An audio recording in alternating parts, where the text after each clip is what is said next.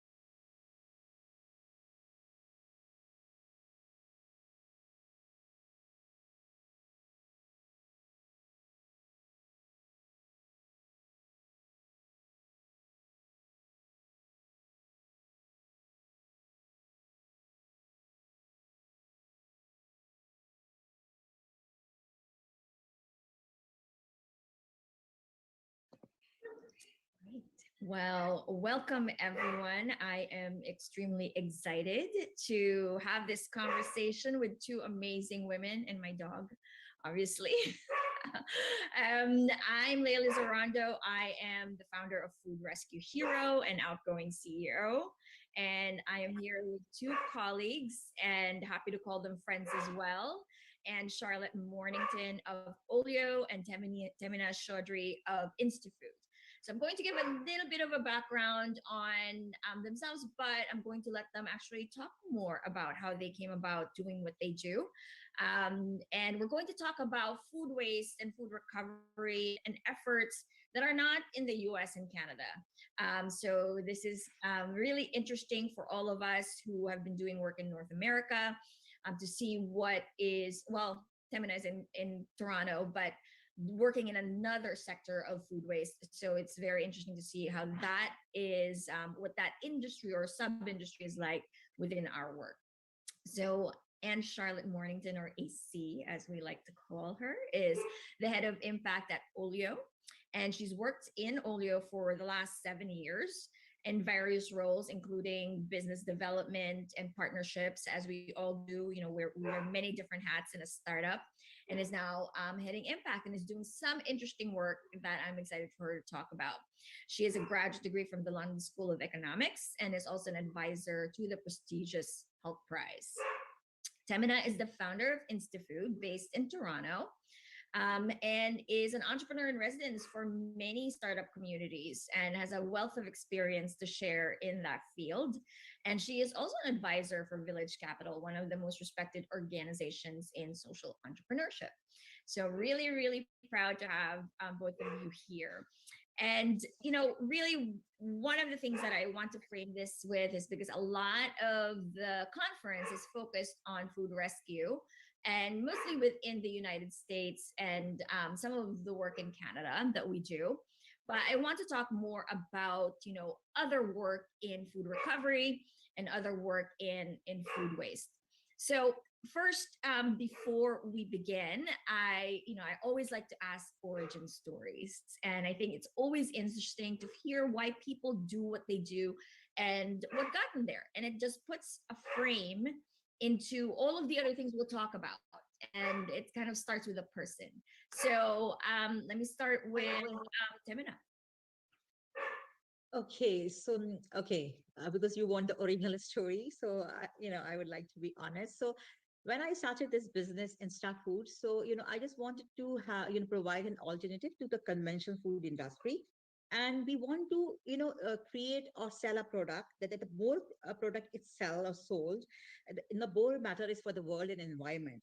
But to be very honest, I didn't have any specific idea about food waste, why it's happening, and what is happening in the food system. So when we started, and I'm from Pakistan, and I started an initiative in Pakistan. So we started working with farmers, and my business is all about that we increase the shelf life of perishable food items. We are into dehydration food industry, and we dehydrate fruits and vegetables and convert them into different products with more shelf life, and increase their shelf life. But what is innovative or unique about our process is that the nutritious value will remain intact, and the taste, aroma, and color is also the same, that is of the fresh fruit and vegetables. So this is how we started Insta Foods as a commercial entity, to provide 100% natural food solutions to food manufacturing industries, and we started as a B2B company. And so when we started this, and we started with food manufacturing industries, and we were growing at a very fast pace, so we started working directly with the farmers. And then we come to know about, so many other stories and what is happening. And, I got to know that around like 35 to 45% of the food is being wasted because we don't have the proper infrastructure, at the post-harvest management level, and because the farmers doesn't have the means to reach the market, and that imperfect food thing. So there is a lot of happening in there. So being an entrepreneur, I felt that I found a problem, and I felt myself responsible to work around it. And that's how we came into this field, in a sense that we started and we made it our mission to reduce food waste. And other than working with the food manufacturing industries, we launched our own brand of 100% natural food powders, where we were directly working with the farmers, buying the imperfect food from them, processing it, and putting it the shelf as a premier, food produce. So it was helping not only the reducing food waste, but at the same time increasing the financial, stability of the farmers. So that's how it started. And then I feel that the product need project need to be scale up, and that's why I'm here in Canada. And there is very interesting thing that I would like to share here. So in Pakistan, the food waste mainly was happening at the initial level, at the bottom level, at the farmers level, and little bit at the consumer level as well. But here in Canada, 40% waste is happening at the consumer level. It's a totally opposite. And the figures are same. The 40% waste is happening in Canada as well. Okay. It was happening in Pakistan also. The same, percentage of food waste is happening, but the levels, the food, the stakeholders are different. The level at the food chain is different. So, we need to do a lot of work. So that's my story. Yeah, that's great that you pointed that out. So in developing countries, most of the food waste happen earlier on in the supply chain, a very different problem, and it's actually mostly called food loss, because as you said, there's no technology to preserve post harvest. And then in developed countries such as Canada, the UK, United States, it happens a lot later on in the supply chain at the consumer level and at retail. So very different manifestations of the same problem. So AC, tell us a little bit more about how you came about to do this work. Your background is very interesting. You started out in the arts and now you're here. Yes, thanks for this intro. And I think it's a really good way to follow up from what Tamina was describing, because our work very much looks at the waste that happens mostly in developed economies. And there's probably a dual story that I need to say there. My story of how I came about to work at Olio, but also Olio's founding story itself, which I think is quite an important component to what we do. So a quick overview on my story. As you said, I started working in the arts, and as an artist, my very firm ambition was to somehow improve the livelihood or the outlook of my viewers, and help them better themselves, or better their enjoyment of their own lives in some way, or create some form of introspection. And I quite quickly realized that art was maybe not the right tool for me to be doing this in, because as much as my installation work tried to be thought provoking, it remained super elitist and not necessarily something that was having the scale or the impact that I wished for it to have. And so I decided to embark on a journey towards doing something. And I was always very interested in the environment and how preserving the environment is something that fundamentally could improve the livelihood of most people. And so I thought that I should work more towards that area, and that I needed to get credibility if I wanted to do so. So I went back to university and studied a master's in management and finance, so that I was armed with the credible language for me to get involved in this industry, or in the environment somehow. And throughout this course, I found out about the issue. I started reading about the issue of food waste, and I took part in the competition for social impact business model. And my project won. It was a project that would have created cosmetics with unavoidable food waste, such as fruit peels. Mm. The objective of this was to reduce food waste, but in particular unavoidable food waste, so the byproducts of our consumption very much. This totally didn't work, and as it didn't work, I started freelancing for other startups. I had also in parallel written my dissertation about how can the redistribution of outputs, in particular in wholesale markets of fruit and veg, could help limit surplus and waste in those locations. So I was very into and in tune with the idea of redistribution already. Couple years, I freelanced for various startups, and finally heard about Olio, a company that had just received funding, and they were about 3 months old. I met the founders, and their proposition was pretty much very similar to what I had described in my dissertation, but focusing especially on households. And the reason why they were focusing in particular on households is because in the UK, 60% of all food that's wasted comes from the home. Therefore, it's you and I. And as we know, the IPCC says that food waste is the biggest thing that needs to be addressed to reduce the worst impact of global warming. So we felt that doing something with the households was the best thing we could do. So they came up with this platform that helps connect neighbors with each other. Uh, I don't know if it's actually relevant for me to give the found. Yes, I will give you the founding story anyway. But the way it came about was basically that the audio CEO Tessa was moving back to the UK from Switzerland, and as she was packing all her boxes, the removal man told her that she wasn't allowed to pack her food, which as the daughter of a dairy farmer who like firsthand experienced very clearly how much labor and resources was required in producing food, for her the idea of like having to throw food away was completely unconceivable.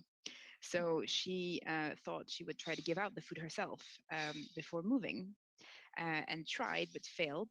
She ended up smuggling a lot of the food in her like carry-on and in the boxes, and thought as she was doing it that she was in a way doing something illegal, but it felt more wrong to her to throw away the food. Yeah. And part of this experience for her was to understand that there was a need, there was a why couldn't she find an easy way of giving food that was perfectly edible? So back to London, she spoke with her very good friend Sasha, who's the co-founder of Oyo now, and they started researching the issue of food waste and realized that, well, what they realized was really horrifying, that a third of all food that's ever produced gets wasted, that if food waste was a country in terms of global emission, it'd be the third just before after the US and China, that socially it's unacceptable because there's so much food insecurity, and certainly in the UK it's on the rise, but also that all the issues with food in terms of population growth and producing, well, meeting the demand of this population growth is quite unsustainable, because we don't know how we're going to meet this growing, the needs of this growing population, especially if we keep wasting as much as we do now. So they thought that if we were to reduce waste and just consume more of the resources we have, this could be a very interesting solution. So they created this app called Olio. It's a very simple platform that connects peer to peer. So if ever you have any surplus that you're not going to eat for whatever reason, you can take a picture, submit it on the app so that your neighbor can just browse, request it, and come pick it up from your home. In parallel to this, we've created a volunteering model that is close to what you do, Leah, but slightly different in that we collect from food suppliers and food manufacturers and food distributors when charities cannot come. And our volunteers, who live typically locally to those places, go to business locations, take all the food that is unsold, take it home, and share it on the app in the same way as they would have shared their personal surplus. Yeah. This way, we reduce food waste and build local communities. That's the Oyo story. That's fantastic. So a couple of things from that. I think many of the folks that work in food waste have the same kind of not the same origin, but when we talk about how we got into how we were aware of food waste, or how we found out about it, or the first time we read about it, I think the word horrified is pretty consistent, because I think we all have this idea that food is getting wasted, but until we read about the number of 1/3, and in some places up to 50%, and then when you read about where it happens or how it happens, it's quite horrifying. It's like we are wasting 1/3 of all the food that is produced. And so the drive to do something about it, and as you mentioned, on the other side of that, the social implications of that, knowing that there's so many who don't have food, is quite unacceptable. And then the second thing is, every single time, when people ask us at Food Rescue Hero, what do we wish, we had, we always say, a peer-to-peer version of this app, because, in developed economies, it does happen in our home, and 50% of it. And that's and when you say in London, 60%, that's a lot to say the least. And so there needs to be an intervention there. And so hopefully we get to work together more. So that was really interesting. I would love to hear a little bit about data, a little bit more statistics on, give us some numbers in terms of how the last 7 years, or Temina, how it has been for you for the last few years since InstaFood was founded. So let me start with AC. Yes, of course. Well, so Olio is now 7 years old. We have close to 6.3 million users who have successfully shared items in 62 countries. So slowly but surely, we're definitely growing a thriving community. What we're really proud of is that over 63 million portions of food were redistributed through our network. But not only that means that the food is being rescued, but it also means that there was over 16 million neighbor to neighbor encounters. And that is really pivotal and so important to what we do, because in those 16 million encounters, of course, some of them were repeats, but a lot of them were new, and there were new connections that were made within communities that wouldn't have happened otherwise, which we're incredibly proud of, and we feel super eager to invest in further. Another interesting piece of data is that we meet 8 of the Sustainable Development Goals through our activity, which is something we're extremely proud of, and something that I'm sure I'll delve into a little bit further when we later talk about carbon emissions. And in terms of impact, that means that we've diverted equivalent of 9 billion liters of water and taken off the road 185 million miles of cars being driven. So very proud of our impact, but also proud of the way it translates in the community and amongst our users. It's fantastic. Lumina, would you like to share some, what have been the biggest accomplishments that you're proud of since you founded InstaFood? I'm sorry, I think I was having some connectivity issue. There have been, it's a long journey, but it's a promising journey. So I told you I started InstaFoods in 2011. And since then, I think we are processing around like 100 to 500, tons of fresh fruits and vegetables, processing them. And, we have, you know, improvise and develop a new technology. Previously, as AC mentioned about the fruit peels and vegetables. So we have come to a solution that we are not still 100%, but we are almost at zero waste, that we are trying to include the peel and seeds, and also, and how we are doing, like, definitely we cannot include, in some fruits and veggies, we can include the peel also, and only seed is remaining. And we will also dehydrate that seeds and other part that it's not, cannot be used, and it can be used for animal feed and for as a fertilizer also. So this is, I think, one of the biggest accomplishment that we have done so far. And also, I moved from Pakistan to Canada on a startup visa, bring my company from Pakistan to here. And the intention is that not only reducing food waste in Pakistan, but also helping the farmers back home to bring their products at a global scale. And also, when I'm here in Canada, I'm now, our MVP is ready, the pilot program is ready, and we are trying to coordinate and collaborate and bring partnerships with the retailers and the food manufacturers. And what we are trying to do here in Canada, that we are trying to collect the about to waste food, because at the supermarkets and retailers and the manufacturers, that it's either it's not perfect, or it's not being used. So we are trying to develop a solution where we'll be able to have the exit shelf life of the fresh fruits and vegetables. And before it's going to be, uh, you know, not the waste, but till it's fresh, we will collect it from the shelves and process it into the, again, food powders, healthy snacks, and whatever other products we can create, and bring it back to the shelves as a premium product. So it's not only help reducing food waste, but definitely it will be, part of a circular economy, and definitely it will create more jobs, and it will provide, I think, help us in food security as well, because we will be able to sell the same food at an affordable cost. So these are the things I feel I don't feel accomplished, but I think that, okay, we have moved some steps. Yeah. That's great. It's been a decade journey and you're moving in the right direction.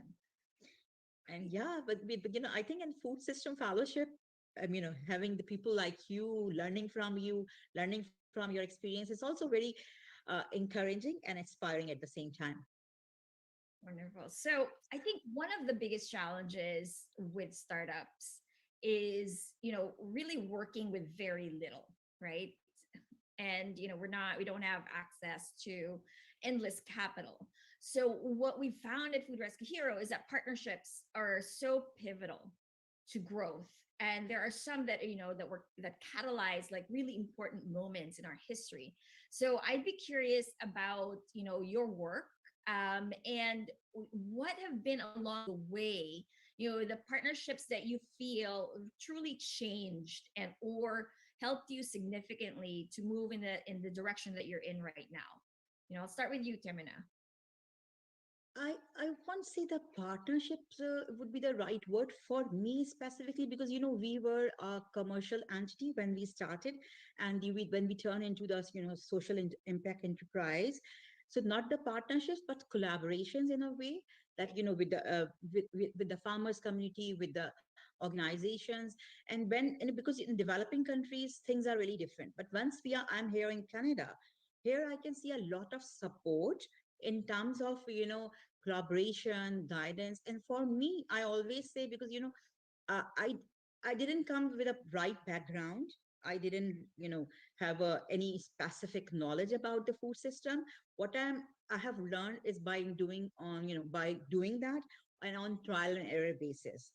But it's still like there were many people's, I think mentoring plays a very important role, because for a startup, because we all not only need the resources in terms of monetary resources, but we also need the right guidance and right knowledge how to pursue our passion. Because sometimes we are passionate about what we want to do, but we don't know how we can do it.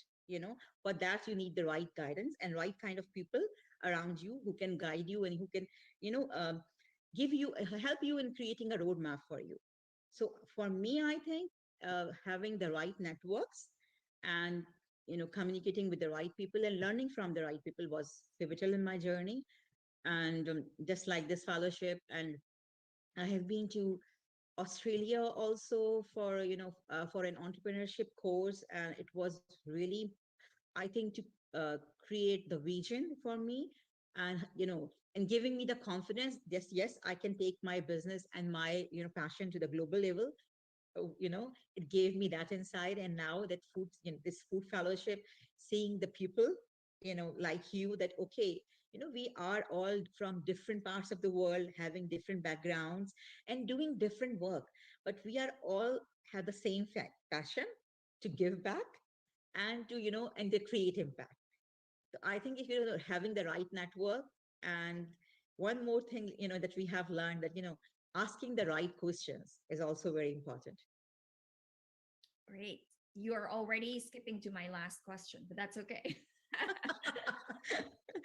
Sorry for that. No, that's okay. I was joking.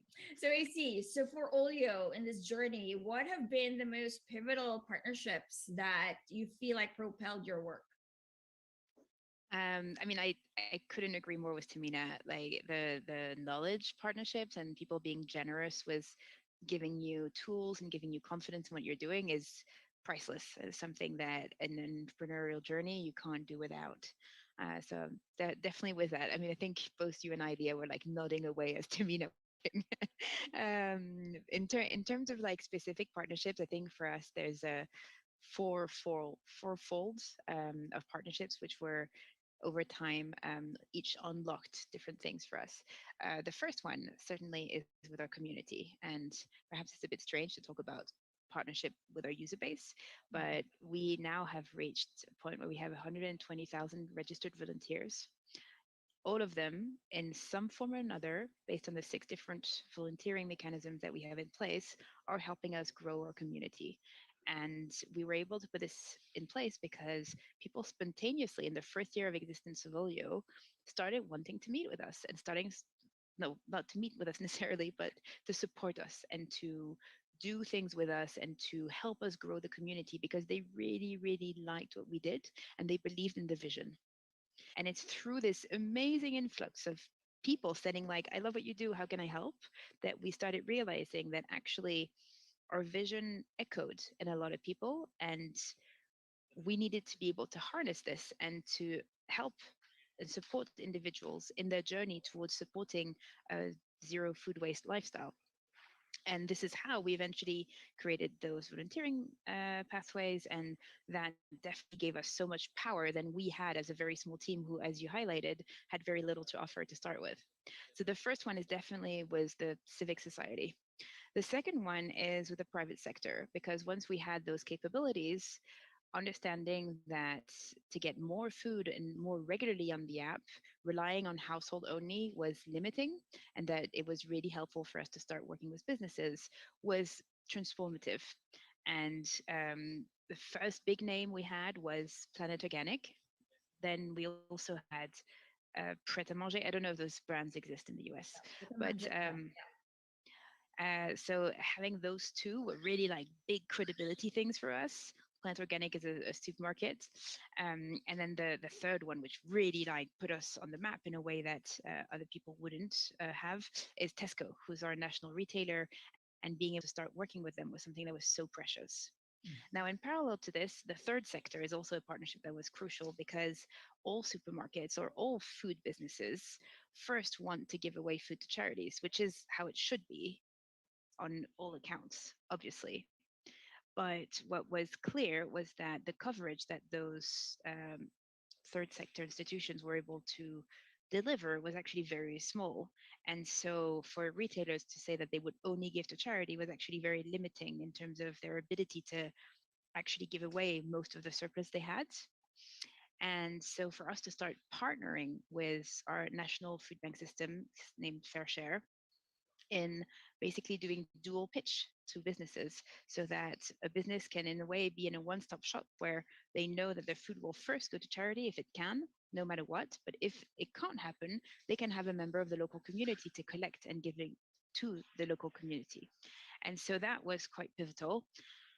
And now more recently, and I realize that I've skipped one that I'll touch on in a bit, but the as we're taking more and more importance and more scale, having the support of the public sector is starting to become something that's really important for us too, because we have such visibility now that we can help push certain agendas forward. For example, in the UK at the moment, there's a consultation taking place on making retailers have to publish the amount of waste that they produce in a yearly basis. And something like this would be so pivotal because changing the legal framework in which those businesses operate, making them accountable and transparent about their practices is something that will force certain mechanisms to get into place and will force food recovery to grow and scale significantly. And last but not least, our investors, because we never would have been able to pull this off and to recruit the talent that we recruited and to get the ability to roll out the work we did with the quality that we put in place without the support of investors who believed in our vision and who believe in our ability to, as a business, be a force for good, but also be a viable and sustainable model. That's great. And I have a couple of follow-up questions to that. So the first is, one of the things that's very interesting about food waste is that, and as you have kind of alluded to, is that people feel very strongly about it.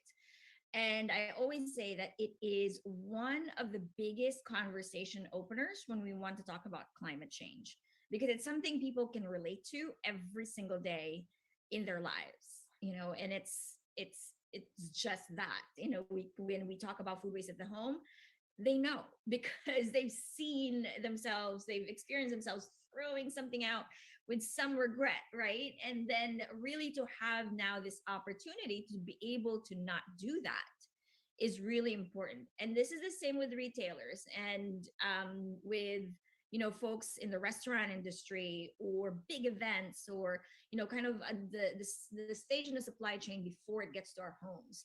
Once they find out that there's a way to not do it, the answer is always yes. And so it's a great way to kind of open up the conversation. But then you mentioned something too that was always, kind of a challenge. It's funding. So Tamina, as a solo entrepreneur, tell me about, and I know that you've participated in a lot of social impact accelerators. And I can imagine having lots of conversations with investors and funders that are interested in food waste. Tell me about how that is like for someone working in the industry that is not is a solo entrepreneur. To be very honest, there are like, just like, AC mentioned about the investor. So we haven't reached out to any investor and for funding, we have, but definitely we won many grants, and, with the, from the not-profit organizations and, public sector. So we won the grants, and definitely because they have seen the impact. But, being a entrepreneur and a sustainable business, when we talk about a sustainable business model, so no matter what, how they want to talk about it and how, uh, you know, eager they are to participate in that. But when it comes to the money, they want to see the ROI. If we are talking about the venture capitalists and the real investors, they want to see the ROI. So it's pure business regarding of, how impact you are creating, how much impact you are creating. So that's one of the reasons we have never reached out to a funder or an investor. And because, our business model has two sides. One is definitely the impact that we are creating, and it's the pure commercial side where we are generating good revenues. So we never need that to raise funding. But at the same time, we were able to, won some competition and, won some grants, and that really help us in the long run.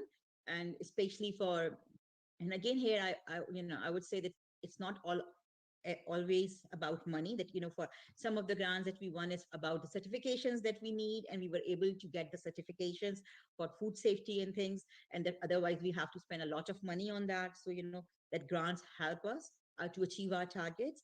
And it's difficult for a startup. I think AC would be uh, a better person to share that, because for the startups at the early stage, it's really difficult. If you are a purely social impact enterprise or a startup, and you are just thinking about the impact you are creating, and you're not thinking in the numbers, so it's difficult to raise funding and attract the investors.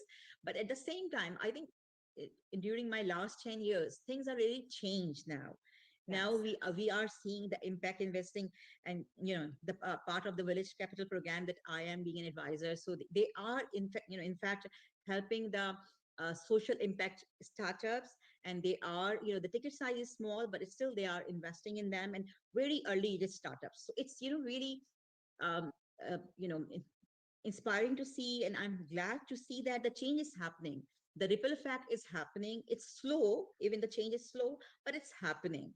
So, if we talk, I share one of the story when, my story. It's not about the investment or the grant, but, initially when we started, and we, growing at a very fast pace. So we were in need of some cash, and we reach out to the local, banks and, funding organizations, and we didn't get any funding because it's the same typical that they want to, mortgage some, they want some collateral, they want to see the revenues at certain, threshold, and there were so many, bureaucratic things. So we just, give up the idea, and we were able to, raise funding at our own, because, when we started very small, and because, some manufacturing concerns, so we want to, then we were able to build up our a state of the art facility. We started at a rented place, and we bought our land, and we want to build a factory there. So, it's a difficult and long journey, but just because with determination and grit, we were able to do that. and and that's why, I work with a lot of startups. It's one of the reasons, because, the journey that I had, I really don't want others to go through that, and the, experiences that I had and the things that I've learned, I just to pass it on, because, the experience and knowledge and the things that I have learned through trial and error basis. So I just want other startups to don't make the same mistakes. So because definitely we did many mistakes, and, and learn from that mistakes. So, raising funding, it's still difficult Right. for a social impact startup, but things are changing. It's not that difficult that what 10 years before, but I think it's still we have a long way to go. Yeah, I see. Yeah, I think that's the truth, and that's why I was curious for a solo entrepreneur what it's like. And I know Village Capital is starting to do some work on that, and of course we know Acumen also has been trying to work in that kind of bridge that challenge. So I want to talk a little bit about some of a couple of things. So the first is the future, right? So what does the future look like for both of you? What are you envisioning? And I kind of want you to talk about it in three stages. For the rest of this year, which is we only have a couple of months left. For next year, which is still ahead of us, and most of us are in planning stages already for 2023. And then let's talk about 2030 because that's kind of the year that everyone is looking at, right? The decisive decade, the year that the SDGs are going to be penultimately measured. So again, talk about what the future looks like for you for the rest of the year, next year, and then 2030. So let's start with AC this time. For me, for the rest of this year, I am very excited to take part right now in the coming weeks, at least in the months of October, in this mysterious fellowship, which we've alluded to, but still haven't formally introduced in the call, which I'm sure we will do soon enough. So that will take some of my time. I'm then excited about COP27 and understanding what the outcomes of this will be. But also, I'm very excited about a project that I've been working on alongside with Vera, one of the carbon credit regulators, on a methodology that helps certifying projects that extends the life cycle of food. Those could be food banks, they could be projects like ours, they could be discount mechanisms. Any company that effectively can prove that before they intervened, food would have been wasted could be eligible to carbon credits. And that methodology is really important because I think, as you very clearly explained, Leah, we don't have much time. Like, we need a lot of change to happen fast. And I think food redistribution models are very hard and costly to put in place. And bringing more revenue to those operations is something that could be a game changer. And so I'm very excited about this methodology to be published. And in parallel to this, to register Olio as a carbon project, probably that what I've started this work now, and I've been involved in the methodology development. The actual certification for Olio will happen in the following year. And with that, I hope that 2023 will be the time where Olio will get certified, but also where we'll understand how we will be able to sell those credits and what this market will look like, because it's effectively in the carbon credit market a completely new product that hasn't been commercialized before. So testing that. And then by 2030, if we keep on the stream of this particular project, I really hope that it will inspire a lot of entrepreneurs to invest in food saving mechanisms and help address at large the issue of food waste in an effective way. And I don't think there's one size fits all solution, but I hope that there's going to be enough projects of a certain scale that can benefit from this new source of revenue and make a real dent in this catastrophically humongous issue. That's very exciting. And I'm going to ask you a little bit later, expand a tiny bit more on that. Demina, what are you looking forward to the rest of the year, next year, and 2030?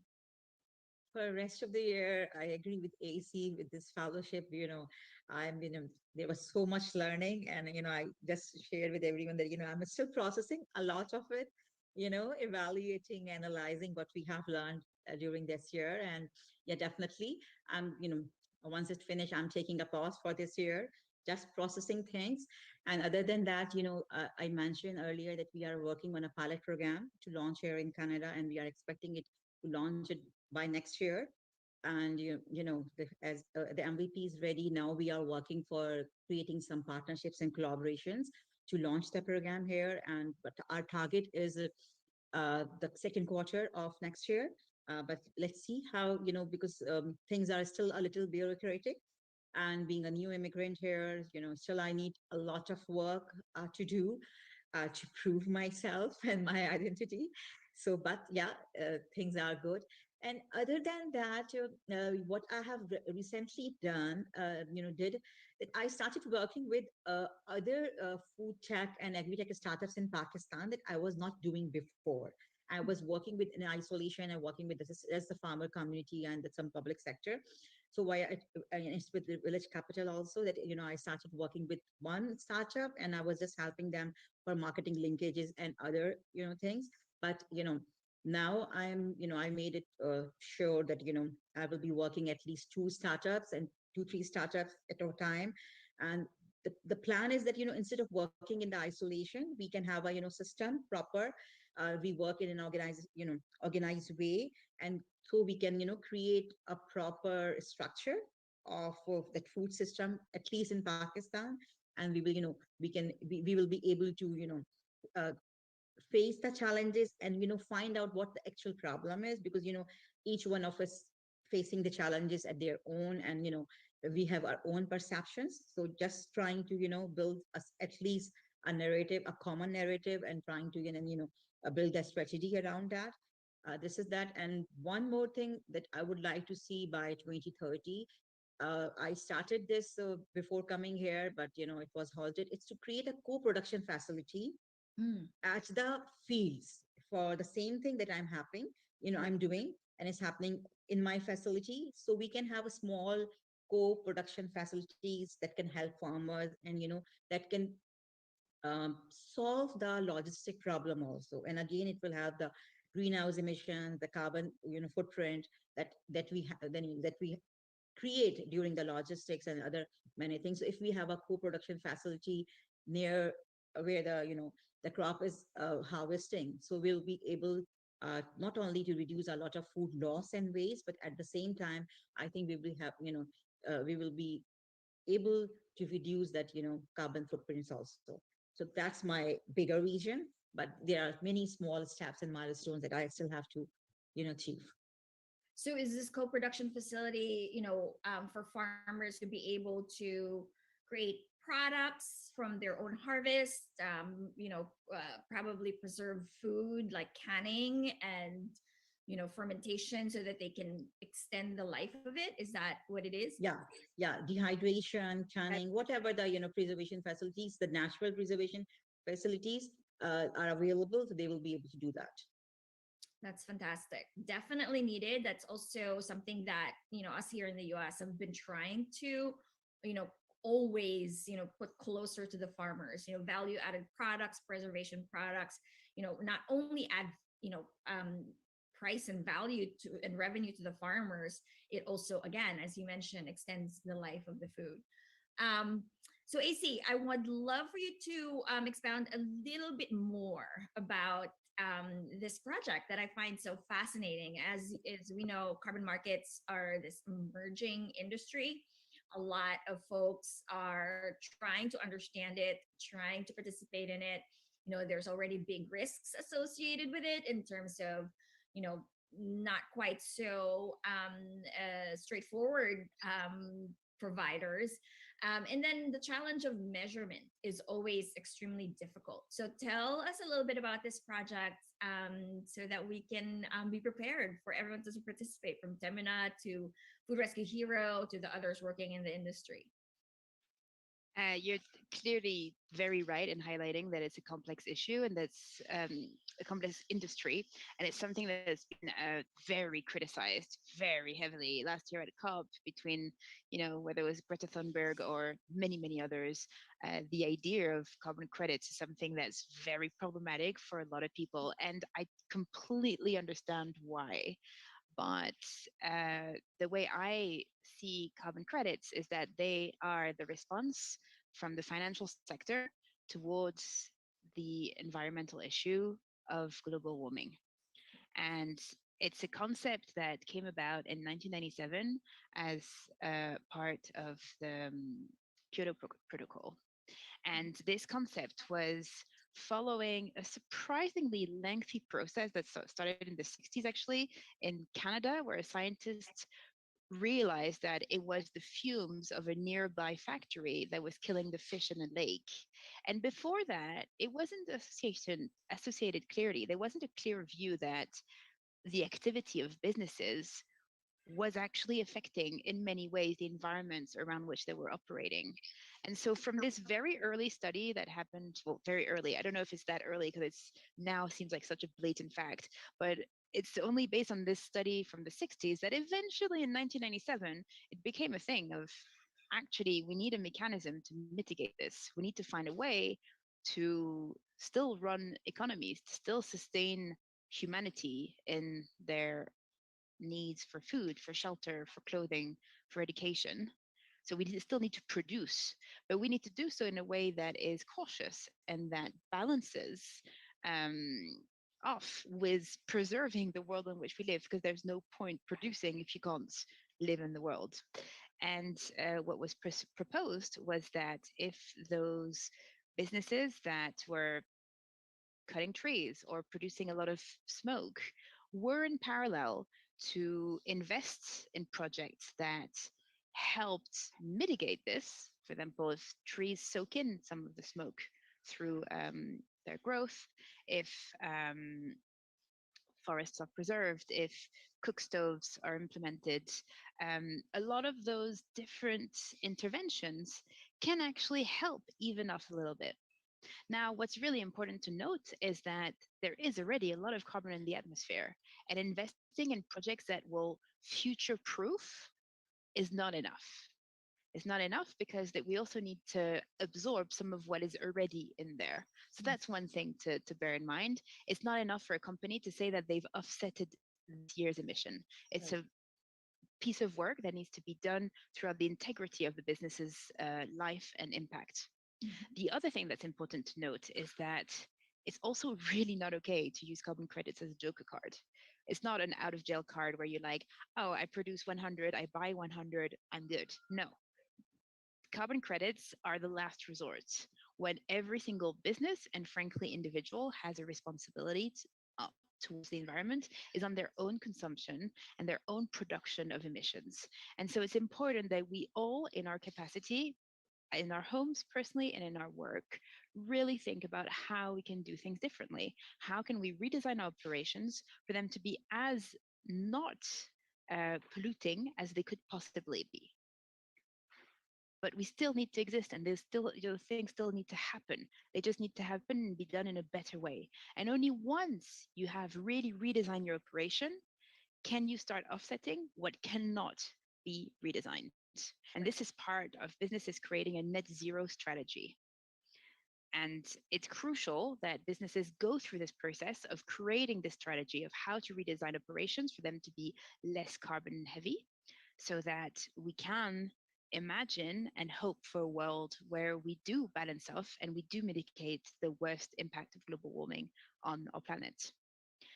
Yeah, that was a really lengthy answer to just talk about how yeah, no, that was appropriate. And I think, a lot of us are trying to figure out what the future looks like. What does this mean for all of us? And you're correct. Carbon credits are one of the ways we can, participate in climate change mitigation, right? So I think one of the biggest questions with carbon credits, again, is measurement. And so, how in this project that you're working on, what is the most important thing to you in terms of that? So typically, another reason why carbon credits have been scrutinized and criticized is because some of them had the fault of double counting, which is one issue, and a problem in additionality. So those issues are similar and a little bit different.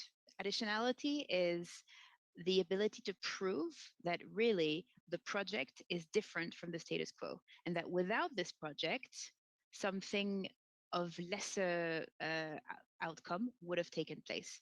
So proving this and making sure that there's no question that there's a legitimate claim in the value of the intervention of your project is a very important piece. And for us, it's being able to demonstrate that our clients would have otherwise thrown away food, which is really hard to do because not many of the clients that we work with or any food business really is happy to talk about them throwing away food. Right. for very understandable reason, even though they now don't do it anymore. So that's one issue. And then the issue of double counting is also a very tenuous one, where who can claim the credit? Where is the credit for? Can two people claim for the same impact depending on what role they played within it? And being very transparent on how this ownership is delineated is really quite crucial too. So in this particular methodology, the accounting that's interesting and that's the important is us being able to measure downstream emission. So once the food has gone to waste and can no longer be consumed, and then there's the upstream emission. And the thing about the food industry is that 80% of emissions are upstream, so before the food actually goes to waste. Yep. Now, the methodology currently only focuses on downstream emission, in great part because both ends are super complicated to demonstrate. However, the downstream is a little bit easier because it's physically not sending a sandwich to a landfill. And that's much easier to measure than to understand what would have happened in the world had you not given a free sandwich to someone. Yes. So currently, we're focusing on the downstream emission. We are actively speaking with Vera on the creation of a module that will help us measure the upstream emission, which is the 80% remaining. And I'm also working with academics who specialize in the circular economy, sorry, so that they can access data and understand what kind of default factors can be applied in the upstream side of food sharing. That's fantastic. And I'm so happy to hear that in the initial iteration of this, that it will be a little bit more conservative, right? Where it's let's focus on the downstream. It's much easier to measure landfill impact because that's really the challenge with climate impact measurement is, how, again, even when you're talking about scope 1, 2, or 3 emissions, right? Scope 3 emissions are so, and for us, who are interested in climate measurement, it's, scope 3 is basically, Apple measuring the impact of my computer that is in front of me if I throw it in the garbage, right? So there's a lot of challenges to that. And I think we're just really, really at the very, very tip of this iceberg. But thank you so much for that. And I can't wait to hear more about it. Tamina, for you, I mean, I think the impact of what AC is doing is, again, so important because you can measure the actual pounds of the food that is going into your product. So even that is something that is completely promising. So I want to close this session with something we've all alluded to. I met AC and Demina through the Rockefeller Foundation and Acumen through its inaugural Food Systems Fellowship Program. And there's 20 other people who are fascinating, working in different fields of the food systems. And it's been a journey in the last 6 months that have really, for me, underscored that we are all working together, that our work by ourselves makes some impact, but it's really collectively as we think about, how we can, how each of this impact are compounded, can we think about a system? So what have been your final, like your reflections? Again, you mentioned also in the remainder of this year that will be what's taking up a lot of kind of our mental and emotional space, and I have to agree with that, right? That we're already in the closing of the year mode. So give some reflections on the last 6 months, and what are your thoughts as it relates to your work? You want to start me? Yeah. Start with me. Okay. It's been a roller coaster ride. I came with this fellowship with an open mind because, as I mentioned, that I have been working in isolation. I have been working with many other startups or other networks, but not specifically a network with the food system, people who are working in the food system. So I came with an open mind to learn, focusing on food waste and, um, you know, with learning from others with a, ambition of, but, it's totally changed my perspective, how things work in the food system. we always say that the system is broken, but then we have realized that we are the part of the system. That the system is broken, so we are also, responsible for a part of that as well. And it also changed my perspective about how things has been done. The most important learning for me is getting on the balcony. Like, you don't need to be in action all the time. It's better to sometimes take a pause and see the things with others point of view and with others perspective also. And also, like, as I mentioned earlier also in our conversation, that seeing you all having the same passion but working in so many different ways. And when we are in a workshop or when we are discussing a topic, it's still there are so many different point of views. Like, we are seeing and reading or listening to a same thing, but each one of us has a different point of view and the different perception. So this learning has been, amazing. And I think I have never learned so much in my whole life that I have learned in these 6 months. So yeah, I have already learned a lot, and I'm willing to learn more. And by working with you, and as we are all working to create something of our own, where we can all come together and share our knowledge and experience and actually create something that is impactful. Great. Thank you. AC? I again completely echo what Tamina has said. It's been an amazing and insightful journey.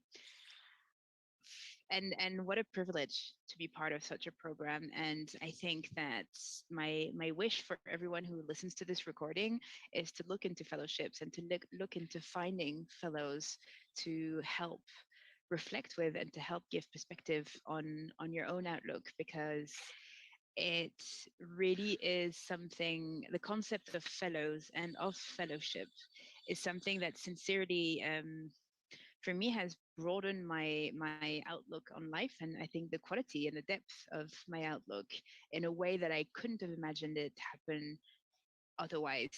The density and diversity of experience and perspective definitely has been overwhelming at times, but now just I feel so much richer for having been able to access all of this. And I feel like my whatever I propose or create onwards will certainly be informed by the talents and the vulnerability that all those outstanding fellows have shown and shared with me. That's great. And so, thank you so much for sharing that. What has been inspiring for me is to see so many people working on the food systems and to really put, kind of humanize the people who work on kind of this macro problem that we have. And I hope for those who are in the conference, you see this as a day exactly of what AC said, fellowship, of learning from each other and really being inspired by all of the work that we all do separately, but then together we're creating collective impact. And as Semina said, being on the balcony, and I hope this day is also about being on the balcony for all of you, meaning you're kind of zooming out and looking at a bigger picture, working with your peers, and at the end of the day, hopefully being armed and inspired to, when you go back to your daily lives, seeing it in a little bit of a different light, and seeing what you've learned here as information that can help you move your work forward and ideas for collaboration. We asked about partnerships and collaborations and how it has been so important. This is the day for that. So I want to thank AC and Temina. Thank you for sharing your thoughts, your experience, your work with us today. And for those of you who want to connect with AC or Temina, they are on LinkedIn. And I'm sure we'll be more than happy to talk to you about their work and, give ideas. Thank you so much. Thank you for having us, Leah. Thank you, Leah.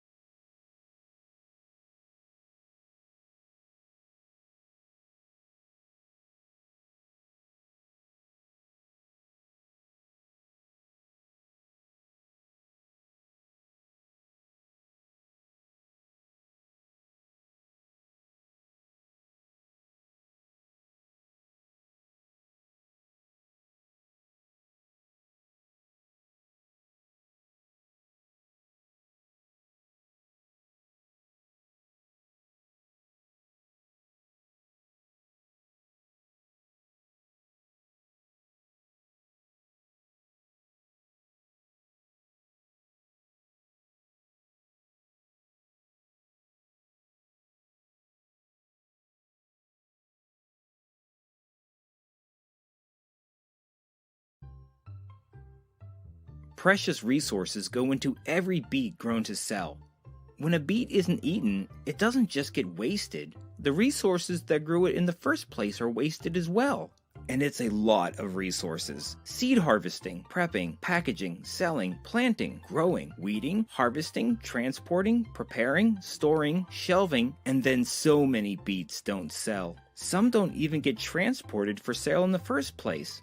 They get tossed aside in the field because they're too big, too little, too bright, or too dull. Even worse, farmers then grow more beets to replace the ones wasted, nearly tripling the amount of wasted resources. Worst of all, whether they end up in a trash can at home, in a large bin at a store, or left in a field, wasted food in the landfill produces methane, the most potent greenhouse gas of them all. And why? Is it just because it's easier to throw food away than to make sure someone gets to eat it? According to the EPA, 97% of the food we throw away ends up in a landfill. But there is hope. Our friends at Refed say that if we were able to recover about half of this surplus food, we could feed every hungry person in the United States 3 meals a day, every day. That's why we work so hard to rescue food from getting wasted. To let food be food. Brought to you by the Food Rescue Hero Network, powered by Food Rescue Hero. We believe we can have greater impact together.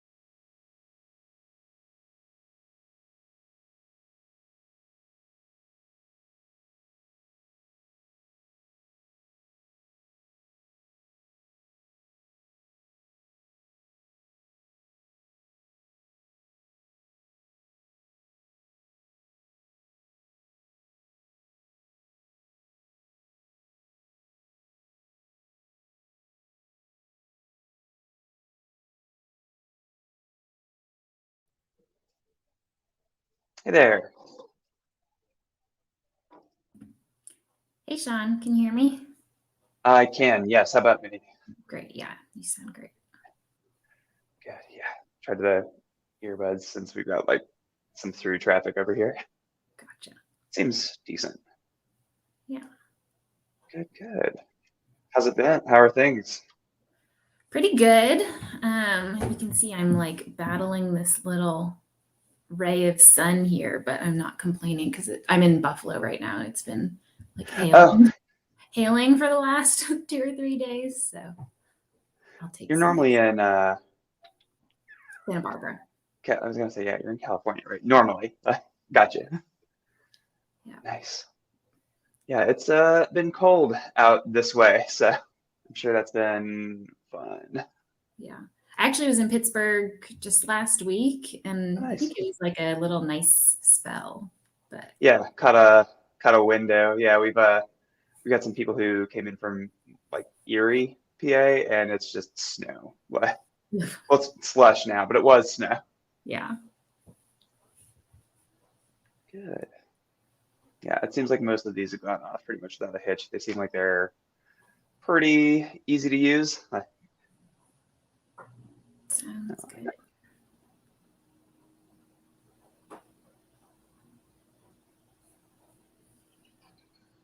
Good. Oh, okay, that's just how long the room's been. Got it. I'm also working through the interface. We did a test earlier to make sure like present and everything works, but getting used to it still.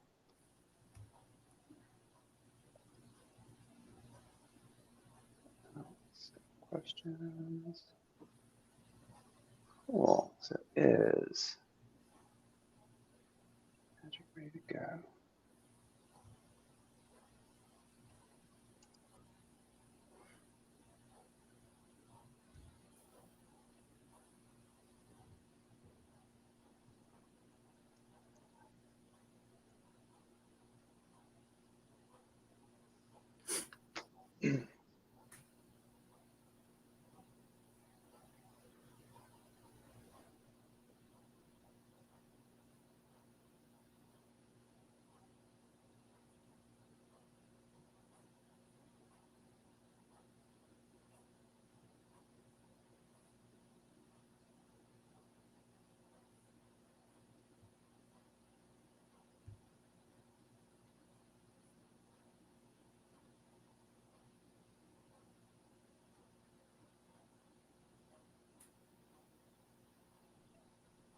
All right.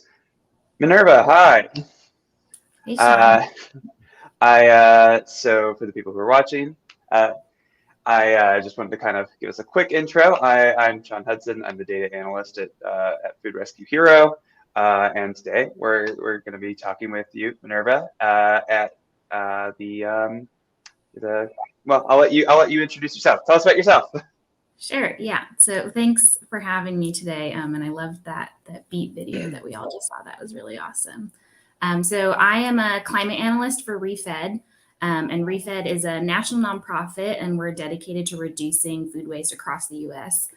We consider ourselves kind of a think and do tank. So we work to educate both ourselves and others about where and why and how much food waste actually takes place across the value chain.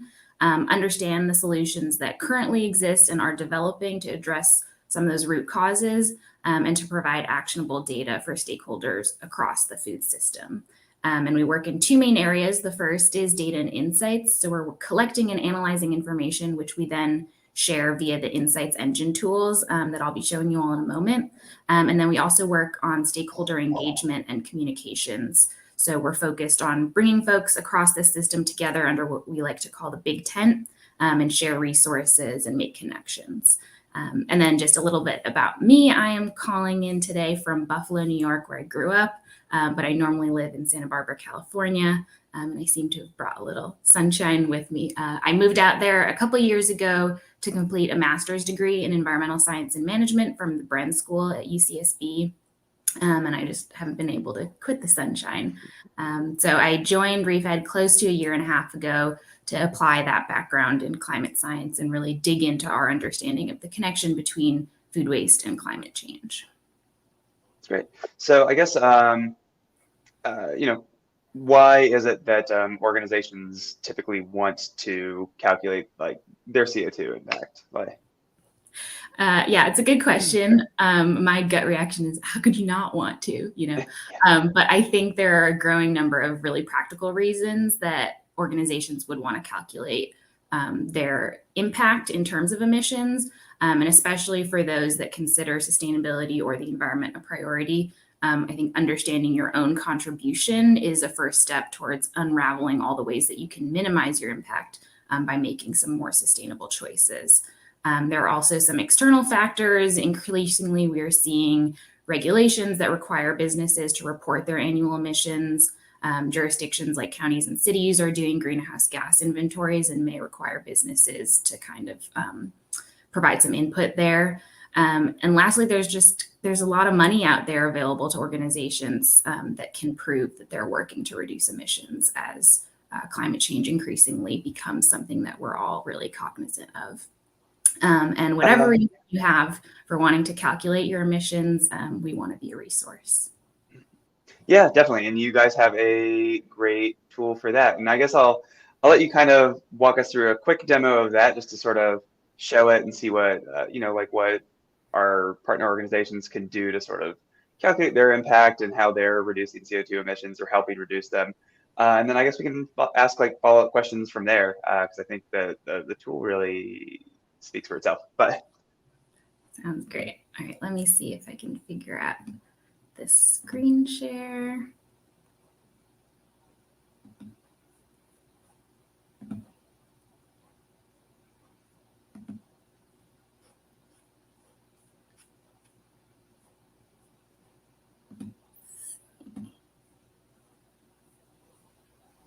All right, I will just share my entire screen, I guess. So revealing behind the scenes here. But okay, so can you see that, Sean? The ReFed homepage? yep, looks great. Okay, Yeah, it's great. coming through. So yeah, anyone can get here just by typing in refed.org. We've got a bunch of awesome information about what it is that we do across these various pages. But where I'll direct your attention today is clicking over here to our Insights engine. So it's a collection of tools, basically, that are designed to help people learn about the problem of food waste and then explore some different solutions, calculate impact. And we also have a capital tracker that looks at investment in the space. I won't go into that today. And we also have a really cool policy finder tool. I'll just show it real quick because it's so cool. But it's a map showing best practices and different regulations that exist in different states and cities around prevention, rescue, and recycling policies.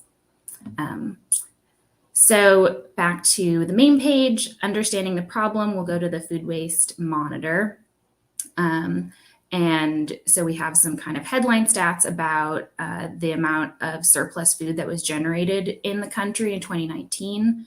And I'll just say that we kind of distinguish between food waste and food surplus, acknowledging that there is surplus food that's generated that does end up getting rescued by organizations or does end up going to destinations that we don't consider technically waste. So surplus food captures a larger portion of the food that we're talking about. So if we click in here, there are a lot of different views that you can explore. But we see that this headline statistic of 80.6 million surplus food tons generated across all sectors, across all states in 2019. And we have these different views here. So you can see where that food ended up. And we can see if we scroll down here, donations only makes up 3.5% of all that surplus food, and that's down here. We can also click into the different food types and see which departments, they're sort of aligned with grocery store departments, which foods are hotspots. And that becomes pretty important when we're thinking about impact. So I'll return to that in a moment. We also categorize the surplus by the causes of the waste. And this is really important because it helps us think about solutions in a more targeted way, because we want the solutions to actually address the reasons why this food is not going through its normal path in the value chain.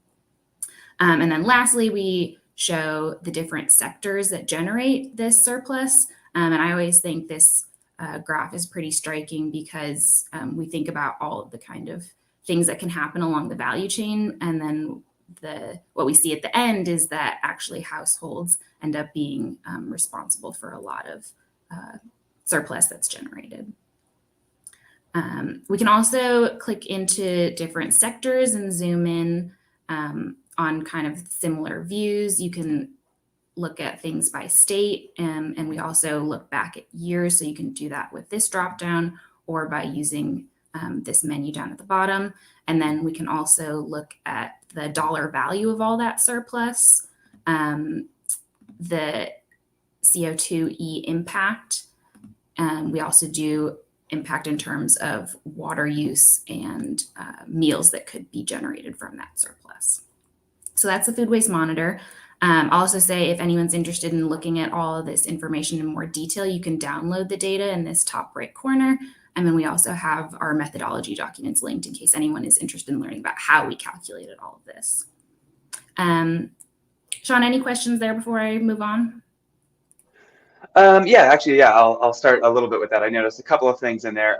One that like the of the food, like a lot of it isn't of the food that gets thrown away. A lot of it isn't due, I noticed, like to excess production. Like it's actually not an insignificant part, but like not a huge portion of it. So it seems like it isn't that we're way overproducing food there, but it also seems like there kind of is enough food, as long as like, it's going to the people who want, need, could benefit from it, right? Like that's.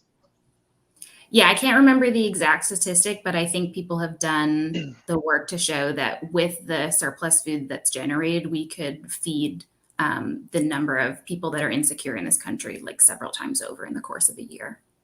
Yeah. So it's And really I about, guess, go ahead. Sorry. Could that be improved, I guess, by increasing that donation amount from, from the, I think it was 3% to, more of it? Yeah, definitely. And I think especially when we look at the causes, you can see that there are certain things that wouldn't be donatable. So stuff that's spoiled, or maybe, the trimmings and byproducts may include inedible food, like peels and rinds that wouldn't necessarily be edible anyway. But yeah, there's a lot of buckets of waste or surplus here that I think could be rescued and could be put to much better use than it is. Yeah, definitely. And I know, the tool is, like the calculations are going to be helpful in this, but like, is the data in this at a good level of aggregation for people to kind of, associate their impact at the food rescue level to, where they fit into this equation? Yeah, we hope so. So the Food Waste Monitor is really providing like a systems level view. I think if you wanted to download the data, you might be able to kind of filter down to like the state level and dig into, the sectors that you might be rescuing from and get a better picture. But the impact calculator in particular is more designed for kind of an individual organization's use.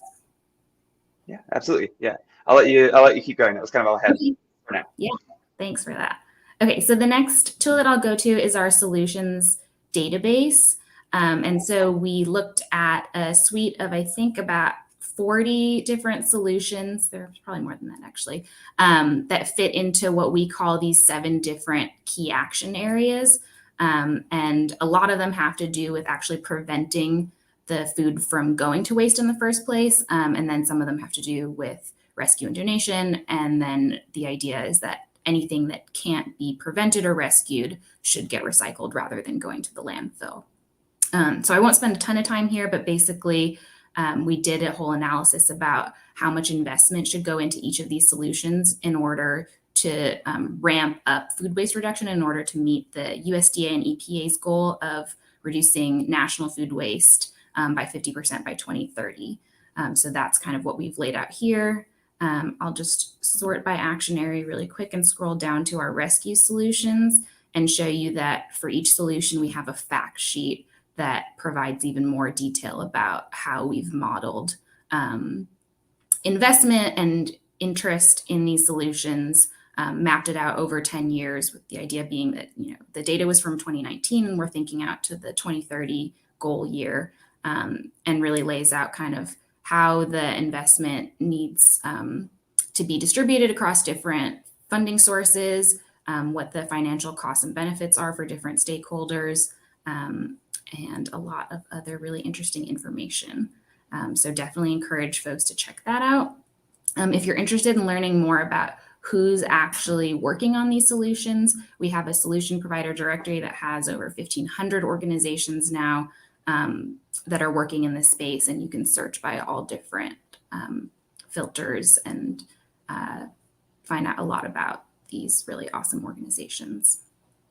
And then the last tool that I'll show today, just in the interest of time, is what I work on most, and this is our impact calculator. And so this is using the emissions factors that we've worked to develop that helps organizations understand the impact of their individual actions and any food waste reduction activities that they undertake. So I'll just go through an example here. It's meant to be kind of a scenario analysis tool. So let's say we are we're rescuing food from the retail sector. Let's just pick a food type. We'll keep it in tons. And if we just wanted to understand what kind of the status quo footprint of any surplus generated would be, we could say, okay, right now there's 10 tons going to animal feed, 10 tons being donated, and 10 tons being donated, and then we'll say 100 tons total, 80, the remainder is going to landfill. So what we see is kind of the GHG, water, and meals recovered footprint of that waste profile. And then what is a really awesome feature of this tool is you can add an alternative scenario and say, okay, we're going to implement a donation, coordination, and matching solution that's really going to bump up our ability to donate food from this retailer. So now out of our 100 tons of food that's not getting eaten, we're going to send 30 to donation. We'll still keep 10 to animal feed. And now this will be down to 60. I don't know why that keeps correcting. And so we see the footprint of the alternative scenario, and you also have this net benefit, which is the difference between these two implementation scenarios, basically. And so the idea is that this final number is actually the impact that you'd be able to claim as an organization attributable to that intervention that you're implementing. One thing that I want to return to is we have this food type called standard mix. And I'll just go back to the food waste monitor really quick. And the way that we've calculated standard mix is for each sector. We've looked at all of the different food types, and an average ton, let's say, will be made up of 29% dairy and eggs, 30% produce, etc. And so when you select standard mix in the impact calculator, it's reflective of this larger average based on what we've collected from industry. And again, you can download data and learn more about how we did these calculations in the methodology. And I think that's all I'll show today. No, that's great. So I guess you sort of answered that already, but the intended audience is sort of depending on the solution that we're looking at, right? But is this a good way to, I guess, what's like the intended purpose given our audience? So how could they benefit? How could they help tell their story with this tool? Yeah, so the Insights Engine tools are really intended for just about anyone interested in reducing food waste at any level and across all sectors. And the different views and filters that we have on there are intended to allow you to kind of tailor the information and insights that we're showing. And we sort of, based on interviews and conversations that we had with people, that is kind of what's available right now on the Insights Engine. And we hope it's stuff that can help them make informed decisions and take meaningful action. And I think the idea is that it is supposed to be pretty broad and general. So, it's like a government policymaker trying to assess what level of funding they should allocate to a food waste reduction effort. They should be able to use it. Similarly, the sustainability manager at a large corporation should be able to research different technological solutions and estimate how much it'll cost to implement them. And solution providers, including food rescue organizations, could measure their impact both against kind of an industry average or leverage that individual impact data to support grant applications.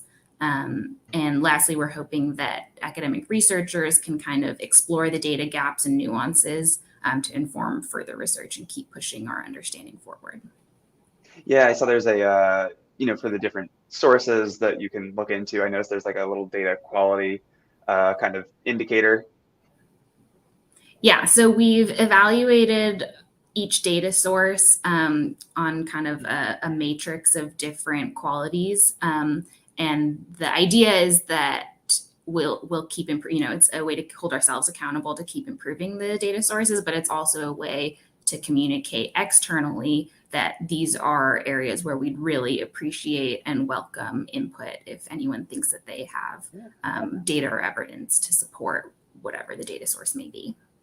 Yeah, and I know a number of organizations that are represented, like, here at the conference do have a relationship with ReFed already, which is good. If you don't, you totally should. How about, so we actually talked not super long ago now. There have been some recent changes in how you do some of the calculations. Do you want to get into kind of what that is and why that is? Sure. So nothing has changed yet for anyone who's used the tool in the last, I think since we launched it in February of last year, nothing's changed since then. But as I'm sure you're all aware, the field is pretty rapidly evolving and there's always new information coming out about this waste characterization study or this new solutions diversion potential.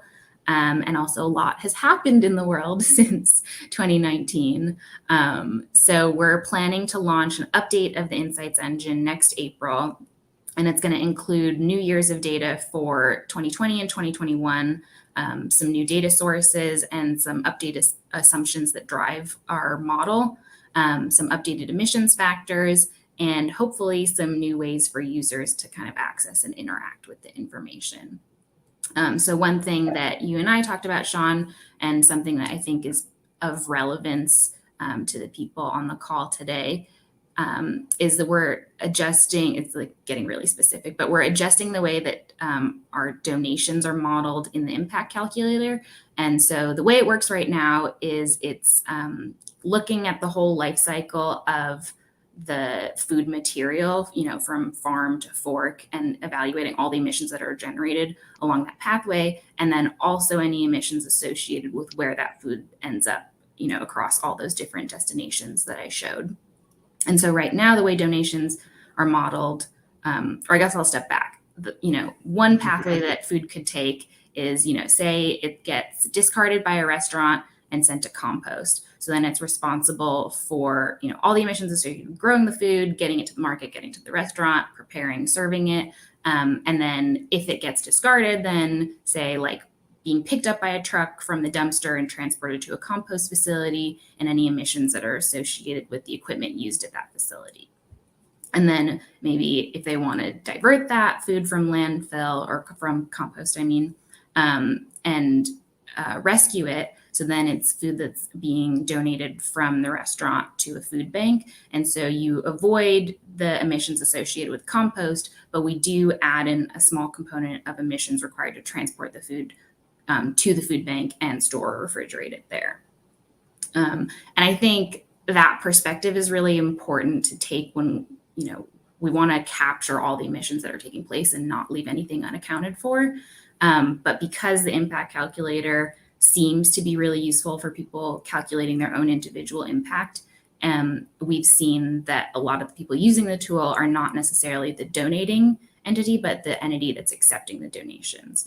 And so the idea is that if you're someone that's accepting the donations, we don't actually want to assign you necessarily like the transportation emissions, because that's not necessarily, it may be part of your business model, but if it's not, you shouldn't have to accept. Yeah, you're not really responsible for it. Yeah.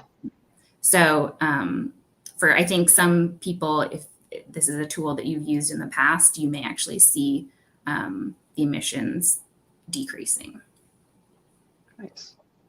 It's very cool. Did we have an audience who's very interested in this. How kind of behind the scenes, how is this calculator sort of working? Yeah.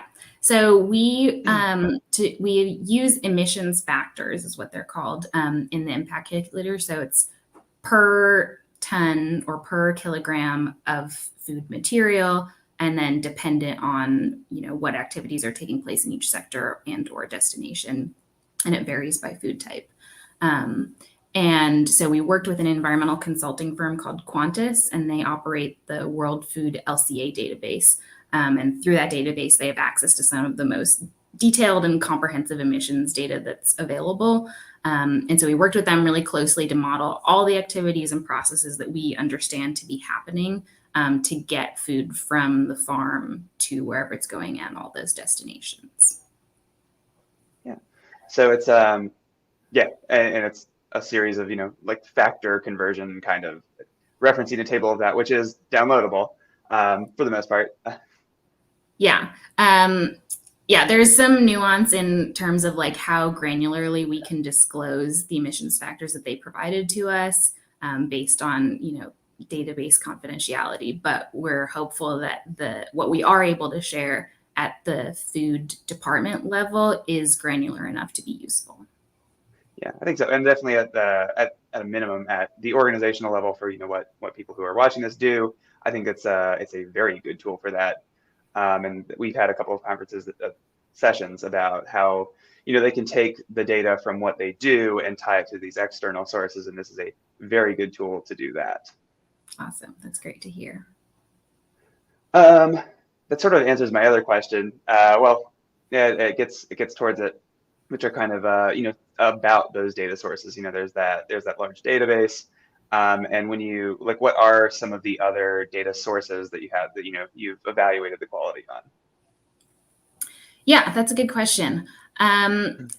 We have a bunch of different sources that inform that food waste monitor portion of the model. So it's sort of, if it's for farm surplus, we're getting some of that information from USDA annual crop surveys. If it has to do with surplus at the retail level, we're looking at sales data that's provided to us and kind of doing some conversions with prices that we get from Nielsen. And so all of that kind of informs our understanding of how much surplus exists in the system. And then on the solution side of things, that's where we welcome input from anyone working in this space in particular, because it kind of hinges on what can be proved as, like the diversion that's possible with the different solutions.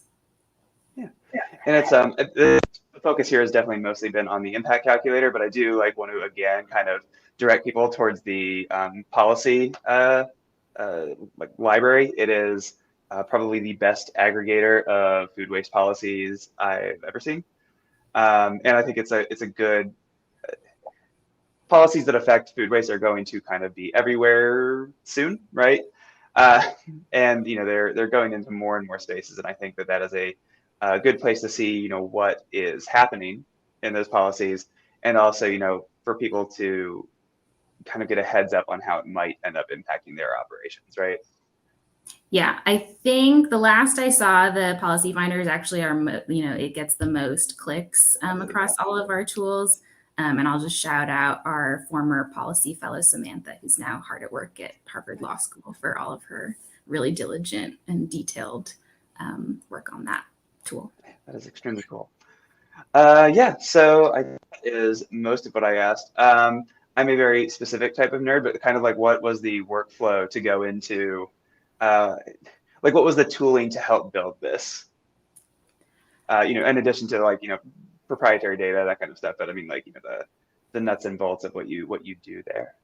Yeah, so I do not consider myself a particularly technical person. So we've recently hired a couple engineers to come on, and we're making a lot of changes. And one of them is kind of reworking the back end in a way that makes the data and the processes in the model a lot more accessible to us. Previously, it was kind of, this big behemoth that was running in the background, and not a lot of people understood how it worked. And so we're trying to pull it apart into sort of digestible chunks and the hope is that we'll be able to actually expose it to people who are technical, by posting it on GitHub or something like that, and be able to solicit some feedback on both the results and the methodology itself at some point. But internally as well, it means that we'll be able to do a lot of kind of scenario analyses and testing of different inputs to see how sensitive the results are to the assumptions that we make and what happens when we tweak those assumptions. I don't know if that totally answers your question. Yeah, it does. It's great. If it doesn't, it means I'm not qualified to answer. You're good. I really appreciate you taking the time and stuff. I won't keep you any longer. But yeah, if people want to reach out to Refed, they absolutely can and should do that. But yeah, I really appreciate you taking the time today, Minnie.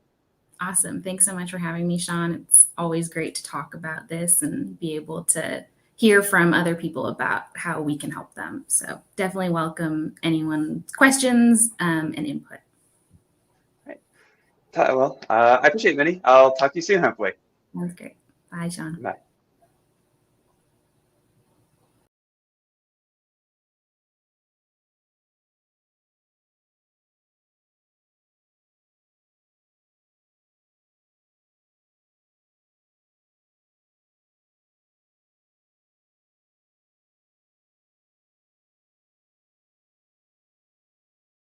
Welcome, everybody. I am here with Don Hutchesson, and we're going to have another conversation about food rescue on the global scale. So, Don, could you tell us about your organization and where you're coming from? Thank you. Kia ora, everybody. That's hello from New Zealand. So I'm from the Aotearoa Food Rescue Alliance, which is in New Zealand, country down the other side from the USA, 5 million population, but we have over 32 food rescue organizations who are part of our alliance. So I'll take you through, I'll take you through how we started and what we do. We're very young, like yourselves, and there are lots of synergies, I think, with what you're doing and what we've been doing. So I'll just quickly share my screen for Jen now. Can you see that okay, Jen? Is that all right? Yeah, absolutely.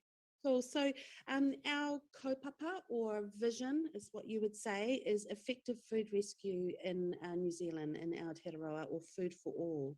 And so we have a two kind of outcomes, if you like, to what we do. Obviously, we're working with food waste, so we know that diverting food from landfill is keeping carbon emission, keeping track of carbon emissions.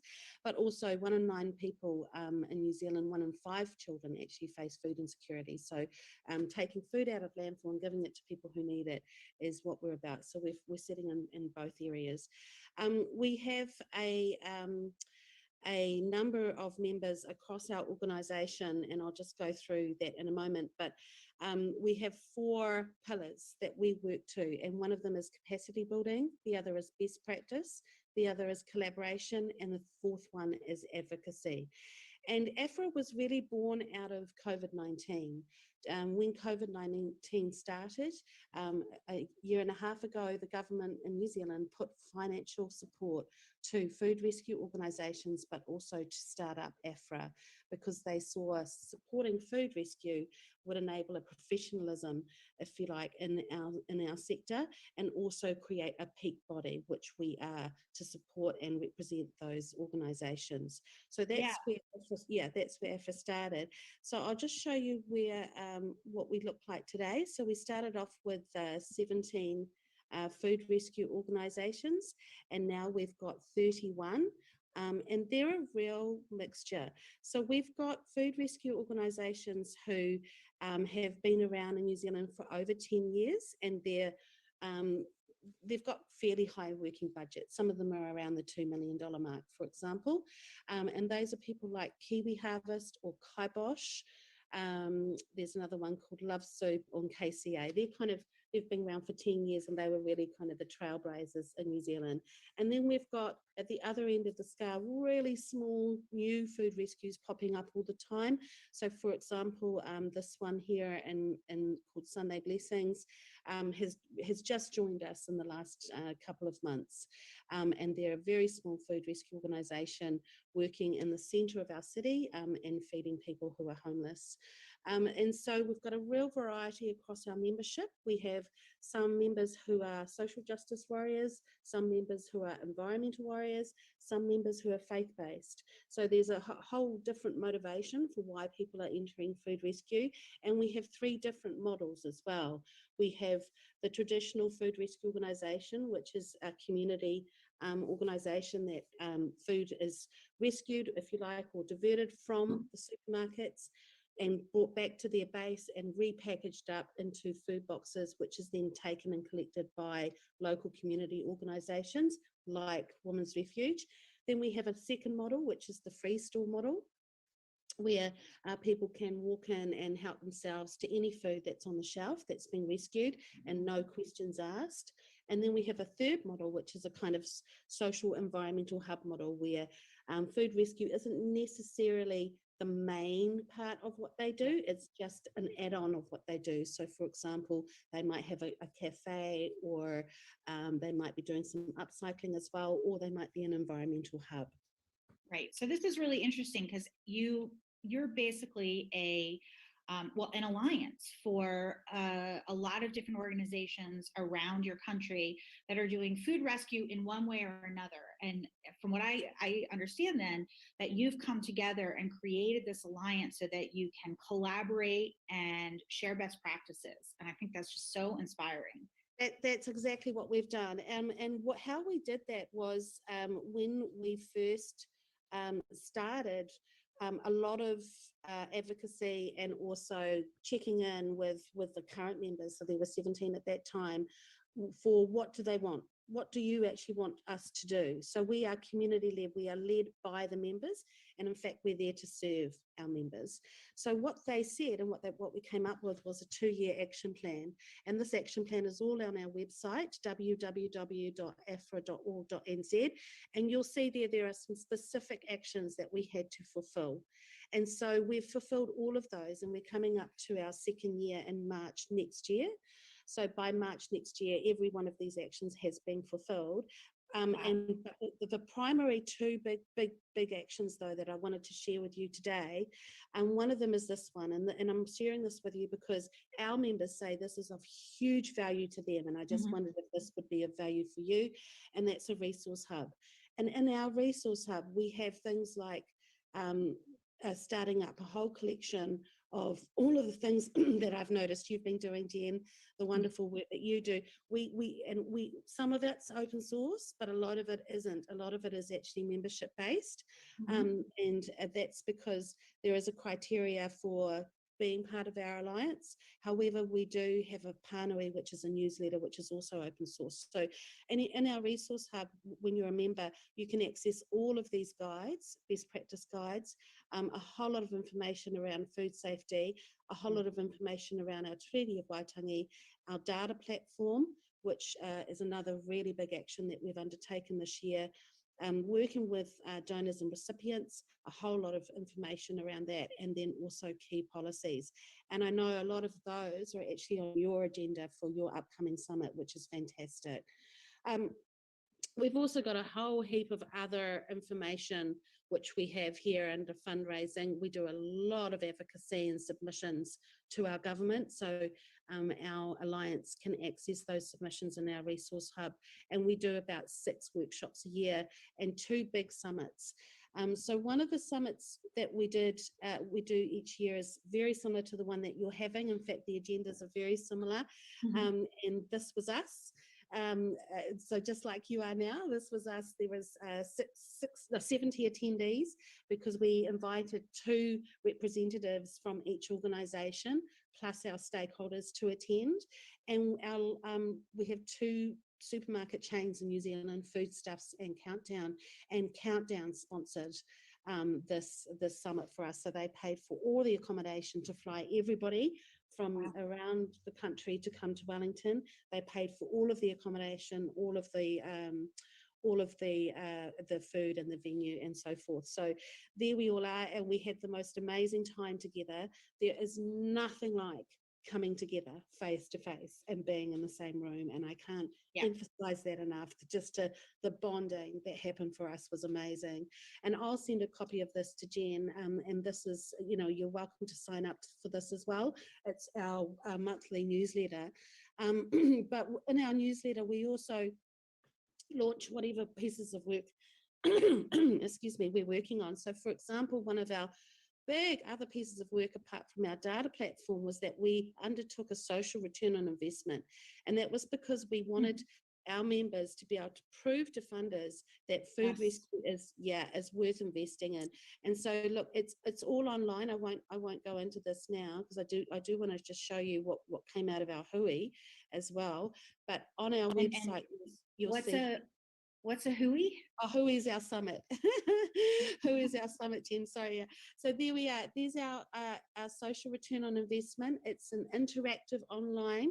So you can go through and look at it for yourself, and how we actually generated and found out that for every $1 invested in food rescue is generated $4.50 of value.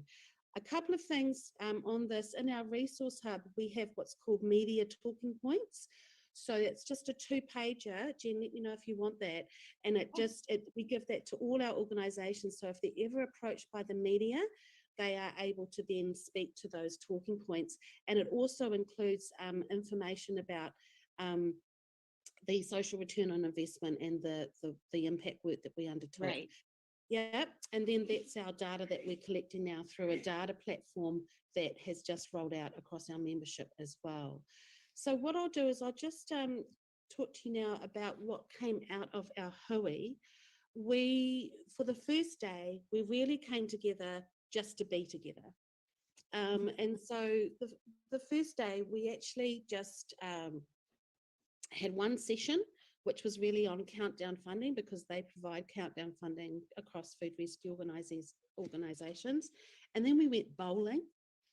And then we went out and then we went out for dinner, and that was just what we call in New Zealand whakawhanaungatanga, which is actually just coming together. And there was so much sharing and just bonding, because it's hard work, food rescue, It is. Yeah, and there's been a lot of stress over the last 18 months. So that was really important for us. The second day was totally different. The second day we went into a lot of very interesting presentations from key stakeholders, plus we did some workshopping as well. Before we did our summit or hui, we did ask a representative from our alliance. So as I said, we've got 32 orgs. We actually asked 8 to come together the day before and do what's called a PESTLE scan. And a PESTLE scan is looking at food rescue from political, environmental, social, different aspects, within the environment, and we workshopped with them, and it took about 4 hours. And the outcome of that workshop was that these are this is what will influence, if you like, our action plan, which, as I said, was for only 2 years, is going forward. And so the outcomes for that were regulatory changes. So how do we respond and influence legislative change, funding, political and change and funding implications with that, food supply. So how do we maximize opportunities for, to reduce food waste, but also, are we diversifying enough to be sustainable? Right. Yeah, climate change, and resilience. Data, so that whole collection of data via our data platform, and can we keep that going? Food sovereignty, so how can we make sure that all people at all times are having access to food that's their choice, so not just fulfilling food security, but actually food sovereignty as well. And then lastly, te tiriti, which is our treaty of Waitangi. So how do we make sure that all people thrive under that? And then the other thing that we did. So that pestle scan, the outcomes of that were then workshop more a little bit on day one. But then day two, we also did what's called a manifesto. So we talked about, and then once again broke off into groups and workshopped what would be the top level priorities for a manifesto if we wanted to present that to government.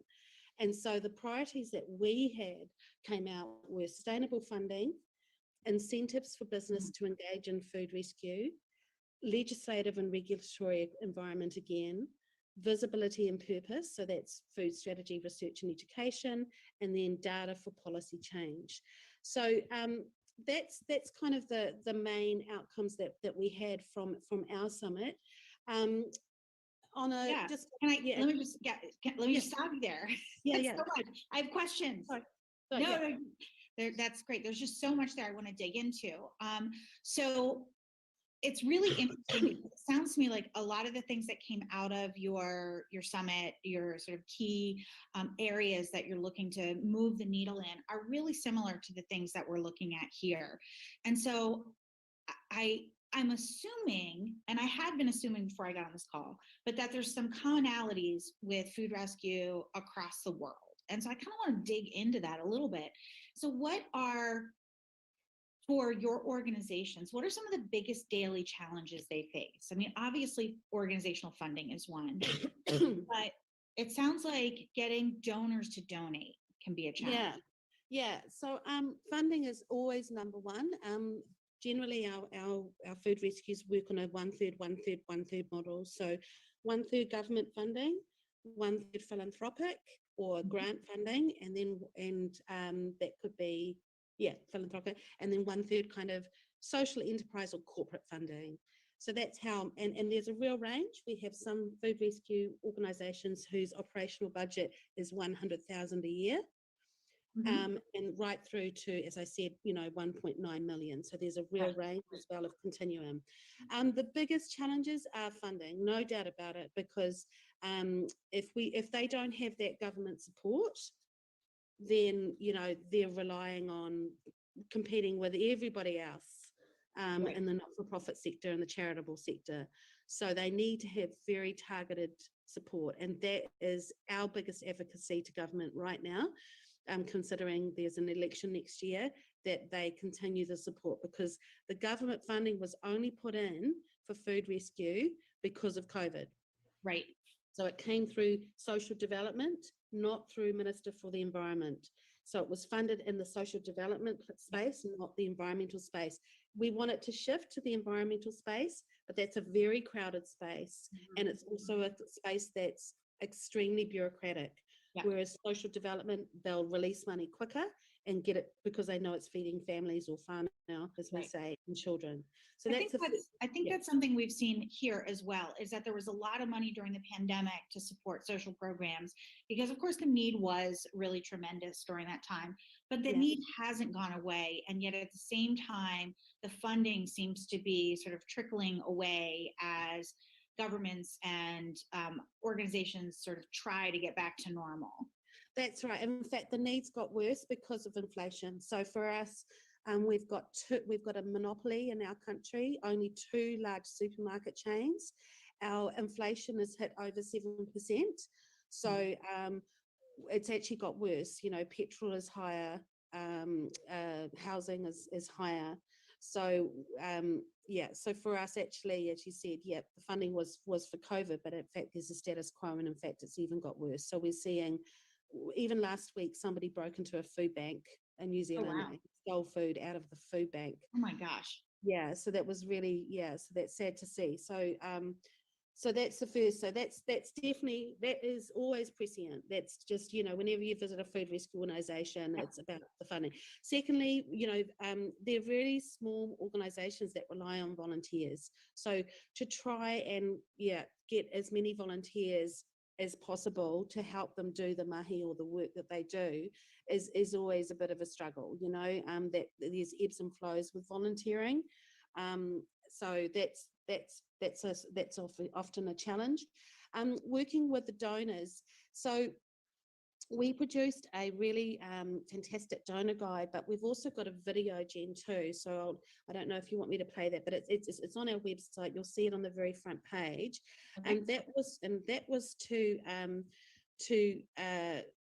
help with new supermarkets, because at the moment our research, we know that we're collecting around 15% only of Yes. what's Yep. in the supermarkets, right? Because even though we've got the two biggest supermarkets on board, chains on board, one of those chains, or most food rescue organizations are picking up from. The other chain has around 400 stores. Only about 200 of those are actually associated with food rescue, and so that's a work in progress. Yeah. And with What do and the with- grocers typically donate when you pick up from the grocery stores? What are they typically donating? Oh, they don't donate everything, but the biggest donation is bread. Always, yeah, It's and bananas. universal. Oh my gosh. And bananas. So there's a big move, Yeah.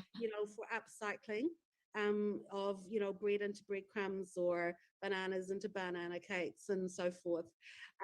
This is the video that we created, thinking about donating to a food rescue. I'll let you play this when you want to, Jen, in your own time. But that's what we've done to get more donors on board, so that we've got two. One of our chains has a whole nother chain attached to it. It's called Countdown, but it has Super Value and Fresh Choice as well, which are a lot smaller supermarkets. They're only just onboarding food rescue organisations now in the country. So this was really set up for them. And so this seems like this is actually, it's great, because it looks like that's one resource that you put together. You pooled your collective efforts and looked at what the issues were and said, okay, we're having trouble with donors, let's make a video. And now that's something that the entire network can use to help get donors kind of understanding what food rescue is about and get on board. That's right. But the other thing that came out of our summit that we had was, it was great that we all came together in one big group, and that is really vital. Every year we do that, and we also have support that. But actually, we needed to think about things from a regional perspective as well, i.e. local. And so what I mean by that is, when I bring up our members, you'll see here that we have also put them into regions across the country. Yes. So what we've done now is that every year, starting in March next year, we're having what's called regional hui's, or regional community summits, if you like, or a 2-day workshop where just these organisations will come together and look at collaboration, particularly around food donors, because actually bringing the staff on board and educating the staff within the supermarkets about the importance of food rescue, that it goes to food rescue and doesn't go to the pigs. That's a constant challenge for some of our food rescue orgs, because there's a really high turnover in staffs and for staff in supermarkets, and a lot of them just don't care. So it's really hard for food rescue organisations to keep that relationship going. So we're inviting our supermarkets to attend those regional summits, if you like, or workshops with us, and taking them on the journey with us. And that's a great idea. Yeah, and that funding has just been granted by the other supermarket chain. So they're paying for those regional hui's. And what we're also doing, Jen, is we are giving that money for a food rescue organisation who has been running for at least 5 years to run those. So we're not going in and running them. They're actually being run by the food rescue organisations themselves, and they're in charge of bringing everybody together for all of the admin, for getting the venue, for liaising with the supermarket stores, and then creating the agenda. So the $10,000 that we've been granted per region, we just give straight to them, and we're doing an expression of interest that's literally going out this week. Yeah, that's amazing, because I think that's one of the things that we we kind of recognize here as well is that food rescue, while we can share best practices and we can talk about donors and talk to donors en masse, it's such a local endeavor, right? It's so embedded in the communities that you're serving, that are volunteering. And so it makes sense to, talk to those food rescue organizations that are closest to you. We actually have a couple that are really close to us in Pittsburgh. And we have a grocery store chain here, Giant Eagle, that it's actually one of the sponsors of this Hui. But they work with 3 of our organizations, and it's really easy for them because they've got one organization to talk to. But it's great for us because we can also share like best practices, like, oh, we're having this issue with this store, how did you handle it, and kind of get a broader perspective on it without getting so global that it doesn't relate. That's right. And one of the biggest challenges I've had coming into this role was pulling those grassroots organizations together under one organization. And so we see ourselves as an underpinning organization, not an umbrella organization. Yeah. So we're supporting. And yeah, as you said, with the regions and with the local communities, because they're so diverse, and we have some organizations that have over 5 sites. We have another organization who's just joined the Salvation Army. They have 70 sites. Right. And of course, food rescue isn't their core kaupapa, core mahi. It's just part of what they do. So there is already not kind of tension within territories, if you like. Right. Yeah. And that's starting to pop up. And part of what we do is we never tell a food rescue organization what to do. We're there to support you. And secondly, we don't get involved in territorial disputes. That is something that they have to work out, although we will, if it's between an organisation within AFRA, then of course, we'll help support that. But generally, we leave that to the supermarkets to decide, because ultimately they're the ones who the food is being picked up from.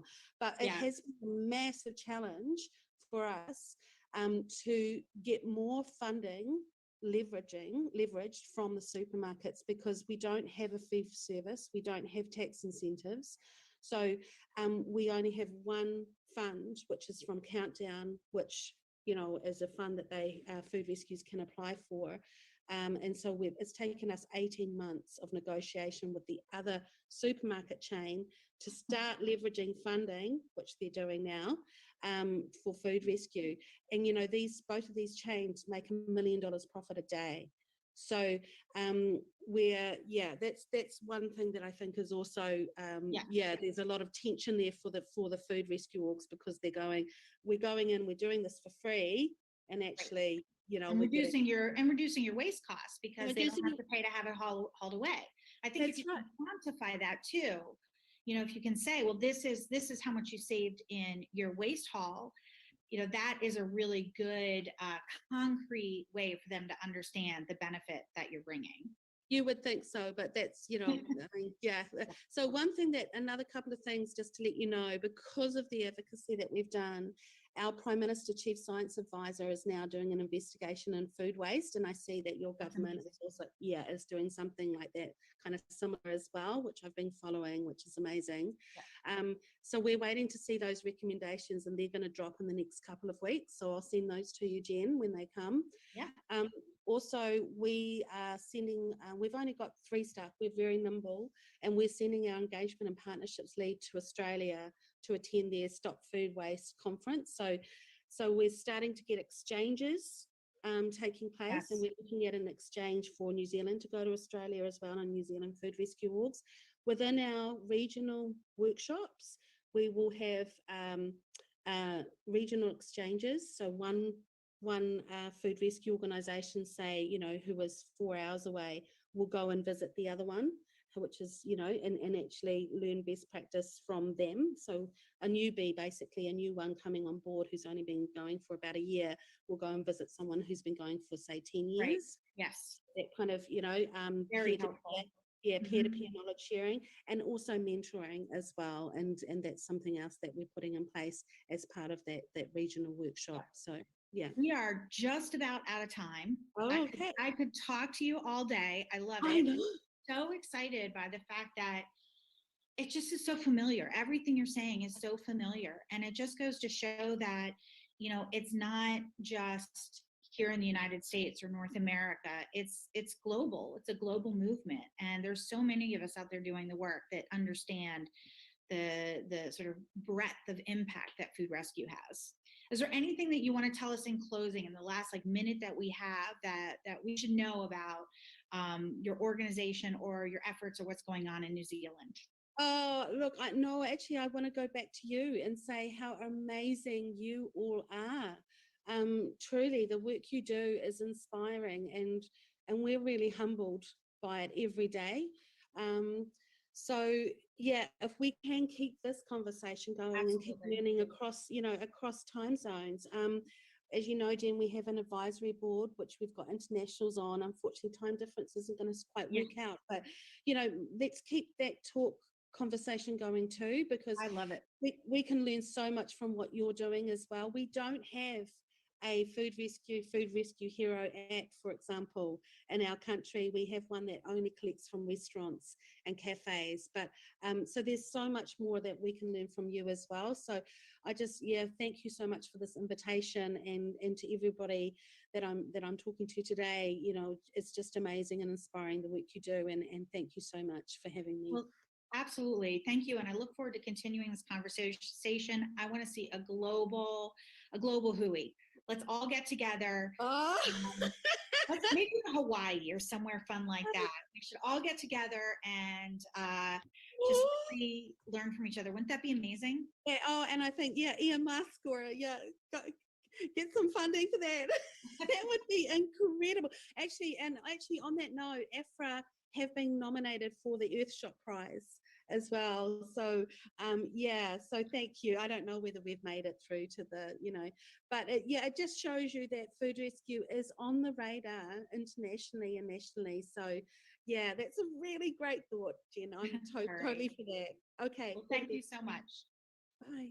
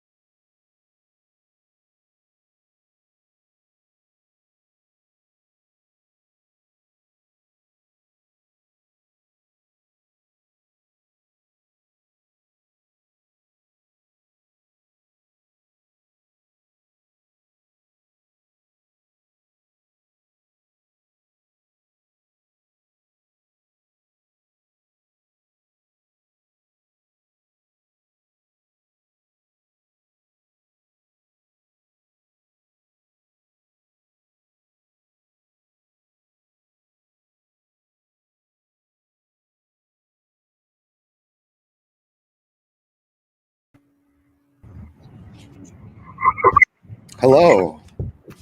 Hello. Good morning. Good morning. Good morning. Good morning, everyone. Good to see you both. Likewise. How are you? Great. How are you, Joe? I'm very well, thanks. How are you Off to guys? a pretty good start. Yeah. How are Very you? good. Very good. We are good. We are cruising right along. We are halfway through day 2, and it's been jam-packed Yeah. here in Pittsburgh. So we are so excited for both of you to join us, talking a lot about dignity, food sovereignty, community based programs, and how do we do that in a really intentional and thoughtful way. I'd love for both of you just to introduce yourself. Greg, I'm going to hand that over to you. If you could tell everyone a little bit about who you are and what you do here at 412 Food Rescue. Sure. My name is Greg Austin. With 412 Food Rescue, I run a special program called the Good Food Project. What we do is take rescued food and we bring it into our processing production facility and create meals, and then we freeze and package those meals and redistribute them into the community. One of our big things that we tout is that because we're not purchasing any ingredients, we're using the entire inventory as rescued foods. We are able to achieve a zero waste model for food production, and that's the long and short of it. Yeah. No, it's incredible. We've been talking about that a lot this week, and we're so excited for you to join us.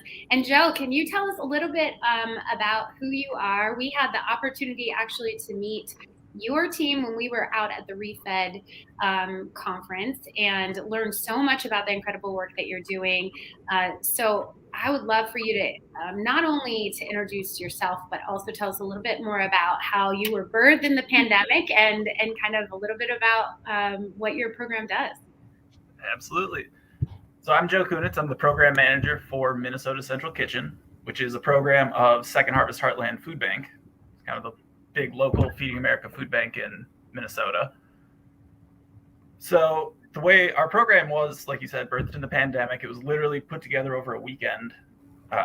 Everybody got the stay-at-home notice. Restaurants were told they have to be closed. And so our founding partner was Chow Girls Catering. They called somebody associated with Second Harvest and said, we have a staff of people. We're not trying to fire or furlough. We have a ton of prepared food from all these events that don't exist anymore this week, and a freezer and a cooler and a dry storage full of food for the next month. Like, if we cook it, what can happen? So Second Harvest threw their weight behind it. We connected them to partners, trucks, and then the program really evolved into now we're 18 different kitchens, 75 to 80 distribution partners. And kitchens order from the food bank as if they were one of our food pantry partners. And then they turn that into awesome, nutritious restaurant quality meals. And then we provide logistics and connect them to community organizations to do the actual distribution. And we pay the kitchens at cost for all their labor, supplemental food, overhead.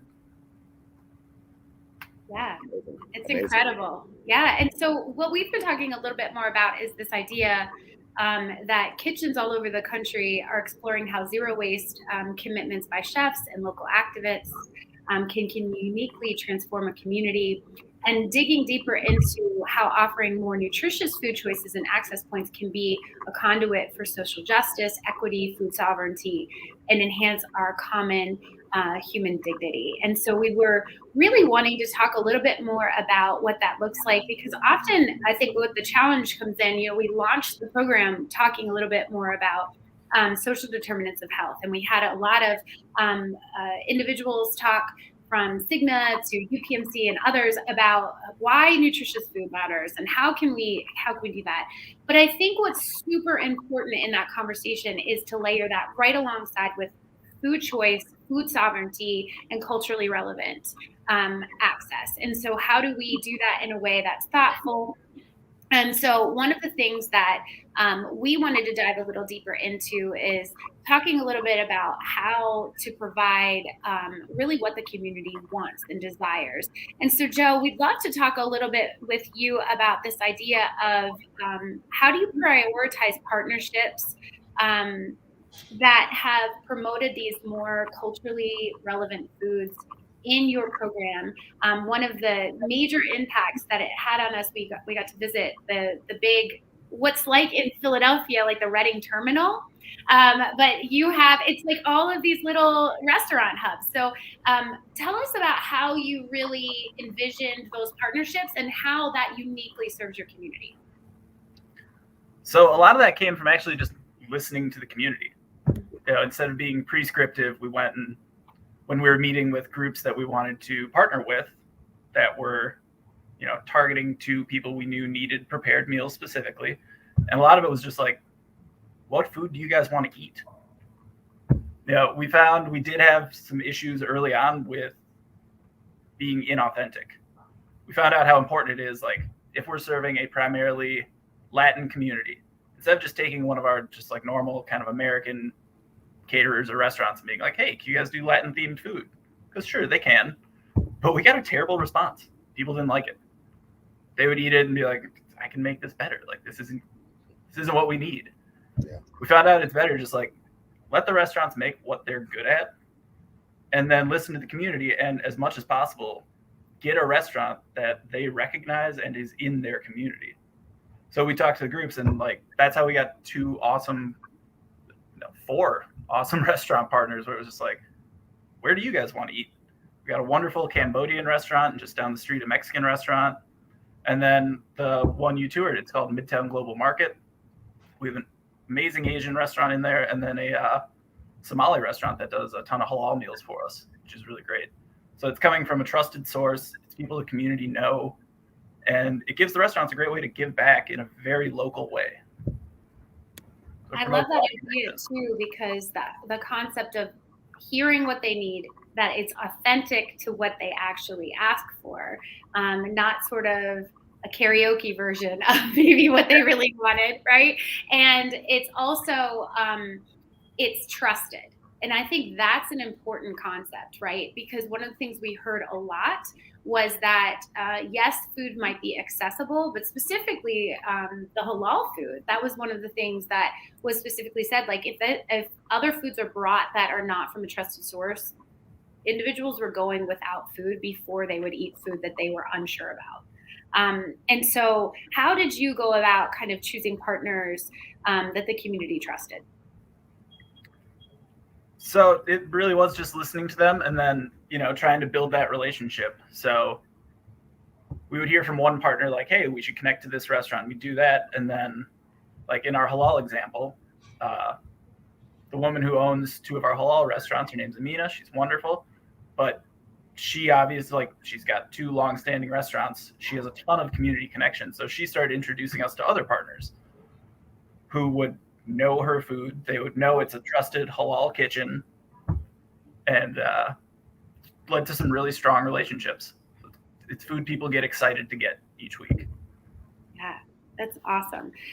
So Greg, I would love to hear too. I know, you have unique challenges, of course, as well, when you're thinking about a kitchen that is receiving primarily rescued food, but still also providing food that is going to be really well received by the community. I wonder how you work through that dynamic of sort of the challenge of sort of being in like a chopped environment every single week and yet serving those individuals authentically. Absolutely. I mean, we're facing the same issues as far as reception and in our approach. Authenticity is huge. We have to both kind of rely on our recipients' grace a little bit, and they understand that we are not in control of what we're getting, but we are trying to respect their tastes and positions. So one of the main things coming from commercial kitchens was just moving from a place of ego to a place of service was a really big shift that I had to make in recipe design. You're really trained in the commercial world to, most people are still working in a genre to satisfy a desire or a perceived desire from the clientele, but you're really trying to impress them. You're trying to wow them. You're doing all these stunts essentially. And so we've moved in a reverse direction where we're just trying to stick to accessibility, to without boredom, to preserve dignity and just kind of honor the fact that they're going to eat this meal. Like, we're grateful that they're going to eat this meal just as much as they may be grateful to receive it. I think that's so important. We've talked a lot about access, dignity, and sovereignty. And so this idea of coming from a place of service is really compelling.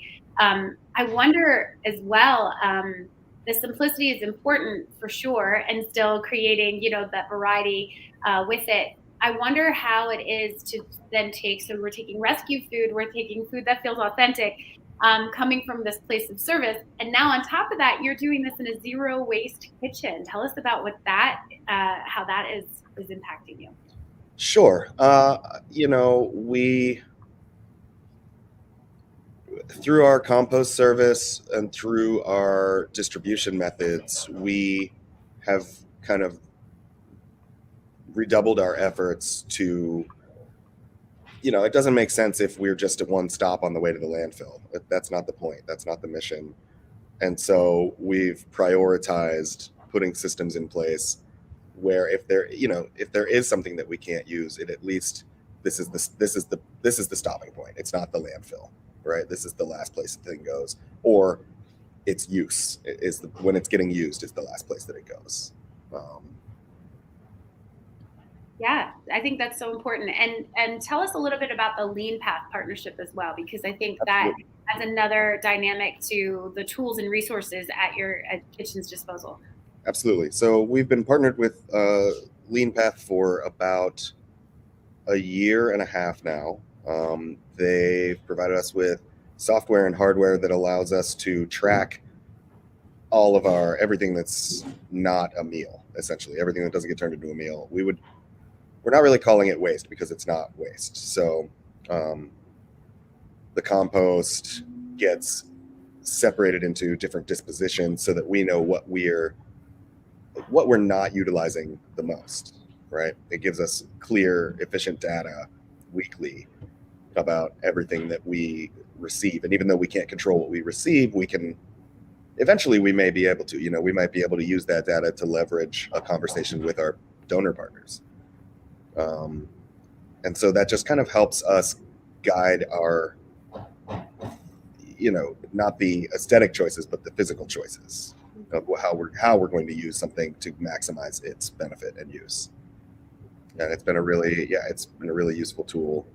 And it also just keeps us in the mindset just by having this daily practice of logging this stuff in, and it gives us the tools to log it really quickly and efficiently. Oh, that's great. Essentially, it's a database of different dispositions and a scale and a camera and a data feedback system, and it's pretty fantastic. Mm-hmm. Yeah, and I think it brings up a great point, which is that it's keeping it at the forefront. So you have this idea of data that's coming back in a loop for you, and so it keeps waste at the forefront. And I think about the feedback loops too, with around choice and dignity, are very similar in the sense that it's not just at the very beginning of the project that everyone's sort of hearing, okay, did you like it? Did you like it? I wonder what that feedback loop looks like, both from the beginning, like how do you actually, if you are going to start this, how do you begin that conversation with the community? Joe, you said that really well, like we listen, but what does that actually look like? And then how do you continue to receive that feedback in a sort of maybe structural way or organic way? So Joe, tell me more about that in your Sure. Real quick, I'll just say for us, it's surveys. Okay. Because we're not, we don't have other kitchens. We are doing it all. It's kind of more centralized. The action is a little more centralized for us, but go ahead, please. I mean, for us, a lot of surveys too. It's both like surveys that Second Harvest does, or we can get access to through Feeding America about just larger population trends. And like, that's how we identified that of food insecure people, 15% would directly benefit from a prepared meal versus groceries. So that gets us larger data. And then it's really like distribution partners will have focus groups. They'll go out and talk. They'll have their outreach people ask people who they're directly working with, what would you be excited about? So it's a lot of informal contact like that. And then as far as like an ongoing presence, a lot of it is just I regularly check in with as many distribution partners as I possibly can get to each week on just how's it going. Was the meal this week good? Did somebody not like something? Like, we try to really push transparent communications. Like, one of the biggest complaints we would get from the kitchens, especially early on, was just like, does anyone like the food? Like, we make the food, you guys pick it up every week, and that's it. It's just going into a void. So just really either me reaching out or I connect the kitchens directly to their partners. Just be like, anytime you have feedback, like people loved a meal, people hated a meal, stop sending us cabbage, anything, like get it back to the kitchen so they can adjust accordingly. And then we also, it doesn't get a super good response rate, but every month for a good week of the meals, we'll attach a QR code to all our labels that just real quick survey of feedback, which, like I said, the response rate's not great. A lot of our senior partners, nothing. Community college partners, pretty good response. Sure. But, even though it's a low response rate, it's a great way to get direct feedback from the end neighbor who's eating the meal. Yeah, I think that's really innovative and interesting. And you're right, like there probably does need to be different approaches for different populations, different demographics. The digital divide adds a whole nother level of challenge, but it's a great point in thinking about wherever those feedback loops, even if they're minimal responses, their voices that can be heard in kind of a structural, integrated way, which is great. Greg, there was a question that actually popped up. You'll see it at the bottom of that ticker. It should be showing up for you too, but it says all of your food is rescued, and that this individual who's asking the question is also wondering about needing to supplement with purchased food, and what does that look like? So thinking about kind of layering those two pieces together, how to do that strategically. Well, I can run through the kind of evolution that we went through. I've been here for about 2.5 years, and when it started, we didn't have a ton of infrastructure. I had one reach-in refrigerator and like half of a reach-in freezer. Yeah. So when we were doing it that way, I didn't have much storage, and so I did purchase. What I did was build a larder of dry goods. And I did a lot of baking at that point. I kind of just pivoted into like something I could control. I did a bunch of bread type things, just bready things, because I could stock flour more than I could stock lots of other things. So I would keep the vegetables in the fridge, and I would have my bread that I was making much, much more of than I am now. At that point, we were sourcing from multiple small donors. And so there was a lot of bandwidth in just organizing that. We slowly built into what we call a phase 2 in this building. We built a walk-in, we fundraised and we got a walk-in cooler and freezer. And part of that was integrating, I guess the next step was we toned down on the multiple donors and tried to focus on larger. We moved then and pivoted into larger donations at a time when we could fit them in the fridge. The final step was to unload the next level of bandwidth, was turning this into a hub, using that refrigeration space as a place where, like, now instead of kind of shopping in the traditional sense and trying to go out and call somebody and ask if they have turkey or if they have this, we just brought everything here and started distributing it back out what we couldn't use. And that's the key for us at this point. So now this is just a stop on the truck's routes as they move along, and we can do a little shopping, but we can also be a place where the entire truck can fit in our storage.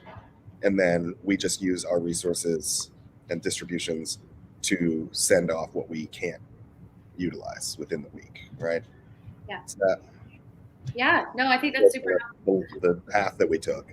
I think it's interesting because I think there's a lot of misunderstanding out there around what does it take and what resources do some of these high impact programs actually have.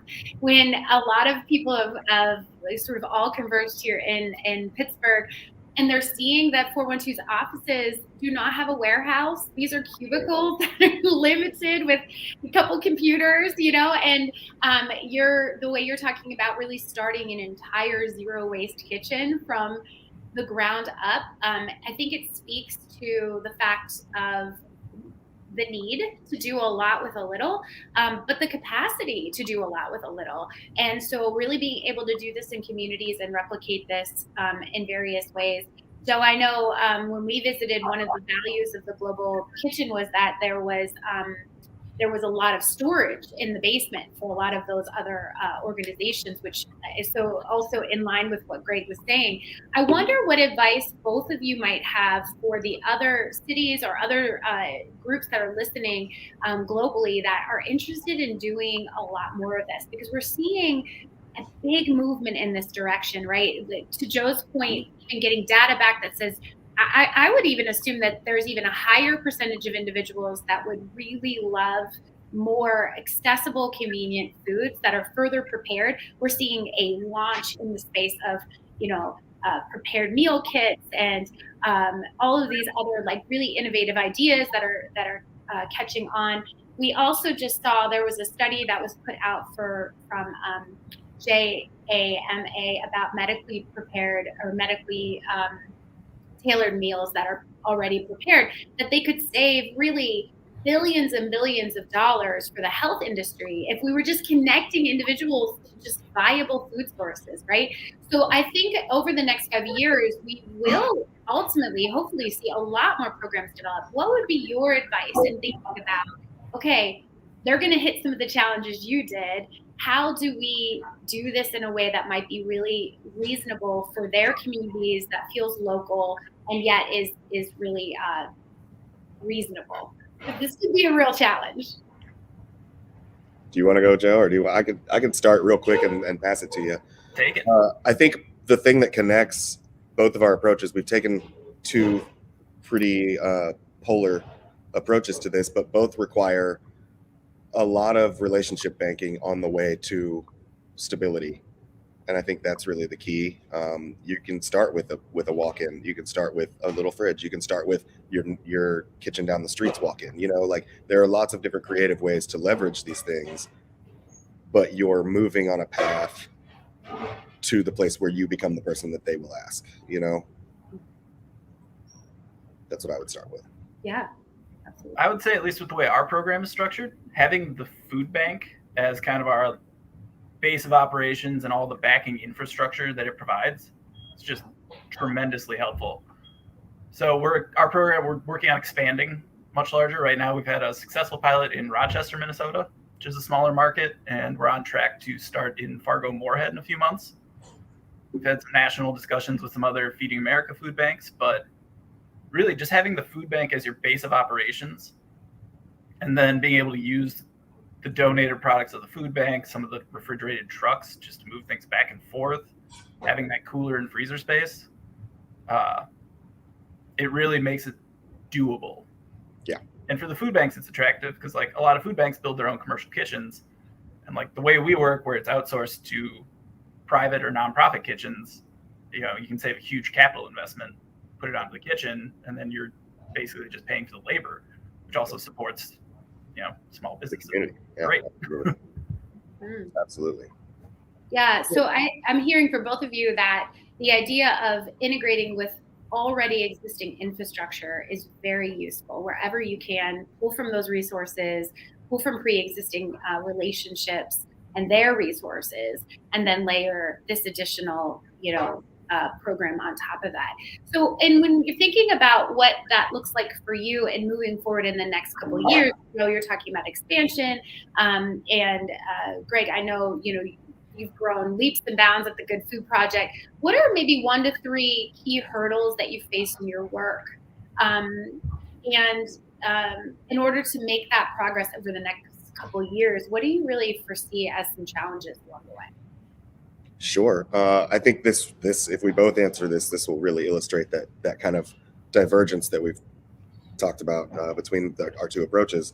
For us, the biggest is replication because of cost. Honestly, like we built our kitchen, we didn't leverage, because the rest of 412 Food Rescue has been so successful in really creative and intelligent positioning in existing chains, which was what we were just talking about. And in this was kind of a quick brainstorm that was like, well, we should be, the people would like access to something that's not produce sometimes they don't have a kitchen, so we just had to build this kitchen. And so that was a huge initial cost. That was a big upfront capital situation. And so replicating that it creates the same issue yet again. Now, if we find a way to leverage existing kitchens, that might shave some of that off, et cetera, et cetera. It's just kind of about knowing efficient use of resources, and kind of planning accordingly. But that, finding that out was hurdle number one, Mhm. learning that was hurdle number one. Yeah, great point. Yeah. So on our end, I would say at the larger scale, as we're trying to expand other cities, both smaller cities and larger cities, a lot of it is a combination of funding and human capacity. Like, we are not a cheap program. A prepared meal is 15 to 20 times more expensive than the equivalent amount of groceries. Yeah. Like, it is not cheap. But we have found it's so important to that certain subset of the population who, for whichever reason, cannot cook. So both funding to start up this program it's a lot to deal with. And then also, just like as we're moving to other food banks, finding the capacity in their staff to have someone dedicate a certain amount of time to this is just really hard. It's just, there's a certain amount of time commitment that it takes. And like, once you're up and running, like, our entire team is 2 of us, 2 part-time drivers, and then, the infrastructure of the food bank, but we're doing 26,000 meals a week at that scale. So once you hit a stability point, it doesn't take quite as much, but there's still like a lot of logistics and relationship management.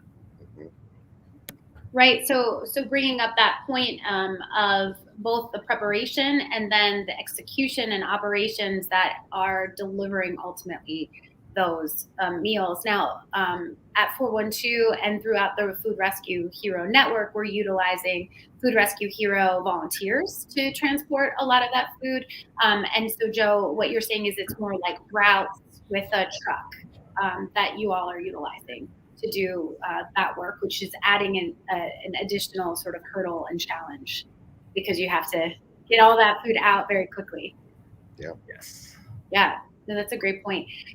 So when you think about, we talked about the infrastructure, and I know that certainly Greg obviously is using rescued food. Joe, I know that you're at times supporting the additional program with maybe, okay, here's some rice or here's some ingredients along the way. How could you imagine food rescues maybe supporting this in other cities or helping with this idea of infrastructure and further resources?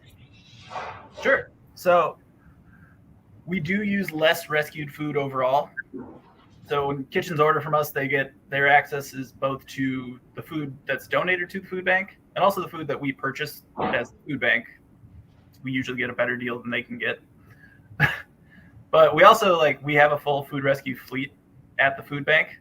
So they mostly go wherever they pick up directly to an agency, but we work pretty closely with them. They know that whenever they go to Costco Business Center and there's a refused pallet of chicken, bring that straight to me. I can take 40-pound cases of chicken and get it out to a restaurant in a day. So we are able to use food like that, but having those middle mile drivers essentially and connection points is a huge help. We use Meal Connect through Feeding America, which is a similar idea.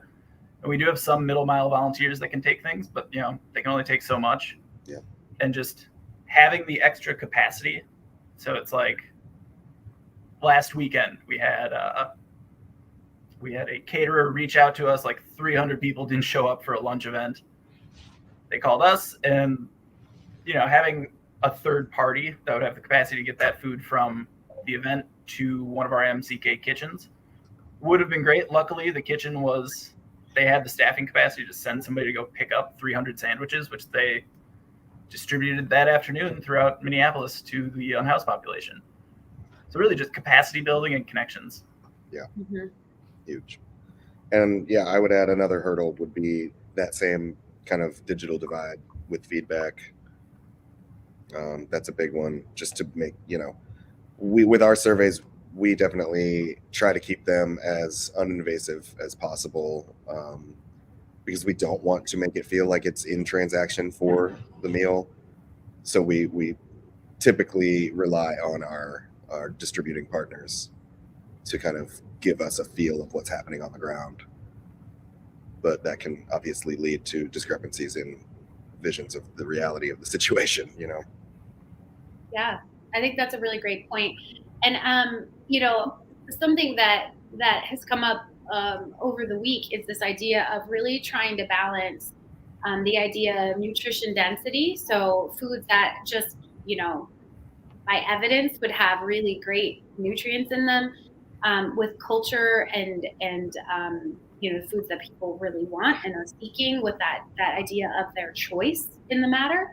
And then also this concept of helping individuals to have access to what they need when they need it ultimately, right? And so I wonder, when you hear the word dignity and food choice alongside of this concept of like what nutrients are involved in that, how do you balance that? Because that's a tough balancing act. Like those things don't always go cohesively together, right? What's nutritious isn't always what everybody wants either. So how has that worked for all of you? Because I know that's on both of your radar and thinking about how to make that work. So we get some interesting splits on that one. We try to allow a certain amount of, we try to allow kind of a lot of choice for our distribution partners, walking that fine line of like, what can we accommodate that's going to get the food that people want to eat? If we're giving people food and they don't eat it, it's not helping anyone. But we also, these are commercial kitchens. This is only part of their operation. We can't complicate things too much for them because they'll become just overwhelming and they won't be able to produce as many meals. So it's a fine line, and it's just talking to partners and figuring out what do you need. So we work with 13 different post-secondary colleges, community colleges, and from them we see a lot more requests for gluten-free, vegan, vegetarian options. They're a lot more receptive to different cultural foods for a diverse student body. But then we also do 4,000 to 5,000 meals to the unhoused community each week. And while they also want variety, for a lot of people, this might be the only meal they eat that day or for a 2-day period. So it needs to be a hefty, calorie dense meal. So we've gotten feedback on that where people are just this just isn't enough food. Yeah. Or this is it's too light. This has to feed me for the next 30 hours. Right. Yeah. Well, there are, the quality and quantity are very, very much at play here. We're in a different position. Again, on the flip side, we do have kind of ultimate control, and all of our bandwidth is devoted to these meals, essentially. But we don't have a way to create authentically or true, super authentically many different styles. So if we had one population of a specific refugee, we couldn't necessarily emulate their food respectfully. And that's a struggle that we face in being centralized, So what we try to do is get an understanding of that population through the surveys, get an understanding of what they will not be disrespected by and what they will appreciate, what they would like, of what we're capable of doing, which is, often we lean on some, food is very subjective. We lean on a lot of just classic American food ways. We work around dietary restrictions, but only in bulk. We can't necessarily say I can send 2 gluten-frees in this pack of 400. We can't always do that just bandwidth wise, but we're always willing to try. We're always hearing that request and figuring out ways that we can make those things work for people.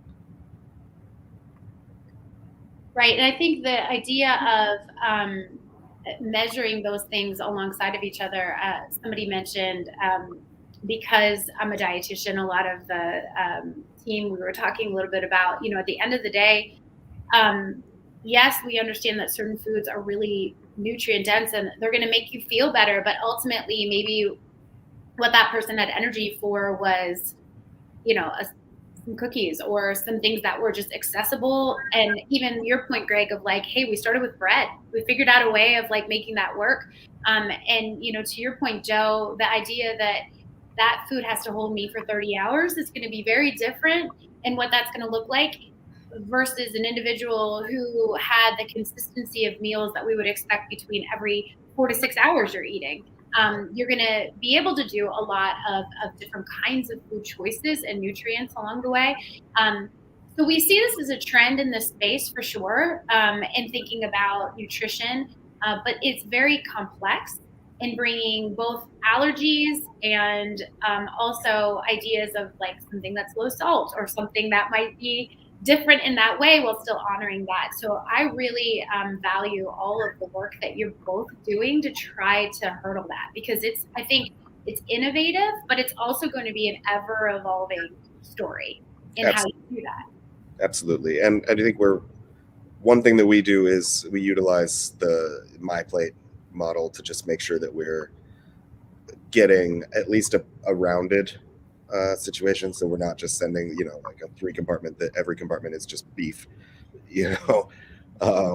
That's big. And I think you can, as we learn these needs through the feedback and through the potential of, you know, like what the healthcare industry is starting to realize, and we're all starting to realize, as we grow into the roles, you can curate your donation stream or your sourcing stream, and maybe, you know, find a niche, especially as we all tend to normalize this behavior, and, you know, the gaps between my operation and your operation, Joe, get smaller.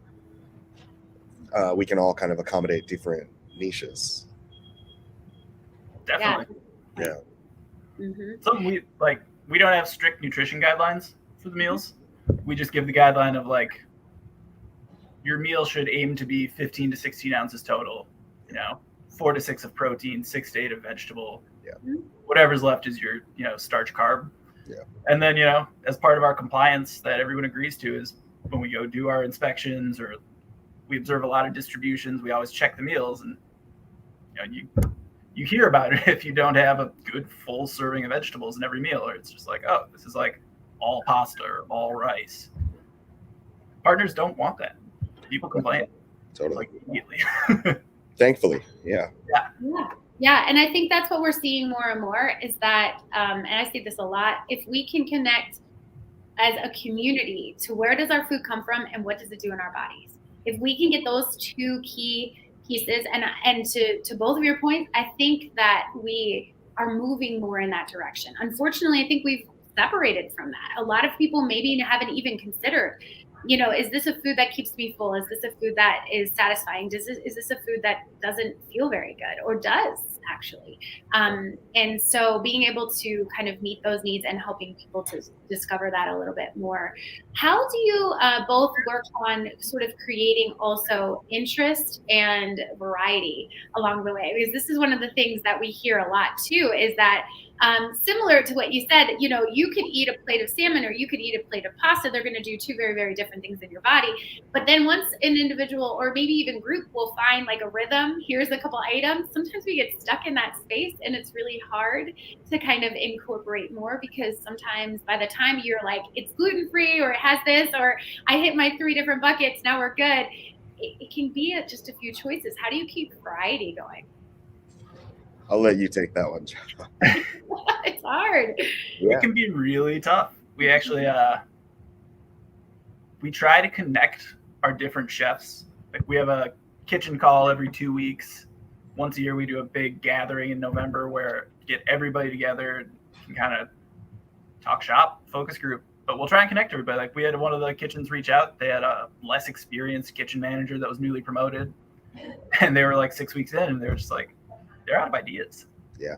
Like, I mean, it's to a way less extent than it is for you, Greg, but like, it's a little bit chopped every week. Like they don't plan the menu and then order from us. Yeah. They look at our inventory and then they plan the menu. Like we always have chicken.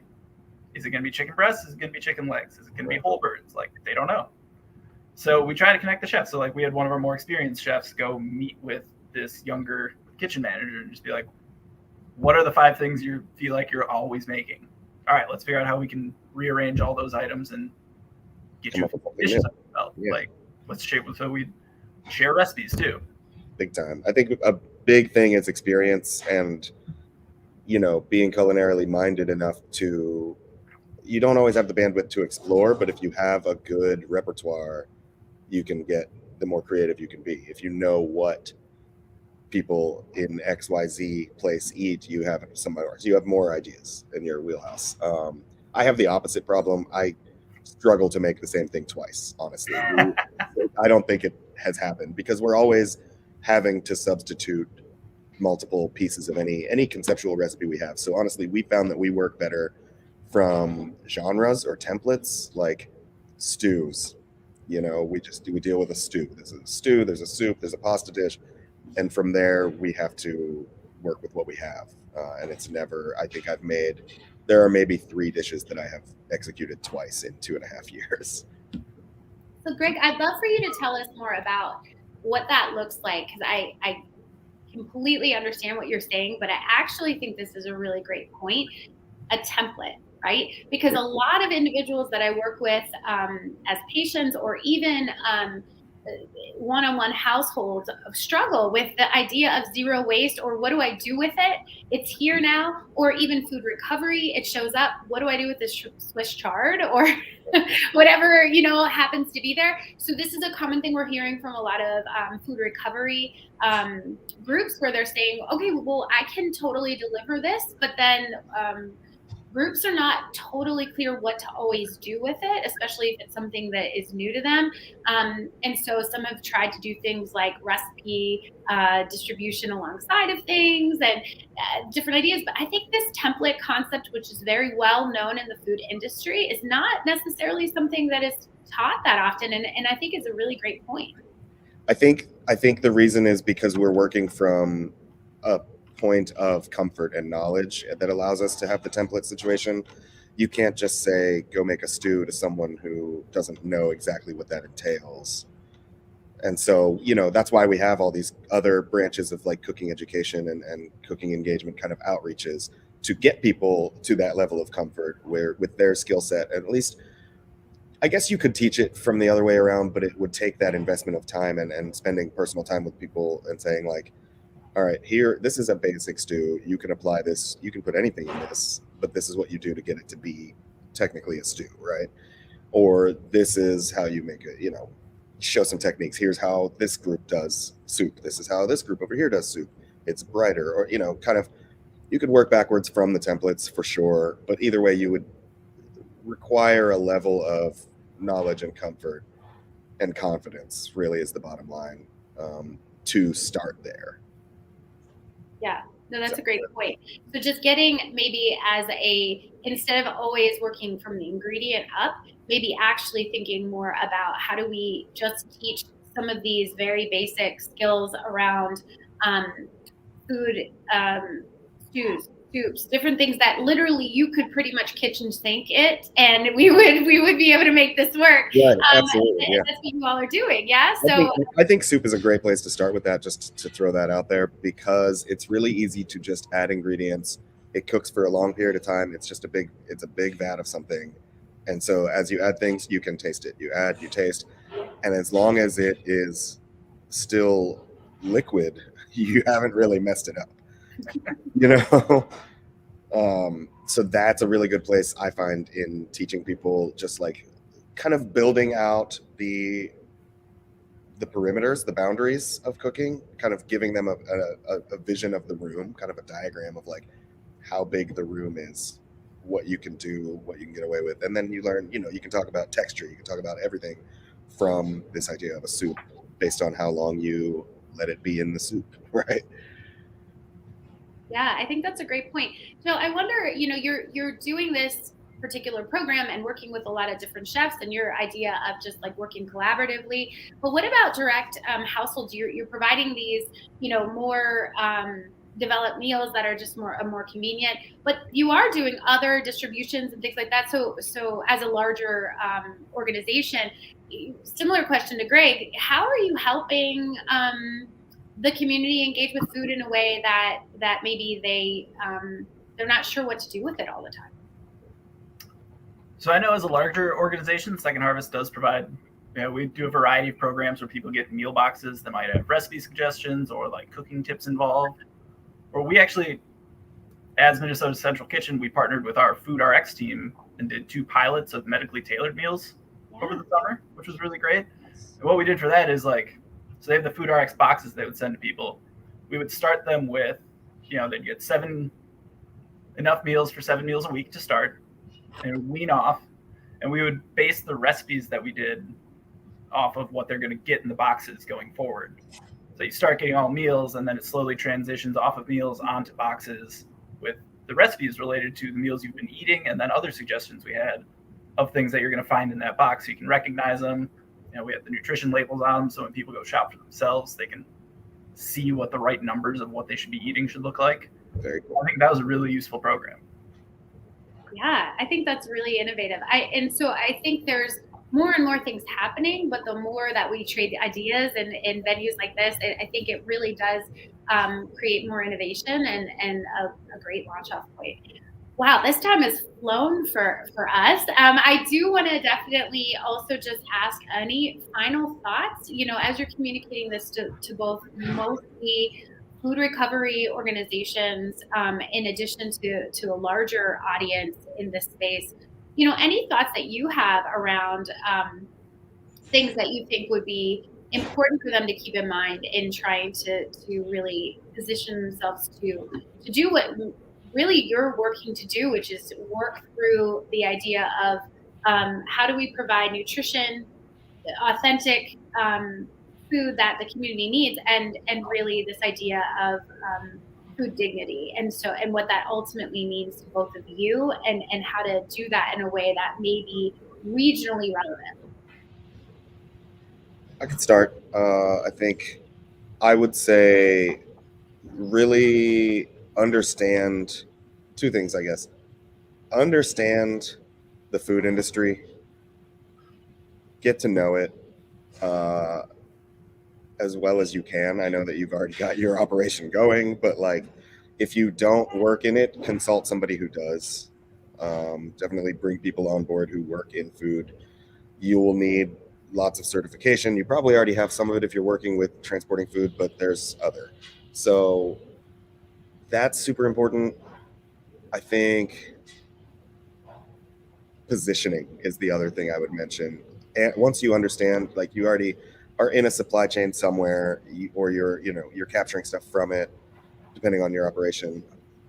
And then once you have that other information from how that works on the other side of the food preparation world, get as much information as you can about that stuff before you determine where you want to sit in it. Don't just say well, I want to make meals for people.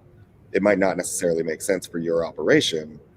There may be some other better position for what you're already doing that you can leverage to do something similar. Because at the end of the day, we're looking at a version of what agriculturalists would call a food forest, right? Where you have layers to create abundance and to create variety and to create longevity through seasonality and things like that. It's the same thing. The meals and the produce and the grocery store and your operation are all working together to provide a sense of abundance, because without that sense of abundance, the whole point is that people can't necessarily move beyond survival in their thoughts without it. So finding a position where you can make sure that you're creating that. That's what you're providing. That's what you're offering. And that's all you're offering, is just making sure that everybody in our systems has access to thoughts beyond their own survival. Right? So important. Absolutely. Joe, what are your thoughts? Yeah, I would definitely reiterate the point of get some background in just any aspect of the food industry. My job would be dramatically harder if I didn't have a culinary background. Yeah. So much harder. Yeah. That as a point, and then try and build out some kind of a network. A lot of what I've had to do, I knew the kitchen side of things, but I didn't know much about nonprofits. So a lot of this has just been learning who else is in this space. And like he said, finding everybody's niche, so that if you're rescuing food or you're donating food, you're thinking about where you want it to go, or you have a connection to a partner who will have a network where it can go. So instead of just got this extra food. It's just like, sure, there are poor, hungry people out there. Here, take this food. Like, that's where the dignity and equity aspect can come in too, because it's super prescriptive. It's intentional about it. Yeah. It's not incorporating whoever's going to eat it. Like, don't be prescriptive. Try and think more carefully about where you're going to donate, who's going to benefit the most from that, and then who has the connections to actually facilitate that. Do you have the connection? Like, do you know this community at all? Yeah. Or, is there a trusted partner you can go through? Yeah.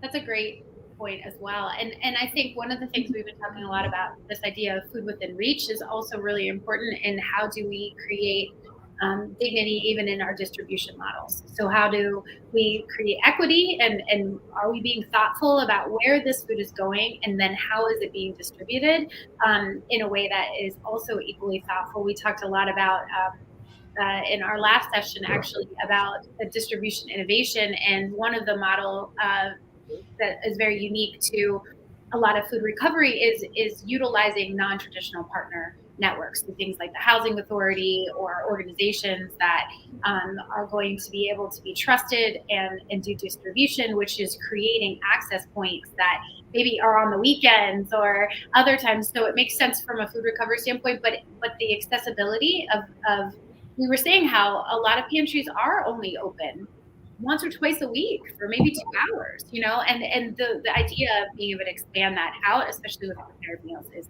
incredible. So we are so thankful for both of you and your insights that you left us with. I think it gives us a lot to think about, and also exciting programs. Great. I mean, you both really created something from the ground up that just is doing amazing and replicatable ideas. So thanks for sharing them. We appreciate your time.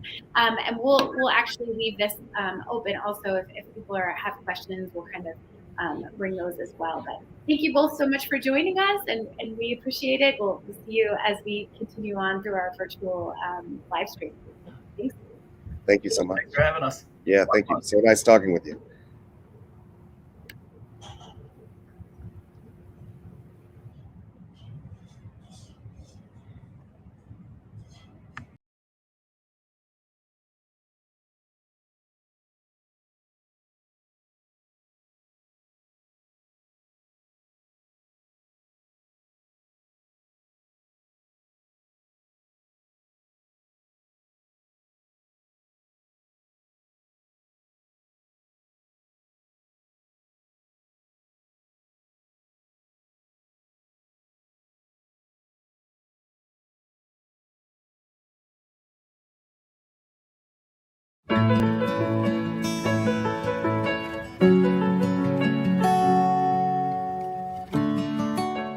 One in 5 Cuyahoga County residents are going hungry, but 40% of the food that we purchase is going straight into the trash, and it makes no sense that that food, which is perfectly viable, good food, isn't given to those who are in need here, especially in Cuyahoga County. The average American family is throwing away about $1,500 worth of food every year. It just seems to us that there's really no reason why all of that food should be being wasted. But this community it's important because the more fresh food we can give them, the better it is for their health. They help them eat healthy. For those who are food insecure and in lower income, they tend to have higher prevalence of chronic disease.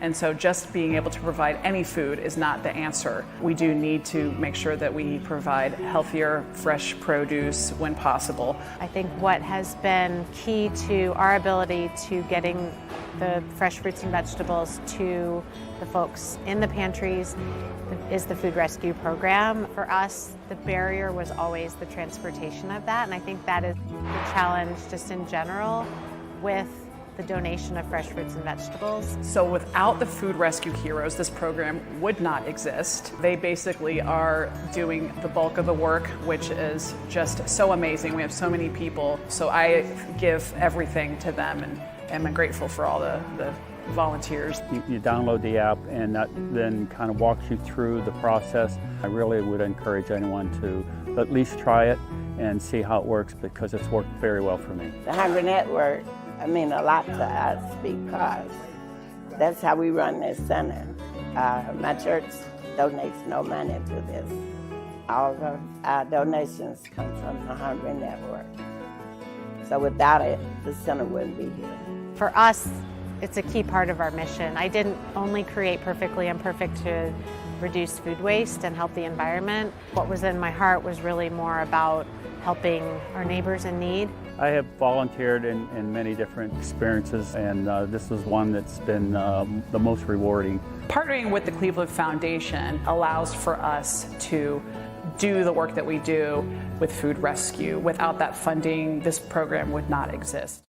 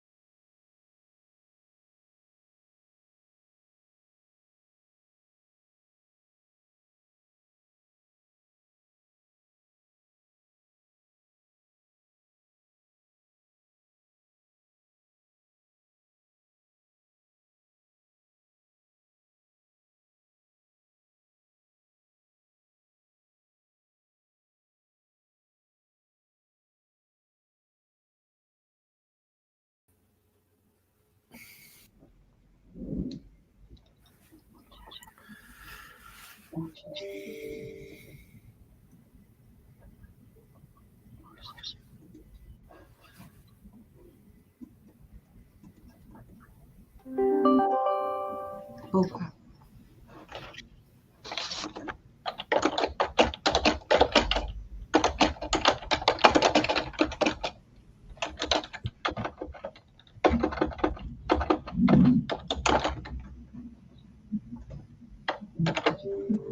Hello, everybody. How are you?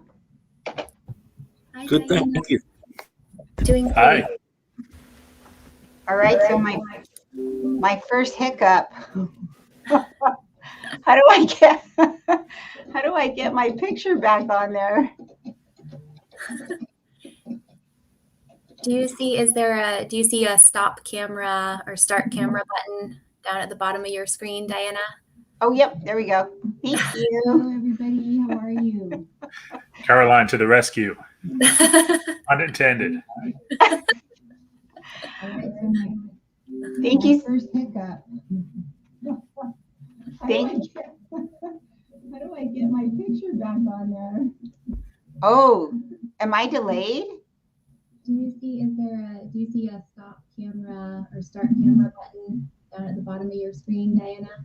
Oh, yep. There we go. Thank you. Caroline to the rescue. Unintended. Thank you. So good morning, everybody. Happy Friday. You too. Oh, am I delayed?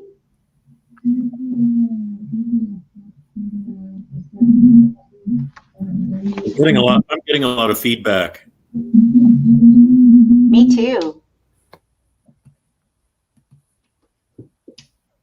I'm getting a lot of feedback as well. So good morning, everybody. Happy Friday. You Oh, am I delayed?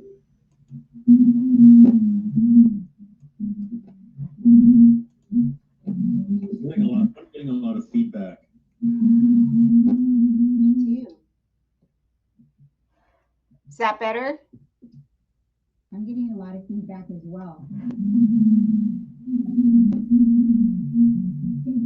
Yeah, whoever has the YouTube open needs to close it. Okay. Is that better? Yeah. We good now? Yep. Are we live? That's what it says. Okay, perfect. Well, welcome. Thank you so much for joining our panel today. My name is Diana Lara, and I am the Executive Director of Food Finders. We've got an amazing panel today. It's a funding panel, and I'm going to introduce you to everyone in just a minute. What we're going to cover today is from a nonprofit perspective is how do you stand out in a crowded field? Obviously, you get thousands of requests every year, whether your funding is open or not, correct? So getting a funder's attention is critical to the life and health of our programs. Today, everyone will have an opportunity to hear directly from these amazing funders as they talk about what gets their attention and what makes one program stand out above others. We will speak with 3 different funders about trends in funding and how best to tell your story to help funders understand the unique value food recovery offers to achieve our goals. So I'd like to welcome the panel.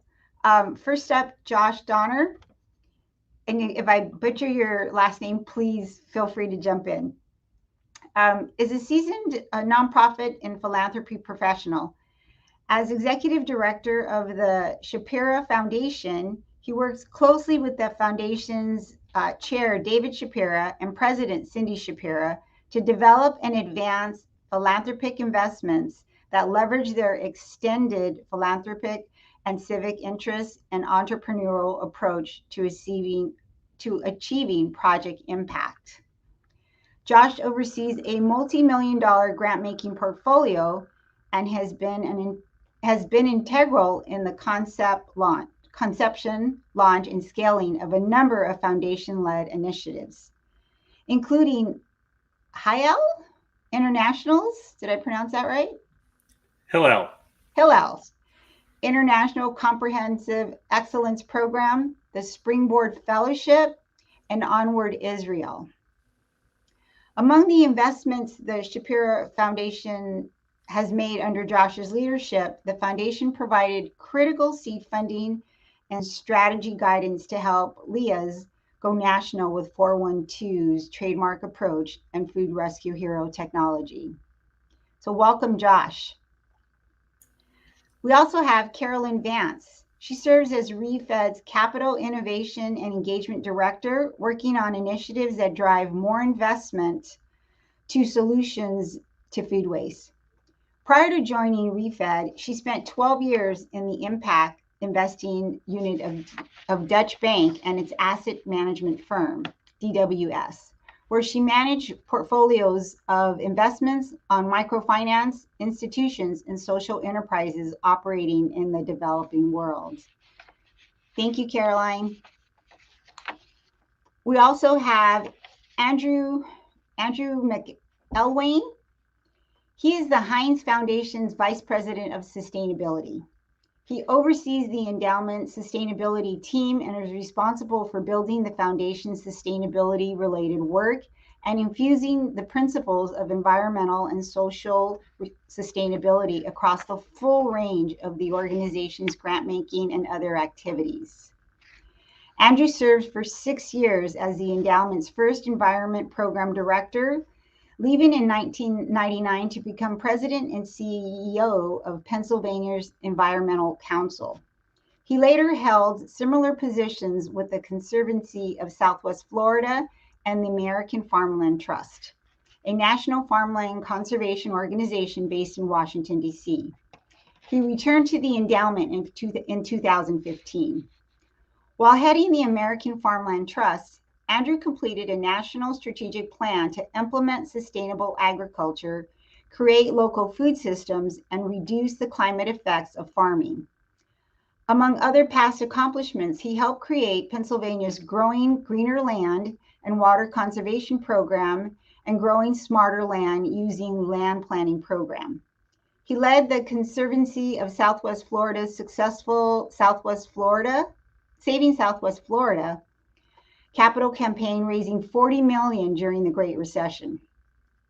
He assisted in the design of Florida's and Pennsylvania's climate change strategies and successfully fought to protect Florida's last undisturbed wildlife habitat from sprawl and overdevelopment. In 1991 and to 93, Andrew was a staff member of President George H.W. Bush's Commission on Environmental Quality. He was also U.S. Senator John Heinz Environmental Policy Manager for 5 years.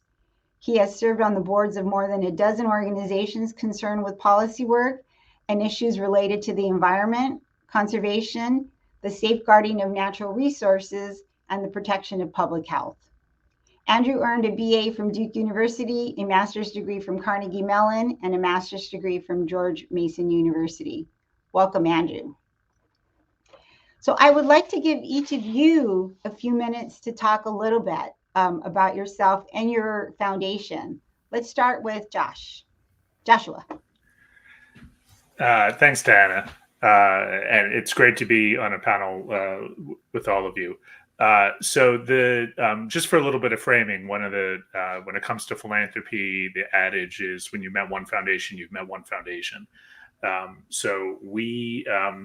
We look to back social entrepreneurs who have big ideas that are ready to grow, where we think we're the right fit to provide the financial capital. And what it means to be a good fit is not just the funding, but do we think we can provide the advice, mentorship, connections, sector insight to be helpful beyond the financial capital? The insights that I'll share hopefully will be relevant to some or many. I don't come from a food security or technology background. Our foundation doesn't say we're in business to address hunger. We try and back great people like Leah Lizarrando, and that's what we did. Wonderful. Well, you're in the food system now. That's right. You're not. Thank you. Next up, Caroline. Sure. So Refed is a U.S.-based nonprofit. So we're a nonprofit ourselves, and our goal is to work to stop food loss and waste throughout the food system. Our vision is a sustainable, resilient, and inclusive food system, and we're also kind of known as the food waste data source. I think we've all heard over and over again that you can't manage what you can't measure. And so this has certainly been the case with food waste. And I think one of the reasons why it's taken it a while to kind of emerge in public consciousness as the crisis that it really is. So Refed was founded really to fill the void in data on the topic. And our goal is to disseminate the data that we have, and also share the insights that come from it to kind of motivate progress on this topic. And we're really holding up that 50% reduction goal by 2030, which is aligned with UN SDG 12.3.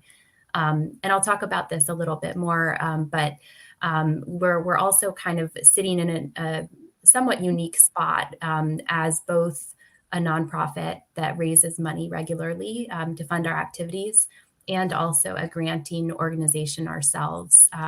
So we have, I think, an interesting dual perspective on both the challenges and the opportunities that brings. Absolutely. Thank you so much. Refed is an amazing think tank, and your engine is incredible. Thank you. Thank you for that. We like to think of ourselves as a think and do tank. Absolutely. Andrew.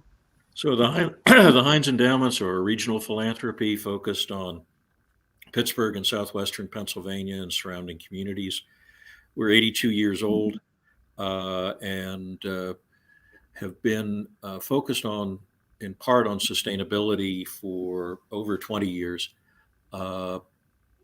My area of the foundation, the sustainability team, works both in traditional environmental sustainability, but also social sustainability. We have our community and economic development program in my area, as well as our food systems work.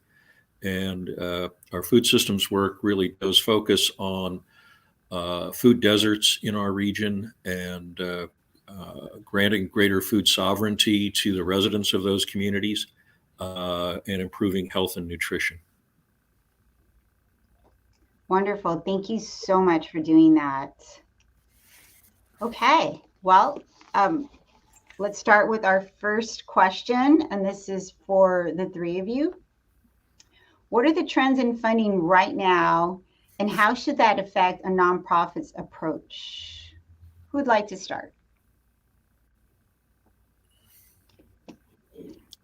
Okay, Andrew, thank you for stepping up. All right. So the trend right now is alarming. We are seeing levels of food insecurity that are approaching that of the peak of the COVID-19 crisis. Not quite. Not seeing the 3-mile-long backup at the food bank that we saw in the early days of COVID. But the affordability crisis that's hit this country in the last 2 years, the rapid rise in the cost of food, is forcing us back into more emergency grant making and less of our long-term strategic grant making. And that I expect to see happen for a while. We're seeing a great deal of need, not just in food, but transportation, housing, a great deal of insecurity in our community right now.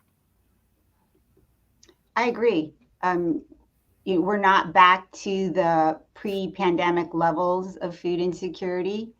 It's still pretty high right now, even 2 years later. Caroline. Yeah, maybe I'll just add in that from a high level philanthropic giving trends perspective, it seems like there's still some kind of disruption that happened during COVID that we haven't quite factored in what that's going to mean for long-term giving trends.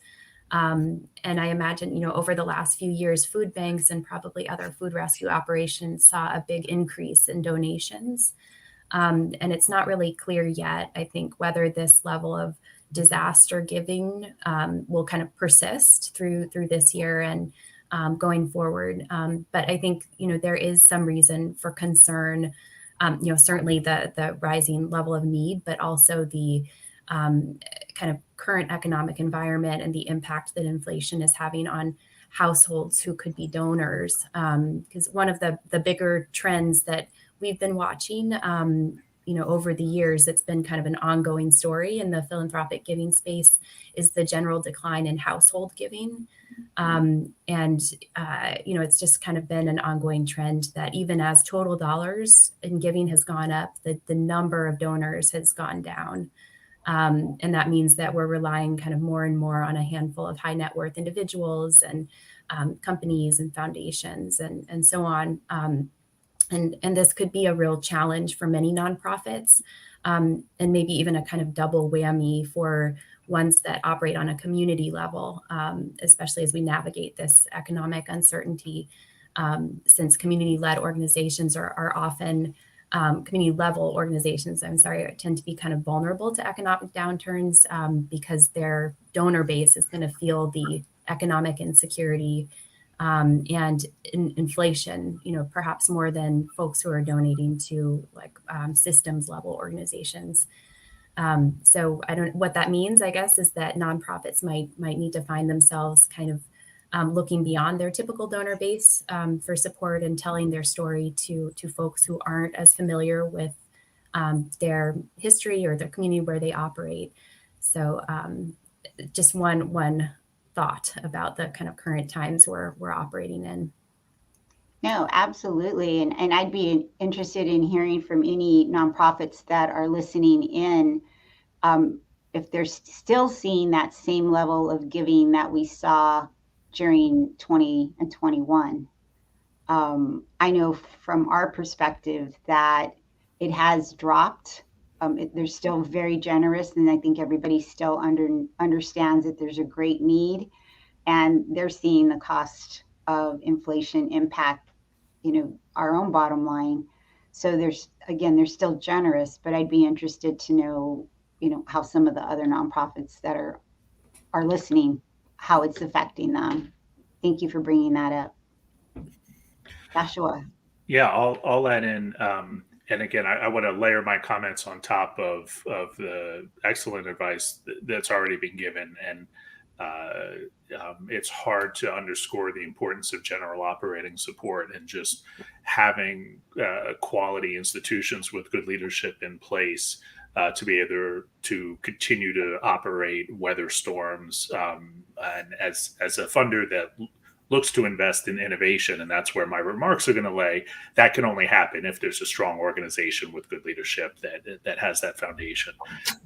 So having already talked about the importance of general operating support, since we tend to play more in the innovation space, two of the trends that I'm seeing that I think Food Rescue Hero in particular that align well with that model.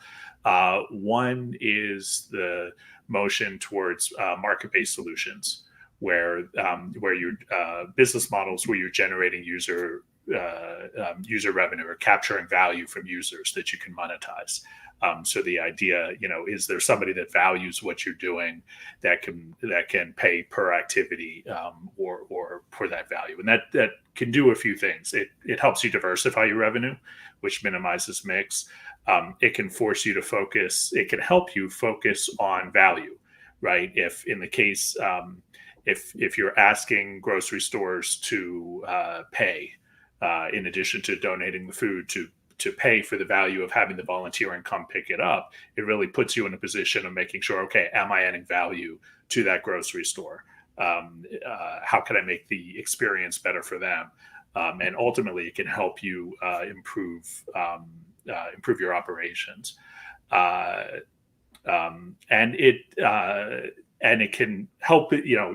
Typically, you're not where solutions can work with all private capital. That's amazing, and there's far more private capital out there than there's philanthropy. Usually you can't do it all based on user fees, but if you can at least cover 25% of your operating cost on user fees, or 50% or more, then when you're going to raise the philanthropy, you can have a much stronger argument. You could say, look at how it's being leveraged. Look at how much more efficient your traditional philanthropy is going to be because we're getting revenue from these other places. The second trend I'll mention is something I've seen in particular in the sectors where I work, a trend towards national programs that communities buy into and customize. So whereas when I started, often you would see each community developing their own home-baked model, which has certain advantages. I'm seeing more and more national platforms that a community can buy into. It provides a certain amount of infrastructure that provide value. A couple of advantages of this, being evidence-based, right? If a model is proven in another community, then when you're if you're borrowing that model, you can go to the funder and say, listen, we're not inventing something brand new. We're taking something that's already proven, there's evidence, and we're just trying to figure out how to apply it over here. And that can help minimize the risk. And often the hard part is execution. So it gives you an opportunity to learn from the mistakes of others, right? If you're buying into a national model where others have tried, they've learned how to tweak the role of the volunteer, and they've already written the legal documents that you might need, and you can benefit from that and reduce the iteration in those early design phases. Okay. Absolutely. Thank you. We, again, being a food rescue organization, we've thought about, how do you scale that charging of, let's say, your food donors? And you do have, those corporations that can't afford to provide an amount, whatever that amount is, but then you have your schools. How do you strike a balance is always something that we've struggled with here.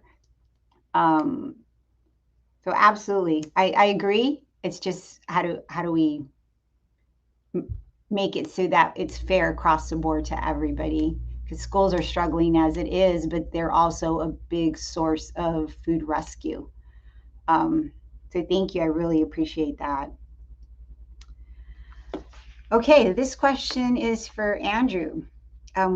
When your organization has multiple focus areas, food security, environment, how do you prioritize strategic alignment with, how do we prioritize strategic alignment with your organization? Well, one of the things we did several years ago was we went from 5 program areas down to 3. And then within those 3, we have initiatives that cut across all of them. One example would be our creative learning program, which we have a program staff person who reports to both the vice president of creativity and the vice president of learning, and promotes after school time that benefits from arts and culture and reaches kids. So those are, examples of where we've tried to crack the silos within philanthropy and do a better job of responding to the needs in the community across multiple priorities. And we look for grantees that are hitting more than just one priority. In terms of our area in sustainability, one of the nice things is that we've merged all our environmental and social sustainability work to the point where we have a lot of grants that could fall into either category, and sometimes and usually are in both.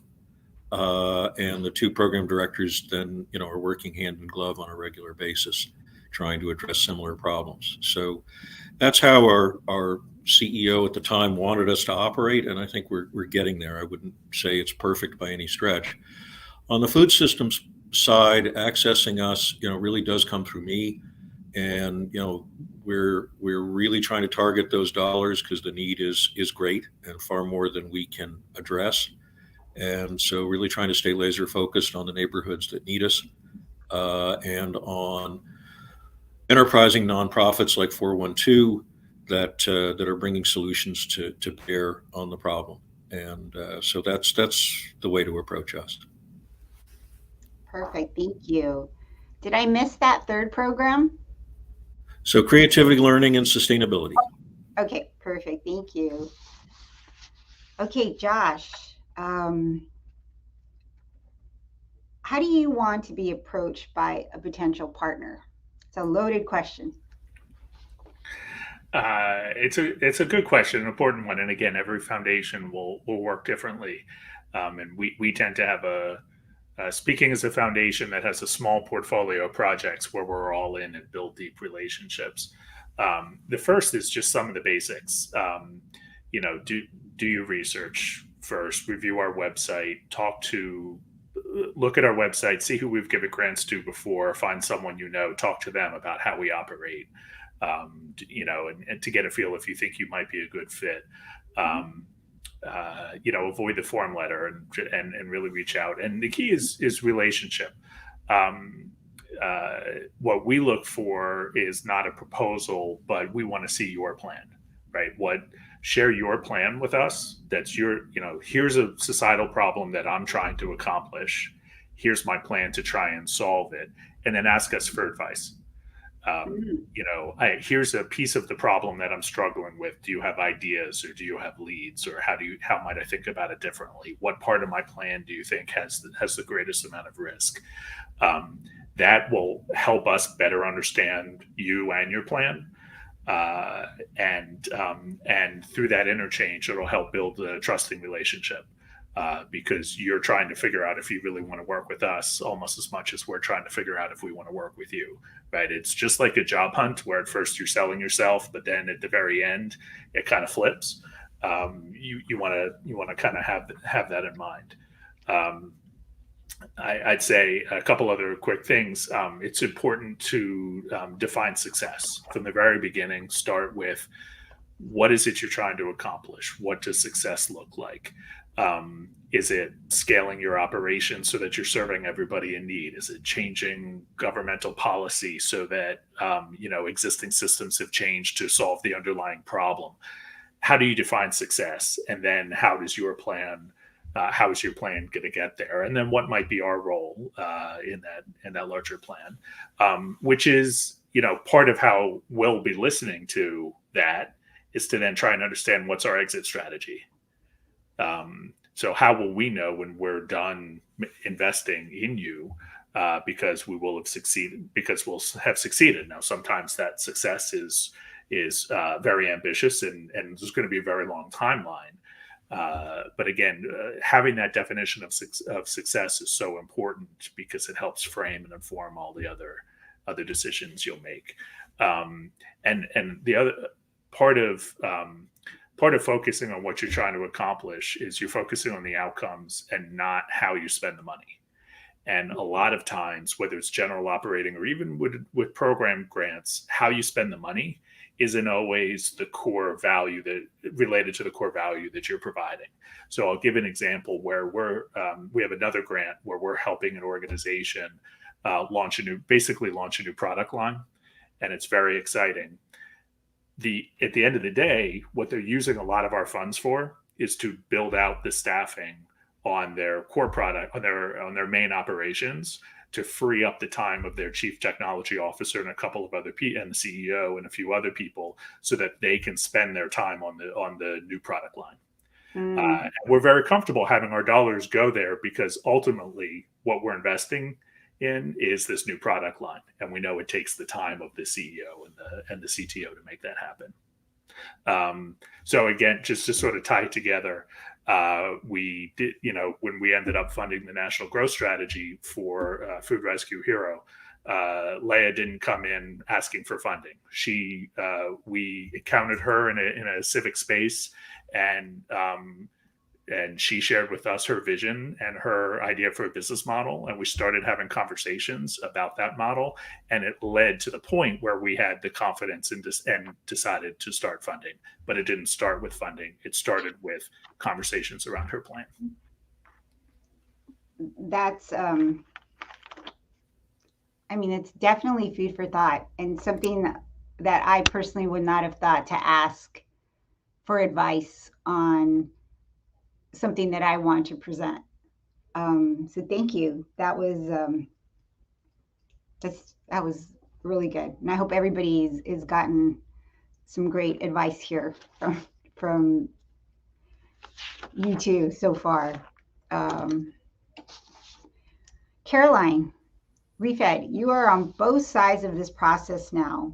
What perspective has that given you, and how has that changed your approach to both awarding funding and seeking it? Yeah, so we are indeed on both sides. As I mentioned, as a nonprofit ourselves, we're seeking grant funding and donations, and we're also a grant maker through the Catalytic Grant Fund that we launched earlier this year. And that follows on the COVID-19 relief fund that we ran in 2020 to just really respond to the immediate crisis of food waste and hunger that was prompted by the pandemic. So we're also in a very lucky position in that we are in regular contact with a very wide range of food waste solution providers. And when we were launching the Catalytic Grant Fund earlier this year, we really benefited from their feedback. We held a listening tour over the summer to learn about their experiences as grant seekers, what's been positive and maybe what's been less successful for them. And then we've also been kind of inspired by the best practices that are out there around inclusive grant making and trust-based philanthropy. Because with the Catalytic Grant Fund, what we're really seeking to do is to spark the solutions that are going to help us reduce food waste in a really radical way. And to be able to do that, we really believe we need to be pulling from the wisdom of all types of organizations, and not only the established ones that have the resources to dedicate, special staff to fundraising and grant writing.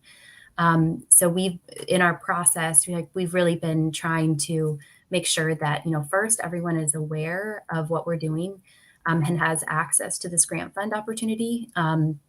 We're phasing the application process and trying to make it transparent so that it's not going to waste people's time, which we all know is very valuable resource and there's never enough of it.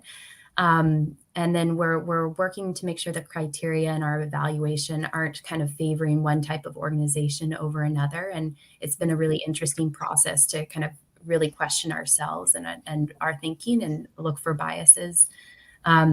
And one of the points that came out loud and clear from our listening tour was the importance of transparency and increased transparency to improve the communication and alignment between the grant maker and the grantee. And one way we're doing this is, again, through our process, our application process. And with each question in the application, we have written out why we're asking the question, our rationale. And this will kind of decrease the possibility of there being misinterpretation. So we'll get the information that we need to make a good decision, and we won't waste people's time in trying to understand what is it that they're looking for here. And the process was also really helpful for us too, actually, because it really forced us to question, are we asking for this just because this is something that is normally requested, or is this something that is actually critical to making a good decision? So that's been a good process for us too. We've also tried to be very upfront and clear about what the process is, what the timeline is, who's making decisions, who's involved in it. And our goal is going to be to provide kind of tailored feedback to each applicant who receives a decline from us. And from our perspective, Refed we kind of sit at the center of this little ecosystem. And our goal is really just to make sure that, all of the solution providers out there are doing everything they can and being supported in the way they can to reach our food waste reduction goals. So for us, it's if our tailored feedback can help somebody make an adjustment to change their program in a way that helps us get to the goal, that's ultimately what we want to do. So that was sort of a long-winded answer there, and there's certainly other considerations too. We've put a lot of thought into this over the last year, but it is an interesting position to be in, sitting on both sides of it. And, providing that feedback is so important, because it's hard enough to hear no, we apologize, however you want to phrase it. But that's the first question we ask. Did we make a mistake? Did we, so providing that one-on-one feedback is really important, because then it then allows us to go back and take a look at other asks and how do we improve. So absolutely, that is really, really important. And Andrew and Joshua, do you also provide feedback to those grantors that you politely decline? Not always. I'll just put it that way. Sometimes, something comes in that's not in our grant making territory. Sure. And it doesn't get to that next level of review in terms of the content. So those get a fairly, I'll say, perfunctory decline. If in cases where, it is on point, but doesn't quite top out as the grant, we'll provide more detailed feedback, or more often we'll keep the dialogue going, maybe not act on that particular proposal, but keep talking and seeing if we can find something that's a better fit. Yeah, similar. And Caroline, your process seems amazing, and I think your emphasis on the transparency, and I think it's amazing to provide the tailored feedback. Like Andrew said, we tried. Sometimes the answer is just it's not a good fit, and I've been on the communal philanthropy side where you're trying to address community outcomes. I work for a family, and we have a narrow area that the family's interested in working, and sometimes the answer is, look, it's not what you do is wonderful, but it's not a good fit for us.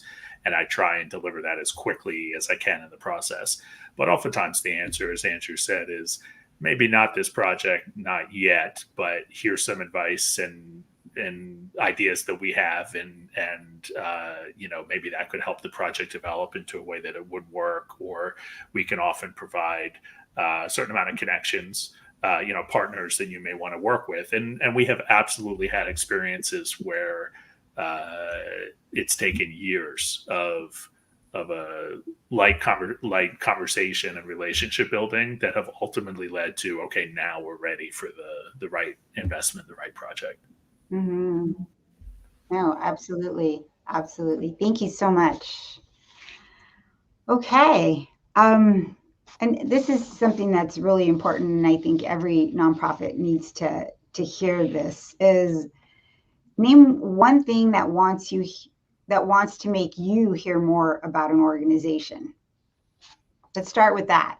One thing that wants to make you hear more about us. Caroline.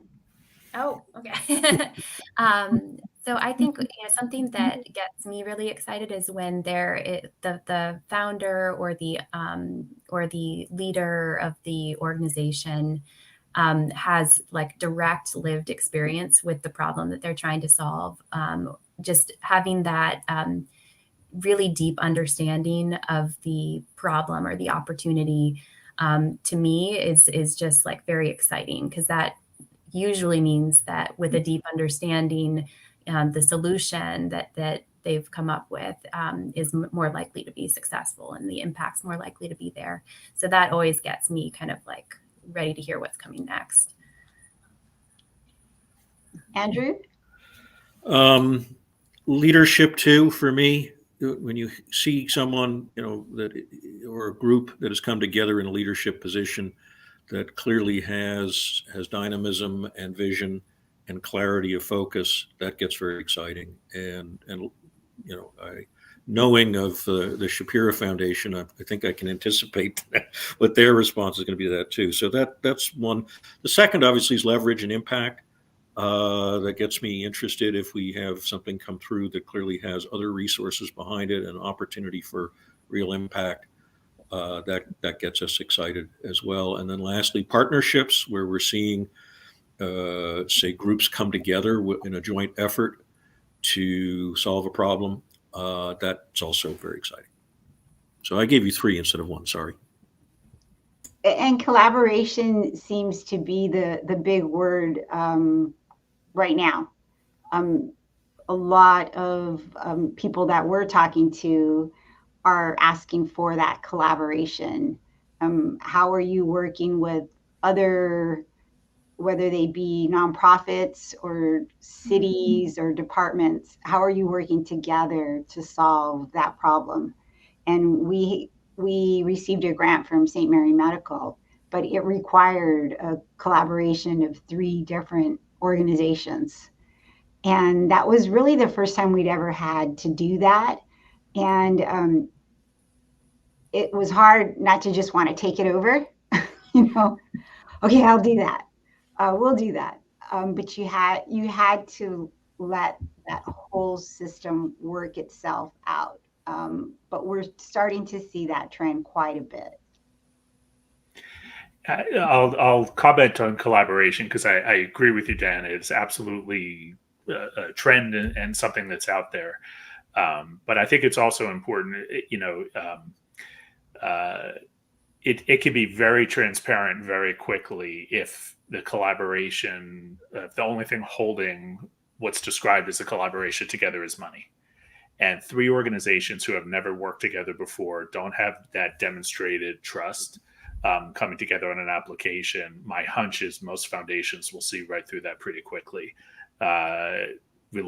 Collaboration, relationship among organizations, much just like relationships among people, take nurturing, they take time, they have setbacks, it requires work.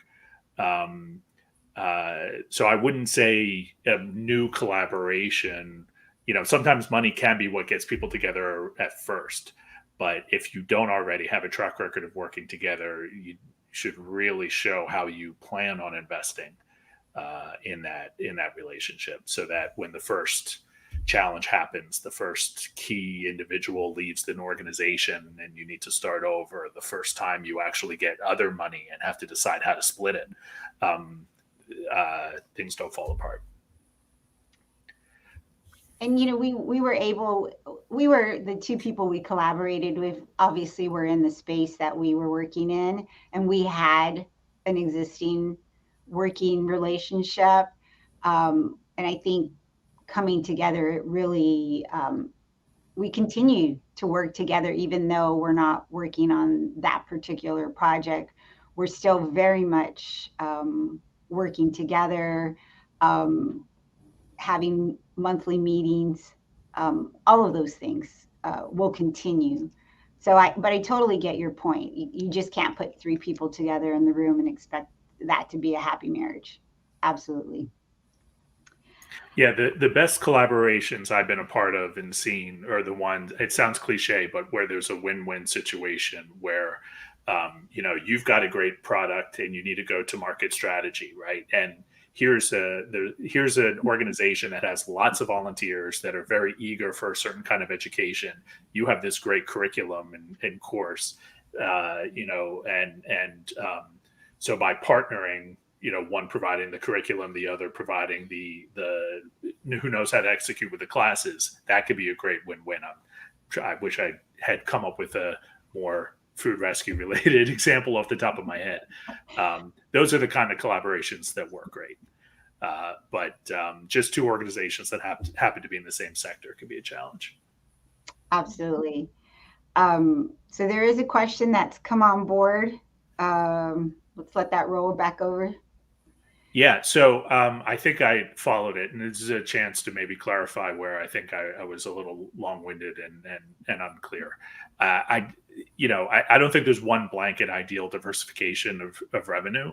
The strategy that I suggest is to aim for as much earned revenue as possible. Occasionally, you have an idea that actually can operate basically like a for-profit, where you can capture all the revenue that you need from users. That's unusual, but the value is in thinking that way. By thinking about the people that you're working with and what they need, it will lead you to build a better product. Which actually is getting at since Andrew was exactly right, and he took my primary answer up to what we look for is leadership. The second is person-centered design. Is the customer involved in the design? Rapid prototyping, proof of concept? Does the organization have a learning culture? Are they willing to fail and talk about that failure? Can they show that they learn from their failures? That is the environment where through mistakes we end up achieving big things. The more you're putting yourself in the shoes of the donor, of the volunteer, of the user, figuring out what motivates them, what drives them, actually have them engaged in the design process, you'll ultimately be able to capture more revenue from them, and you'll have a better system. And then whatever the gap is, you do traditional fundraising. Thank you, Josh. Okay, what is the one mistake that applicants make that drives you crazy and makes you lose interest immediately? Let's start with Joshua. I don't know if it's the one, but I will say a mistake that red flag we notice sometimes is when the pitch is, I think I can raise $1 million, and here's how we could do good with $1 million, rather than saying, here's the problem. It's going to take $3 million to solve the problem, and here's my plan for how to raise $3 million. We might only, we're not going to give the whole $3 million, but I don't want to be involved. We're not going to fund something that's going to be nice. We want to see that it's part of a larger plan. Okay. Caroline?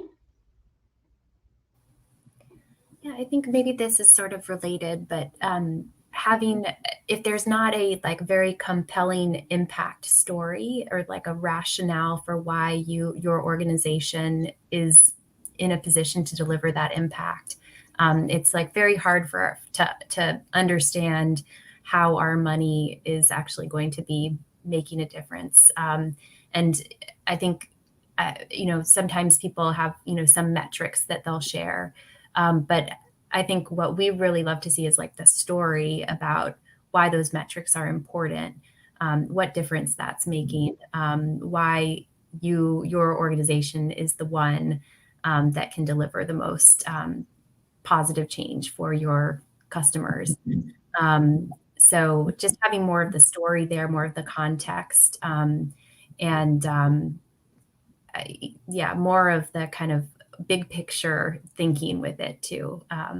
So I would just encourage all grant applicants to really kind of think big in how they talk about their impact, because even if you're operating very locally, doing something very locally, the impact that you're having in your local community, we're all humans. It could be very, very relevant to other communities around the country and around the world.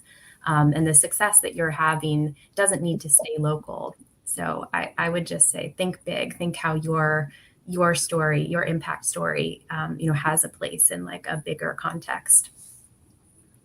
Thank you.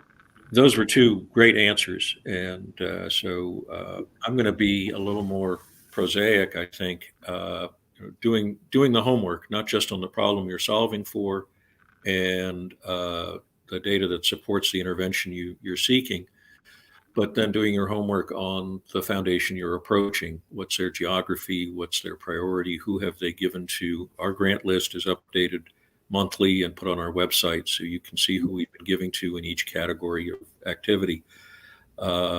Just basic homework. I spend a lot of time trying to explain what we do and just reiterating what's already been published many times by us. So doing some basic homework and aligning your pitch based on that research. Absolutely. And I did go to your website and check out who you were funding and why you were funding those organizations. So obviously it's very important. we as nonprofits want to feel that we are going to fall under everybody's category, right? We can write ourselves into and out of a box, to be truthful. But I totally understand where you're all coming from. And thank you for sharing that, because I think it's important as nonprofits that we don't keep doing those same things over and over, that we ask for that advice so that we can go back and look at, how we change the narrative to provide, that story or that context, or that larger plan. Absolutely. One last question here. So, we hear recession, inflation, that's all the news lately. How do you think that 2022 and the recession will impact, your organization's funding, not only next year in 2023, but in the next, let's say, 5 years? Well, inflation means that the money we're moving doesn't help as much as it did a year ago, number one. And then number two, the decline across all asset classes, the general stock market down 25% from its peak, starts to impinge on our ability to make up that difference. So it's going to be difficult for us to increase grant making because our asset valuations are going down. At the same time, the grants we do make are going to accomplish less because it's just simply not as much money in real world value. So that's a real challenge for us. And I'd love to tell you I have the perfect solution, and I do not. We do, I will say, always have a slight deferral in our payout, so that we're never really, our day-to-day grant making is never affected even by a major downturn in the stock market. During the dot bomb, those who were grantees of the Turner Foundation, which was 100% Time Warner stock, suddenly had their second year grants canceled because they lost 90% of their assets. Fortunately, we're not in that situation, and we're well able to ride it out. But again, trying to give more when things are worth less is going to be our challenge. Absolutely. Josh?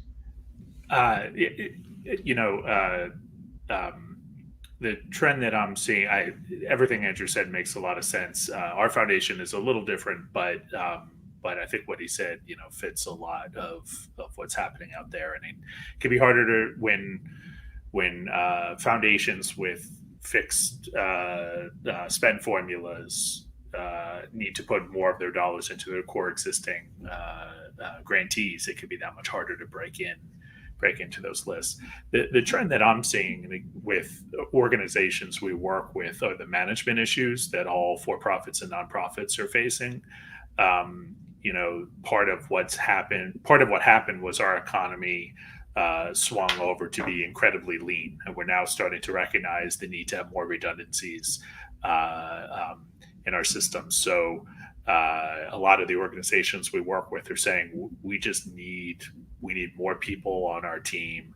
We need to do more cross training so that when somebody leaves, all this knowledge base isn't leaving. Investing more in the wellness, spending more time looking at compensation packages and figuring out who are the people who they're investing in staying and who are the people that they know they're not going to be able to retain, so there'll be a revolving door. So it's just taking the time to really talk through those management kinds of issues, where again, sometimes we can be a resource and might know of other organizations going through similar issues to be able to provide advice. And sometimes it just means more of our, we're spending a little more time focusing on those issues and maybe a little less on the new entrepreneurial work with our partners. Mm-hmm. Thank you. And I'll just say, I mean, we as a re-granting organization, we are only able to re-grant what we're able to raise ourselves. So we're highly aware this is a challenging environment, and I think we're anticipating it's going to remain that way for the coming year. But I guess from our perspective, the reason why we have some hope is that, food waste as an issue is kind of like finally kind of come into people's awareness, and, that there's more focus on food waste. There's more movement in the policy world. So we have hope, but we are anticipating it's going to be a challenge, and fundraising is probably going to be a grind for most of us. Thank you. Thank you so much for joining us today, taking that time out of your schedule. Do we have any other questions for our panelists here?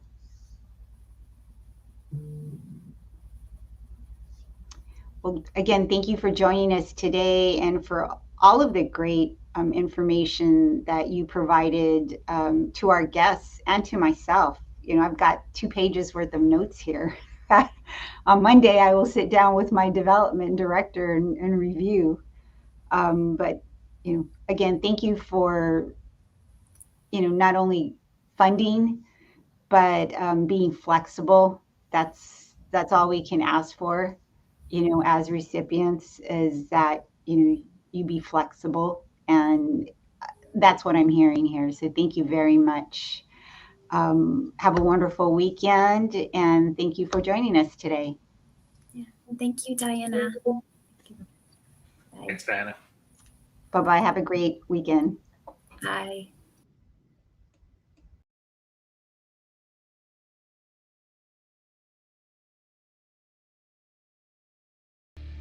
Welcome to the first National Food Rescue Conference. We're changing the narrative from food waste to food recovery to feed the 41.5 million people facing food insecurity with fresh, nutritious food recovered instead of getting wasted. Together, we are changing lives. Thank you Food Donation Connection, Kroger, and Giant Eagle, and our dedicated sponsors who have helped make this vision for our conference a reality. And thank you for participating in this landmark conference presented by Food Rescue Hero, whose 15 partnering food recovery organizations making up the Food Rescue Hero Network celebrated providing fresh, nutritious food to over 1.7 million people by recovering over 100 million pounds of food from getting wasted this summer. We are leading. We are collaborative. We are impact. We are Food Rescue.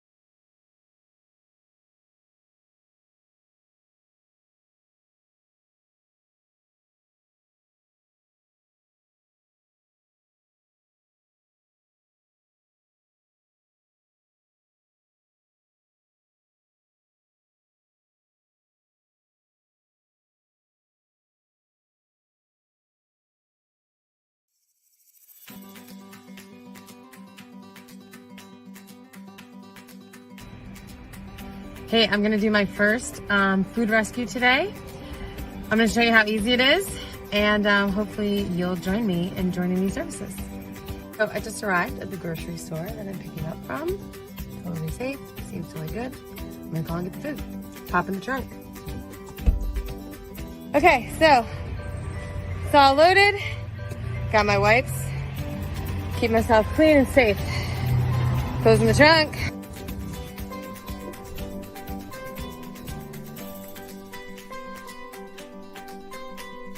And that's it, I'm home. In the garage.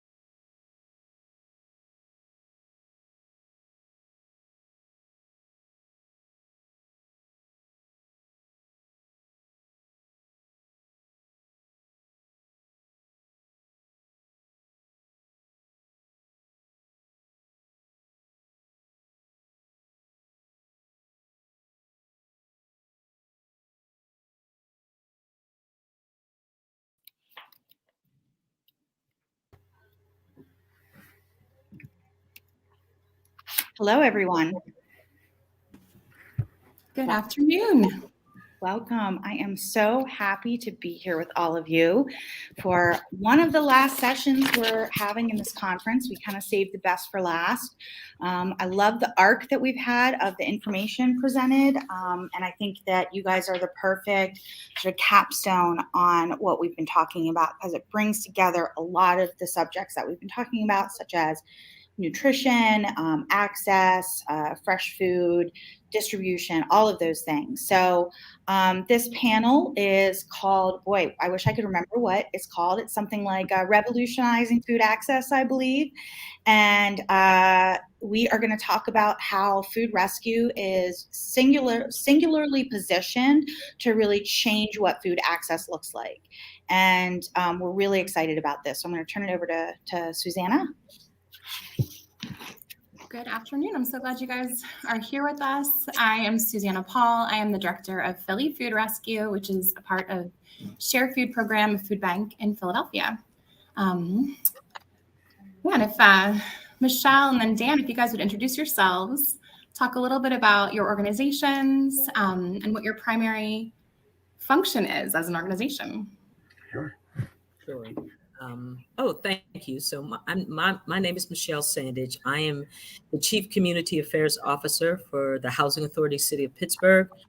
We serve 20,000 residents in the city of Pittsburgh. We provide housing for everyone, traditional public housing, as well as what we call HCV, which is actually, people know it as Section 8. We've been on our journey with 412 Food Rescue since 2016. It's been phenomenal. There are millions of pounds of food that residents have received. Here at the Housing Authority, we feel like we build houses, but food and education and all those other good things have to be a part of what we do to make a house turn into a home. So I'm excited about being here. Thank you so much. I've been at the Housing Authority. I have community affairs and resident services under my umbrella, and I've been doing this for a long time. So excitement abounds. Nice. Hi, everybody. My name is Dan Roten. I'm Executive Director at HopeWorks Camden in Camden, New Jersey. Fundamentally, what we do, we take young adults, 17 to 27, walk in the front door making less than $400 a year. They're not working. When they walk out the door, they're making on average, over $44,000 per year. I know, I tell that to my goldfish, right? It's awesome. And then with like a 90% 12-month retention rate.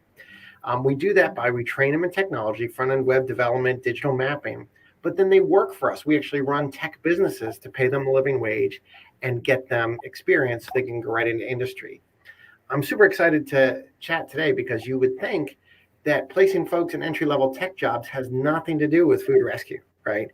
But in fact, it's one of the most critical predictors of job retention. So really excited to chat with everyone today. Awesome. Well, yeah, exactly. So neither of you, works for a food pantry or what is thought of as a traditional anti-hunger organization. And yet you're both in this food rescue space. Could you say a little bit about how you came to start these partnerships and get into the point where you were moving into the food space and distributing food? Michelle and then Dan. Okay. So as I said, we started in 2016 and I received a phone call from someone from 412 Food Rescue.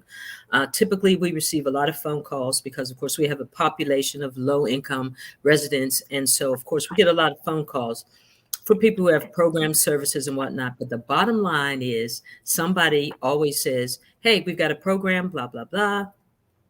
What can you do financially to assist us? And so I'm holding the phone and I'm waiting for that ask, and I never heard it. And I'm thinking, this is too good to be true. This is in 2015, 16. And the next thing we do, we start talking about the population that I serve and, what they're trying to do. And so we do a pilot program. And we do it in one of our high rises, traditionally senior high rise. And it went over overwhelmingly. I mean, the seniors loved it. It's bringing things, right to their front door. It's, all of the aspects of what you hear from seniors they just went away. So we said, okay, we'll roll it out a little more. And that's what we did. And at the end of the day, 412 Food Rescue helped us so that food insecurity in public housing is in our city is now gone. I mean, it was totally gone within 6 months, just because of the model, the mechanism, and we just kept improving upon it. And our residents were involved.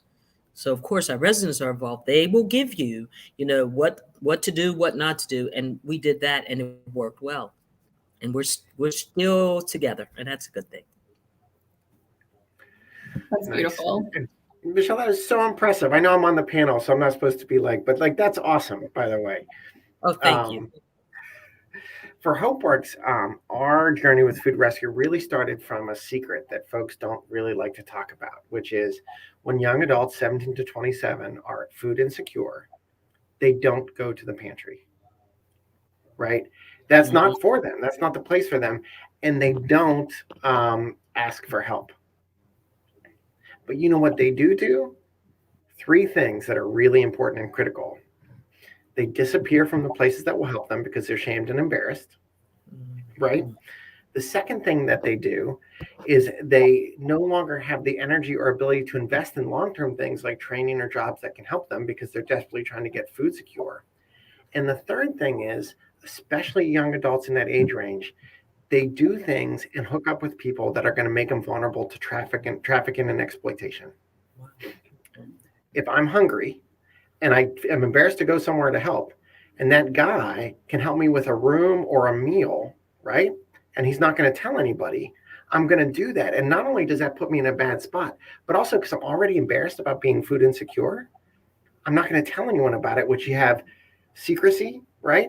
And exploitation, they go together, right?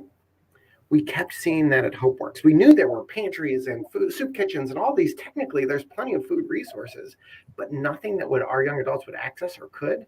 And the lack of ability for them to access it put them in dangerous situations. And they couldn't keep or retain a job, right? Especially the first 2 weeks before you get paid. It's just a short 2 weeks, but if you don't have enough to eat, you're going to lose that job before that paycheck hits. Food Rescue was the ideal solution, right? Food just magically shows up at HopeWorks. It's fresh, it's good. It's, maybe a little heavy on the zucchini sometimes, but that's life, right? And then what happens is it's just available. And at HopeWorks, what we did is we made sure that we made a deliberate thing to make sure that staff took some home too every day, right? Because there's nothing wrong with this. This is good food. It's not for folks who are hungry. And boom, suddenly, you know what?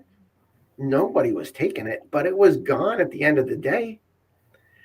And that is kind of the magic of Food Rescue, right? Is it shows up where it is, it goes where it goes, and keeps our young adults safe. And that was a really critical thing for us. There's also something about having the staff take it home too that normalizes it. It's like, this is not charity. This is just food that's here for everybody in the building. And the participants are able to take it. People that might be food insecure and ashamed about it can take it because, the teacher is taking it, or that other person that they happen to know has a good job is taking it. And so it just makes it so much easier to actually. These are good tomatoes, right? That's a good point. That's a good point, because what happened on our end, the staff were kind of shy. Oh, we don't want to take anything, we don't want to be, and all of a sudden it occurred to us that just because you're a staff person doesn't mean that you're not food insecure either. See, and that's something that a lot of people think, oh, you have to really be low income, no income, but you could be a working person and have a halfway decent job and still trying to make ends meet. And so all of a sudden we figured that one out at my job, that, hey, the people who are supposed to be helping other people have issues as well. So we've got to make sure that we connect with everybody so that the issue of food insecurity went away. And it was really interesting because we also have a food, we do a distribution through our job where our staff can contribute to the food pantry. And we have, money that comes out of your check. It's a nominal fee, but still, we've got about 1,000 staff. If everybody pays $2 a month, that's a considerable amount of money. We didn't touch it for a year and a half, we weren't touching it. And we all of a sudden said, wait a minute. And folks were saying, oh, I want to donate. I want to donate. And so now, not only did we have people donating more money, so we gave that money to 412 because we weren't doing anything with it. And we used to give it away way back when to folks who were insecure, food insecure, but we didn't have it. So we pass it on. And it's one of those things where I say 412 probably thought they were doing something with food, but they were doing so much more with bringing people together, with letting folks understand the importance of giving and, being charitable, volunteering, caring about people and sharing ideas, recipes, cultures. We had all of that stuff. So I thank 412, not just for the food, but for that as well. Mm-hmm. Yeah, I was going to ask that question next, Michelle. So thanks for stealing my thunder. Oh, sorry. No, it's okay. But I will. You've made some pretty bold claims about 412 Food Rescue ending hunger, that we've ended hunger in the housing authority communities of the city of Pittsburgh. But you've got the data to back that up. Your sort of emergency fund, which was helping people in your communities that had a food emergency, just was sitting there untouched for so long. And I feel like this a little bit too of the case of rising tides lifts all boats, is that, when you get all of that extra food into the community, it means everybody is doing a little bit better. And so when somebody does maybe fall a little bit short and it's outside of the distribution times, there's more community resources to pull together to help that person through. And we've really seen that impact there. So, Dan, what has been the impact on your students once you've introduced food into this program? So I know you said they're kind of taking it home, sometimes surreptitiously, but have you seen a sort of like a general overall impact on your participants? Yeah, so I think it's three things that we see mostly. The first is stickiness, right? People stick around, right? And especially they stick around in that critical phase when they've just come to HopeWorks. When folks start at HopeWorks, it's when they're at their most vulnerable. They're not working for us yet. They're not earning money. They don't even know if this place is going to work out. That's when a setback on food causes them to disappear, right? And they don't have the relationship with us to reach out for help all the time. When food is showing up every Monday, they become stickier in that critical period. And that buys us enough time to get some money in their pockets and build a relationship. So then if things go sideways, they'll ask for help. So that's the first thing, is it gives us enough time for the HopeWorks medicine to do its thing. It buys us time, right? Everybody walks into HopeWorks in crisis, but we don't always know which crisis they're experiencing at that moment, right? We know they walked into HopeWorks because they needed a change. But you know how it is. Anytime you walk into a new place, you forget and everything's great. It's like how I act at my high school reunion, right? Like everything's wonderful. I got it all figured out. That's the first thing, is it makes them sticky for long enough for us to do the work. The second thing it does, and I don't think we talk about this enough, is especially when staff are taking food and it's part of a thing, is it norms a cooking culture. Like folks, I was busting on zucchini, real talk. But the fact is, folks are like, what do you do with this? Oh, you slice it up and you fry it, and it's pretty good. And let me show you. And here's what's going on here. What we know is a lot of our young adults, especially young adults who have had persistently unstable housing or have been living in institutions, they have been fed by Cisco for decades in some cases, right? And so the idea that you can transform this stuff that you see every day into like healthy, delicious food, and it can be fun and invigorating, is not something that comes up in normal conversation at a technology organization, right? Right. But you got a basket of eggplant. We're going to talk about what that thing is, right? I mean, we've even done online cooking things. We've engaged now with community organizations, Veteran Community Partnership, and other great organizations. They're doing cooking classes, and folks show up, right? Folks are talking about family recipes. They're doing that kind of thing. And then the third thing that I think is really important is it opens up the conversation about other needs that folks are facing. Yep. Oftentimes, when a young adult comes in and they're experiencing food insecurity or hunger, it is not only something they've experienced for a long time. Like if you're hungry today, you've probably been hungry most of the week, right? Yeah. But the other thing is you've been ashamed of it, right? What the whole world tells you is it's probably your fault you're hungry. And by the way, even if you found something to eat, all the media tells you don't eat that. That's bad for you, right? So you're eating bad stuff anyway, right? You're spending too much on it. And you're probably when you do have a couple bucks, you're probably spending DoorDash because you're so hungry you want it now, which kills you the budget for the rest of the time, right? So not only are you hungry, not only have you been hungry, but you're ashamed of it, right? And so suddenly, if food starts showing up and it seems like folks understand that you have this problem without ever even asking or making you confess, because, that's the other part is a lot of times when folks need help, we make them like tell us their whole song and dance and shame themselves just to get help, right? Yeah. Whereas if you're hungry and you didn't tell someone about it, you didn't have to make excuses, but the food just shows up, then suddenly this is a place that's going to help you, right? And maybe if I ask for what I need, I won't have to go through that whole song and dance of like, I'm a bad person and I made this mistake. And now please help me, oh kind, wise person who's smarter than me, right? Maybe you'll just get what you need. And it's believable in a way that is fundamental because food is fundamental, right?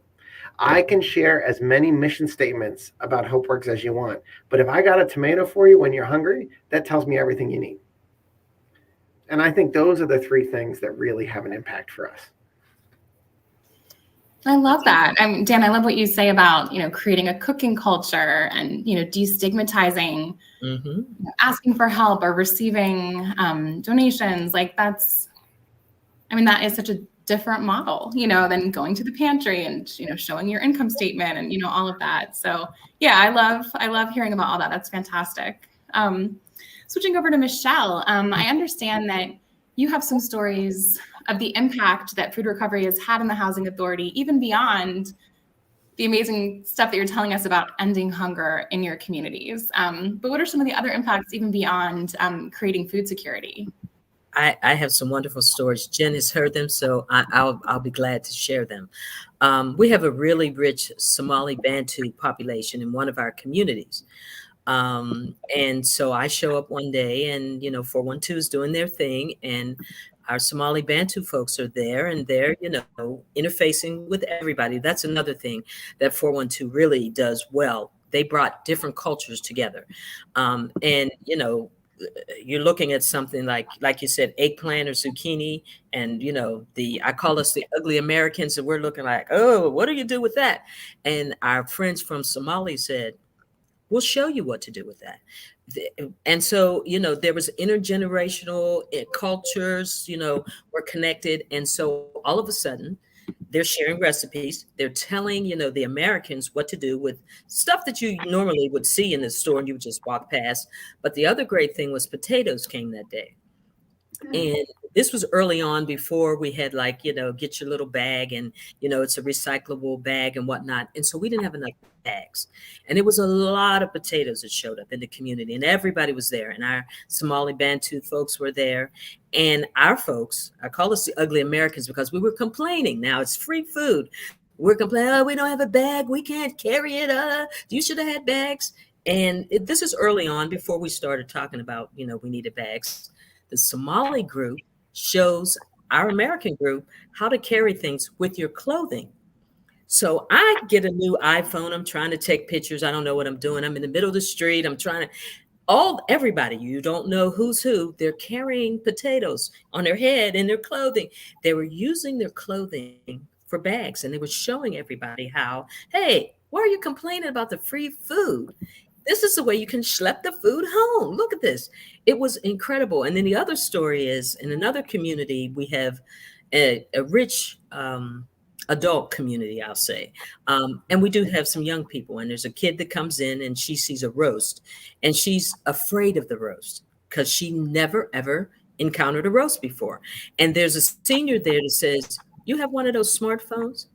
You know what? I'm going to tell you how to make this roast. You take a picture and you bring it in. Well, instead of taking a picture, she comes in crying and screaming. She's looking for the senior, the next distribution. She has a picture of the roast. She's telling her how she made it. It lasts for several days. And she was like, that's really great. And so the kid is saying, I've seen this piece of meat a million times in the store. I go past it because I'm afraid of it. I don't know what to do with it. We never did anything with it. Like Dan said, they're used to fast food, prepared food, Cisco, whatever food. She had no idea. And the senior is like, see, this is what I'm talking about. Those smartphones they actually make you smarter. So it was really cool. Those are just a couple of stories. I have a lot, but it's intergenerational, it's cross-cultural. It's one of those things that happens that 412 brings everybody into an environment. Nobody's embarrassed about getting food. Everybody is really excited about it, to share, their recipes, and not just to talk about food, but they may talk about other issues in the family that are going on. And so we can find out, if somebody needs clothing, or somebody has maybe some mental issues, or whatever the issues may be that they're struggling with. They're comfortable in discussing them at the food drop with the people who they're comfortable with. And they'll say to us, tell 412 we want strawberries, and have Bob come and bring them because we like him. We're like, oh, okay, that's not the concept, but okay, but they're used to people, they're comfortable, and they like to talk, and they like certain types of food. And so we tell 412 exactly what's going on, and they rise to the occasion and help us out. So it's great. Yeah. One of the stories that I find incredible, and this was from a different housing community. This was from our county housing. But there was two neighbors that they lived in the same senior high rise, and they had some feud going that they hadn't talked to each other in like 5 years over some like nominal little argument. And we brought prepared food one day, and they had like a community lunch. And for whatever reason, that was the magic that it took to get those people to sit down and start talking to each other, that opportunity to break bread. Mm-hmm. And it sounds like a Hallmark movie, right? Like that can't possibly be real, but these things are real. You get your Hallmark moments when you bring together communities and food. It is so powerful. And it's not just 412. I mean, that's our experience, Michelle, right? You and I, we work for 412 Food Rescue, but we see this happening across all of our partners in the Food Rescue Hero Network. And anytime I get together with people that are doing food rescue in other communities, we start to hear these stories. So I think what I want to do is kind of broaden it then and say, what are the implications of these stories? So when we think about the traditional approach to hunger, and then we juxtapose that with what we're hearing today, what can we learn from that? How can we actually deepen our impact? Well, I think what happens in anybody's home, if you go to anyone's home, the gathering spot is always the kitchen and around food. You think about it. Everybody is always there. And then all of a sudden you find out that Uncle Bob did X, Y, and Z, or Aunt whatever did something, or your cousin, whoever is in need of whatever around food. It's always something that happens around food. People tend to feel comfortable. We can get people to come out to events and programs and whatnot if there's food involved. If you feed them, it's like the old thing. If you build it, they will come. You feed them, they will come. And so, and then they will also kind of calm down and start discussing what's going on. Not just those strawberries look good, but now they're talking about other aspects of their life. And that's a great thing that I think food does. It brings people together, and then you can really feel comfortable discussing whatever issues you have. And that's probably something that it just happened. It's just, kind of morphed into, kind of a self-help thing. Instead of having to go to a therapist, you're actually going to the food drop, and you're actually finding your therapist there. And people who you don't talk to, you see, in COVID, it really helped us just because you didn't see anybody, and it was like social isolation and all that. But you came down, you got your food, you had your mask on, you were all, and you talked about COVID, and you talked about getting the shots, and you talked about the aspects of, what had happened, and you took your food. And you ran back to your apartment or your home, and you locked yourself back in for another couple of days. But it got you out, and I just really thank you guys for that, because that was really a good one, really a good one in the world that we're in now. And I'll just jump in. I think the two things I would add to that is, the first thing is, for those of us who are trying to help people, there's an interesting thing that happens is your goal to provide services or to make an impact? If your goal is to provide lots of services, the old school food pantry model is highly effective. Mm-hmm. We put this many pounds of food on the shelf. Now, a lot of Our young adults don't come get it. They certainly don't eat it, right? It's humiliating to have to prove your income, but did you provide services? And if that's your mission, that's the way to do it. If you want to actually provide impact, you're going to do things differently, right? You're going to put food where people are, right? You're going to put it in a way where they don't have to humiliate themselves to get it. You're going to choose things that are culturally relevant, right? As opposed to the umpteenth can of lima beans that we've seen, at the pantry, right? It's going to be fresh, it's going to be healthy, and you're going to stretch yourself a little bit, just like the Philly Food Rescue does, to use volunteers to get the food where it's needed in smaller, manageable quantities instead of 80-pound boxes of potatoes, right? Right. But it depends. If you just want to get pounds of food out there, dump the 80 pounds in one warehouse location, make folks come to you. If you want them to eat those potatoes, put them in small bags, put them in the community, and teach them how to cook a good potato, right? It depends on what you want it to be. I think the second thing that HopeWorks has learned is that our mission statement has nothing to do with food. We're about jobs, technology, money, right? Getting folks money. But turns out food is highly effective because we are fundamentally in the people business, and people run on food. And I think that's the other thing that we've learned is whatever your mission statement is, whatever your niche is, whatever your vertical is, whatever the jargon thing about that allows you to say, I do this thing, but I don't do this thing. If you're working with people, you better be in the food business, you better be in the emotions business, and you better be in the safety business. Because if you outsource those to other people, you're not going to be successful with anything in the people business. And that's what we've really learned through Philly Food Rescue.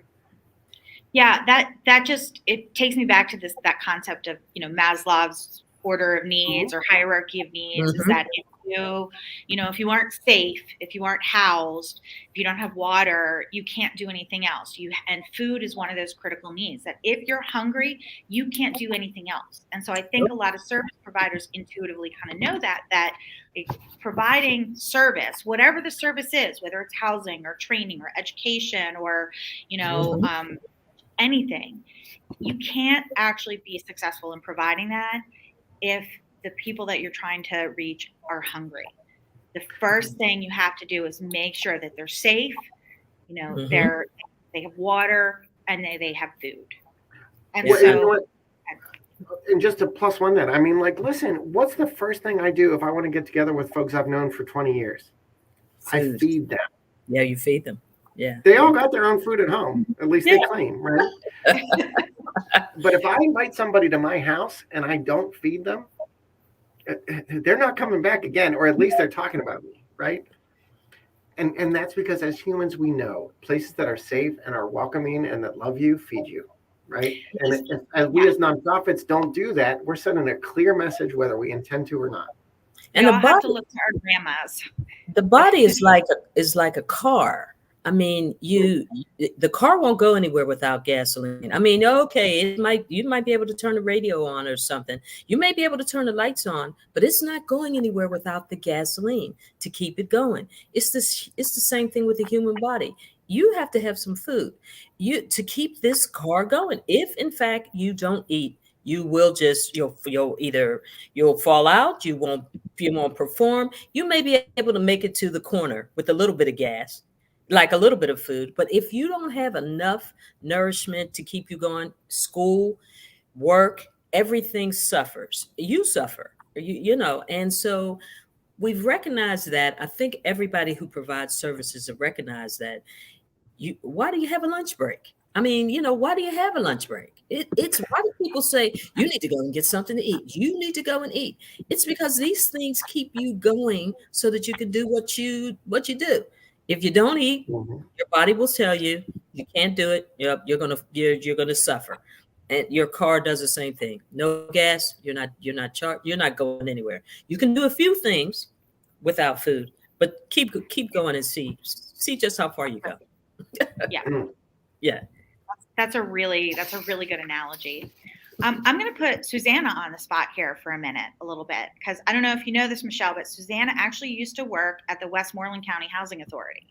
Ooh. So her probably not her first job, but I think of it as her first job was at the Westmoreland County Housing Authority, and she also partnered with 412 Food Rescue there to bring food to their residents. When she moved to Philly and realized that Philly Food Rescue was hiring, she was really excited to move over into the food rescue. Okay. Yeah. So, I mean, Susanna, you have seen both of these perspectives. And I'm just wondering if from that sort of like dual perspective, can you talk about why it's important for these type of partnerships to exist? Yeah, absolutely. I think the nature of food recovery, with it being so perishable and the food having to get out and eaten and distributed right away, it really lends itself to these kinds of collaborations that can be flexible and creative. Philly Food Rescue, we partner with, a lot of community fridges and mutual aid groups. And, we partner with our housing authority. We partner with Dan at HopeWorks and, medical clinics and senior centers and, all of these kinds of agencies on the ground that are existing to increase access points to fresh food, wherever people are already living, wherever people already are going to access services. Dan has young adults coming to his program to get a good, well-paying job. And it makes sense to route food there because that's where they are and they're not going to the pantries. There's like a lot of, barriers there. And I think, these partnerships are so important, and Michelle and Dan have talked about that because they decrease a lot of those barriers that keep people from accessing the resources that maybe are in their community. Whether that's transportation, like people cannot get to the food because, it's 2 buses away or they don't have a car. Or maybe like they have mobility issues, like they are disabled, they're sick, they can't get out of the house, it's snowing. Or like Dan said, there's like shame and stigma that inhibits people from going to the food bank. Or maybe you're a working person who works a traditional 9 to 5 and the food pantry's hours are 11 a.m. And it's like, how do you get there? You can't access food in that way. But these kinds of, collaborative partnerships where we're getting food to where the people already are is just breaking down, so many of those barriers. And the other thing that I think Dan touched on too is just this idea of food sovereignty, like he put it as, food that's culturally relevant, put the food to where the people are. The people that are on the ground, like the people that are living there, the people that are working there, these agencies, they're the ones that are experts in what the communities need and what the communities want. And so I think it really makes sense to send the food where the people are, and then to be able to tailor those donations to what people want and need. Like Dan said, if like people are not, they're not wanting this kind of food, or they're halal, or they're kosher, or they're vegetarian, like it doesn't make sense to just send people, in a can. Like it's completely inappropriate. But with food rescue, it's like we can be flexible and like, send the donations, to meet the need where people are. One of our best partners is a agency called AIDS Care Group. And they do medical and dental clinics and social services for people living with HIV, as well as anyone who's uninsured or underinsured. And they came to us because they were looking for food resources, just realizing that, like people said, that food is the building block of good health and kind of everything else. And then when COVID-19 hit in 2020, they scaled what they were doing. They're like, we want to serve not just, our clients and our patients, but the people in our neighborhood. And an AIDS Care Group is in Delaware County. It's a suburban county. It's the kind of place where hunger and poverty might hide in plain sight. But the people on the ground at AIDS Care knew that their neighbors needed food. And so they scaled what they were doing. They started accepting pallets. They became a whole food hub. And they were able to just sort of be creative and flexible because they were on the ground with their, with their ear to the ground, with their ear to the needs of the community. And yeah, we also continue to partner with housing. That's my background. I used to get the food rescue and I would turn it into meals, and we'd come and break bread together.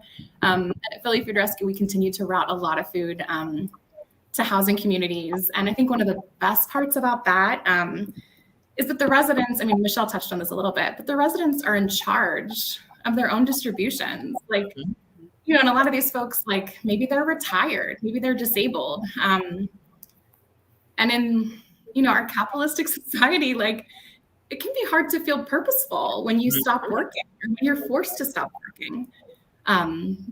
But then when these folks can manage their own distributions, and it kind of strengthens this sharing economy that is already existing, and they're able to just, resource each other, resource their neighbors. Remember, Teresa, who's upstairs and she's recovering from the hospital. Like that's food rescue being, it's sustaining community. It's dignifying folks, in addition to helping to create food security and eliminate waste. And, these kinds of partnerships are so key to building community strength. Yeah, so there's a question, and I'm going to answer it a little bit, and then I'll kick it over to you both. So the question is that our food bank rescue goes out through agency partners and monitors safe handling of food with them. Thoughts on ensuring safe handling when distributing to these non-traditional outlets. So I know for one, we actually provide at 412 Food Rescue Serve Safe training for all of our partners to make sure that they have somebody. So Michelle, do you want to talk a little bit about that, your volunteers and their participation? Sure. So not just the volunteers, but the staff at the HACP, and that's Housing Authority City of Pittsburgh, they also participated in the training. 412 provided wonderful training. I did it myself just to tell you, the ins and outs of how to handle food, what to do, how to do it the right way. Because, of course, the food does come to, we have about 15 different locations that the food comes to. And so at least everybody at that location that's a volunteer, that's one of our resident leaders, or either some residents, like you said, from the community who are retired and, looking for something to do, they participated in the education piece. And then after that, the education piece taught them everything from how to handle, how to cut, how to bag, all of the good things. We went to, several trainings, which was really good because it also taught you how to do this stuff with food that you buy at home, not just your 412 food, but food in general. And then, of course, people, I could see them. They were telling other people, hey, you can't refreeze such and such, or you can't bag that up. And so it was a food education explosion that happened just because 412 was educating. And so I always tell people, housing, food, there are the gateways to poverty if they are not tackled. If you do not make sure that housing is taken care of and food is taken care of, all of a sudden you open the door for poverty, and everything else, education, employment, it all falls down the hill if you don't tackle those two things. That's always been something that I've always said. If people are nourished well and they're safe, secure, and have a roof over their head, they're going to go for employment. They're going to go for education. They're going to go for recreation. But if those things are lacking, they're not. And so I really think that the handling of the food and the education was wonderful. It was kind of a covert education experience because folks did not know that they were actually being educated to take it much further than just what you do with 412 food, but what you do with your food in general that you buy or get from wherever. And that was, and then of course, as anything, it's like a rumor. Once somebody starts doing something and they tell somebody, you can't do that, they tell somebody else and they tell somebody else. And now we've got secure ways of handling food, disposing of food, storing food, freezing, not refreezing, using, how to use it. All of that education was great. That's amazing. I do want to say also, as food rescue organizations, we have a responsibility to make sure that the food that we're giving to partners is appropriate for them. Not just whether or not it's halal or kosher or wholesome, but also is this food that agency wants, can distribute, and can handle? Because we don't want to make, surplus from a grocery store garbage at a housing site or a HopeWorks, right? We don't want to drop a pallet of zucchini off for Dan unless he knows he can get rid of a pallet of zucchini, right? And so the same thing goes for food safety. Is if you have something that is highly TCS, temperature controlled for safety, and requires a high degree of food safe handling, then you pick a recipient that can handle that. But there's a lot of food out there that is not TCS, that is very wholesome and can really make an impact. Dan, did you want to weigh in on that? I think, obviously we're a much smaller organization, operation. So as a recipient, I think the only advice that we would give is like, have a plan for when it's time for the food to go. Yep. We found that's really helpful. Like, know where the food's going to end up when it's past its prime. Is it, and be clear about that so that folks don't see the food and, take it anyway. We found that's really been helpful. Like, hey, once it's no good, here's where it goes next, and just have that plan. And that's one just small hint, but it's been super helpful for us. And that's a good one. I think what we do on our end, because we're a little bit bigger, is that we definitely figure out what works where, because we don't, like you said, we don't want to take something, just to be taking it, and then it becomes, garbage, and throw it. It's wasted or it's thrown away or whatnot. And it also gives 412 a bad name because, of course, you're looking and you're like, oh, here's those oranges still here. They sent us some bad oranges. Now, the oranges were good the day they arrived, but they sat there for 4 days and now they're bad. And so you see them and you say, oh, those oranges. So we don't want to do that. So, we talk to the folks on the other end, our tenant leaders and, staff, and we say, hey, 412 may have a pallet of potatoes. What area is good? Who's going to utilize them? And, if not, we're not going to take them there. The tenant groups and the volunteers and whatnot will tell us. And that's what you want. You want people to tell you, no, we don't want any more strawberries. We've had enough. And that's good because then you don't get any strawberries and they don't go bad. So I like that piece. Good communication with the folks that are going to receive the food is really awesome as well. A really good partner will tell you no. Yeah. You really want your recipient partners, your nonprofit partners to be able to say to you, no, I don't want that. I can't handle that. Because if somebody takes food just because they think you want them to take it, that food isn't getting where it can do any good. Right. I really appreciate when we have a partner that is willing to say, no, that is just not going to work for us. We can't distribute that. And we'll move on and find somewhere else for it to go. I think, so I just want to talk from my perspective for a minute. When we started working with you, Michelle, some of it was really self-defense.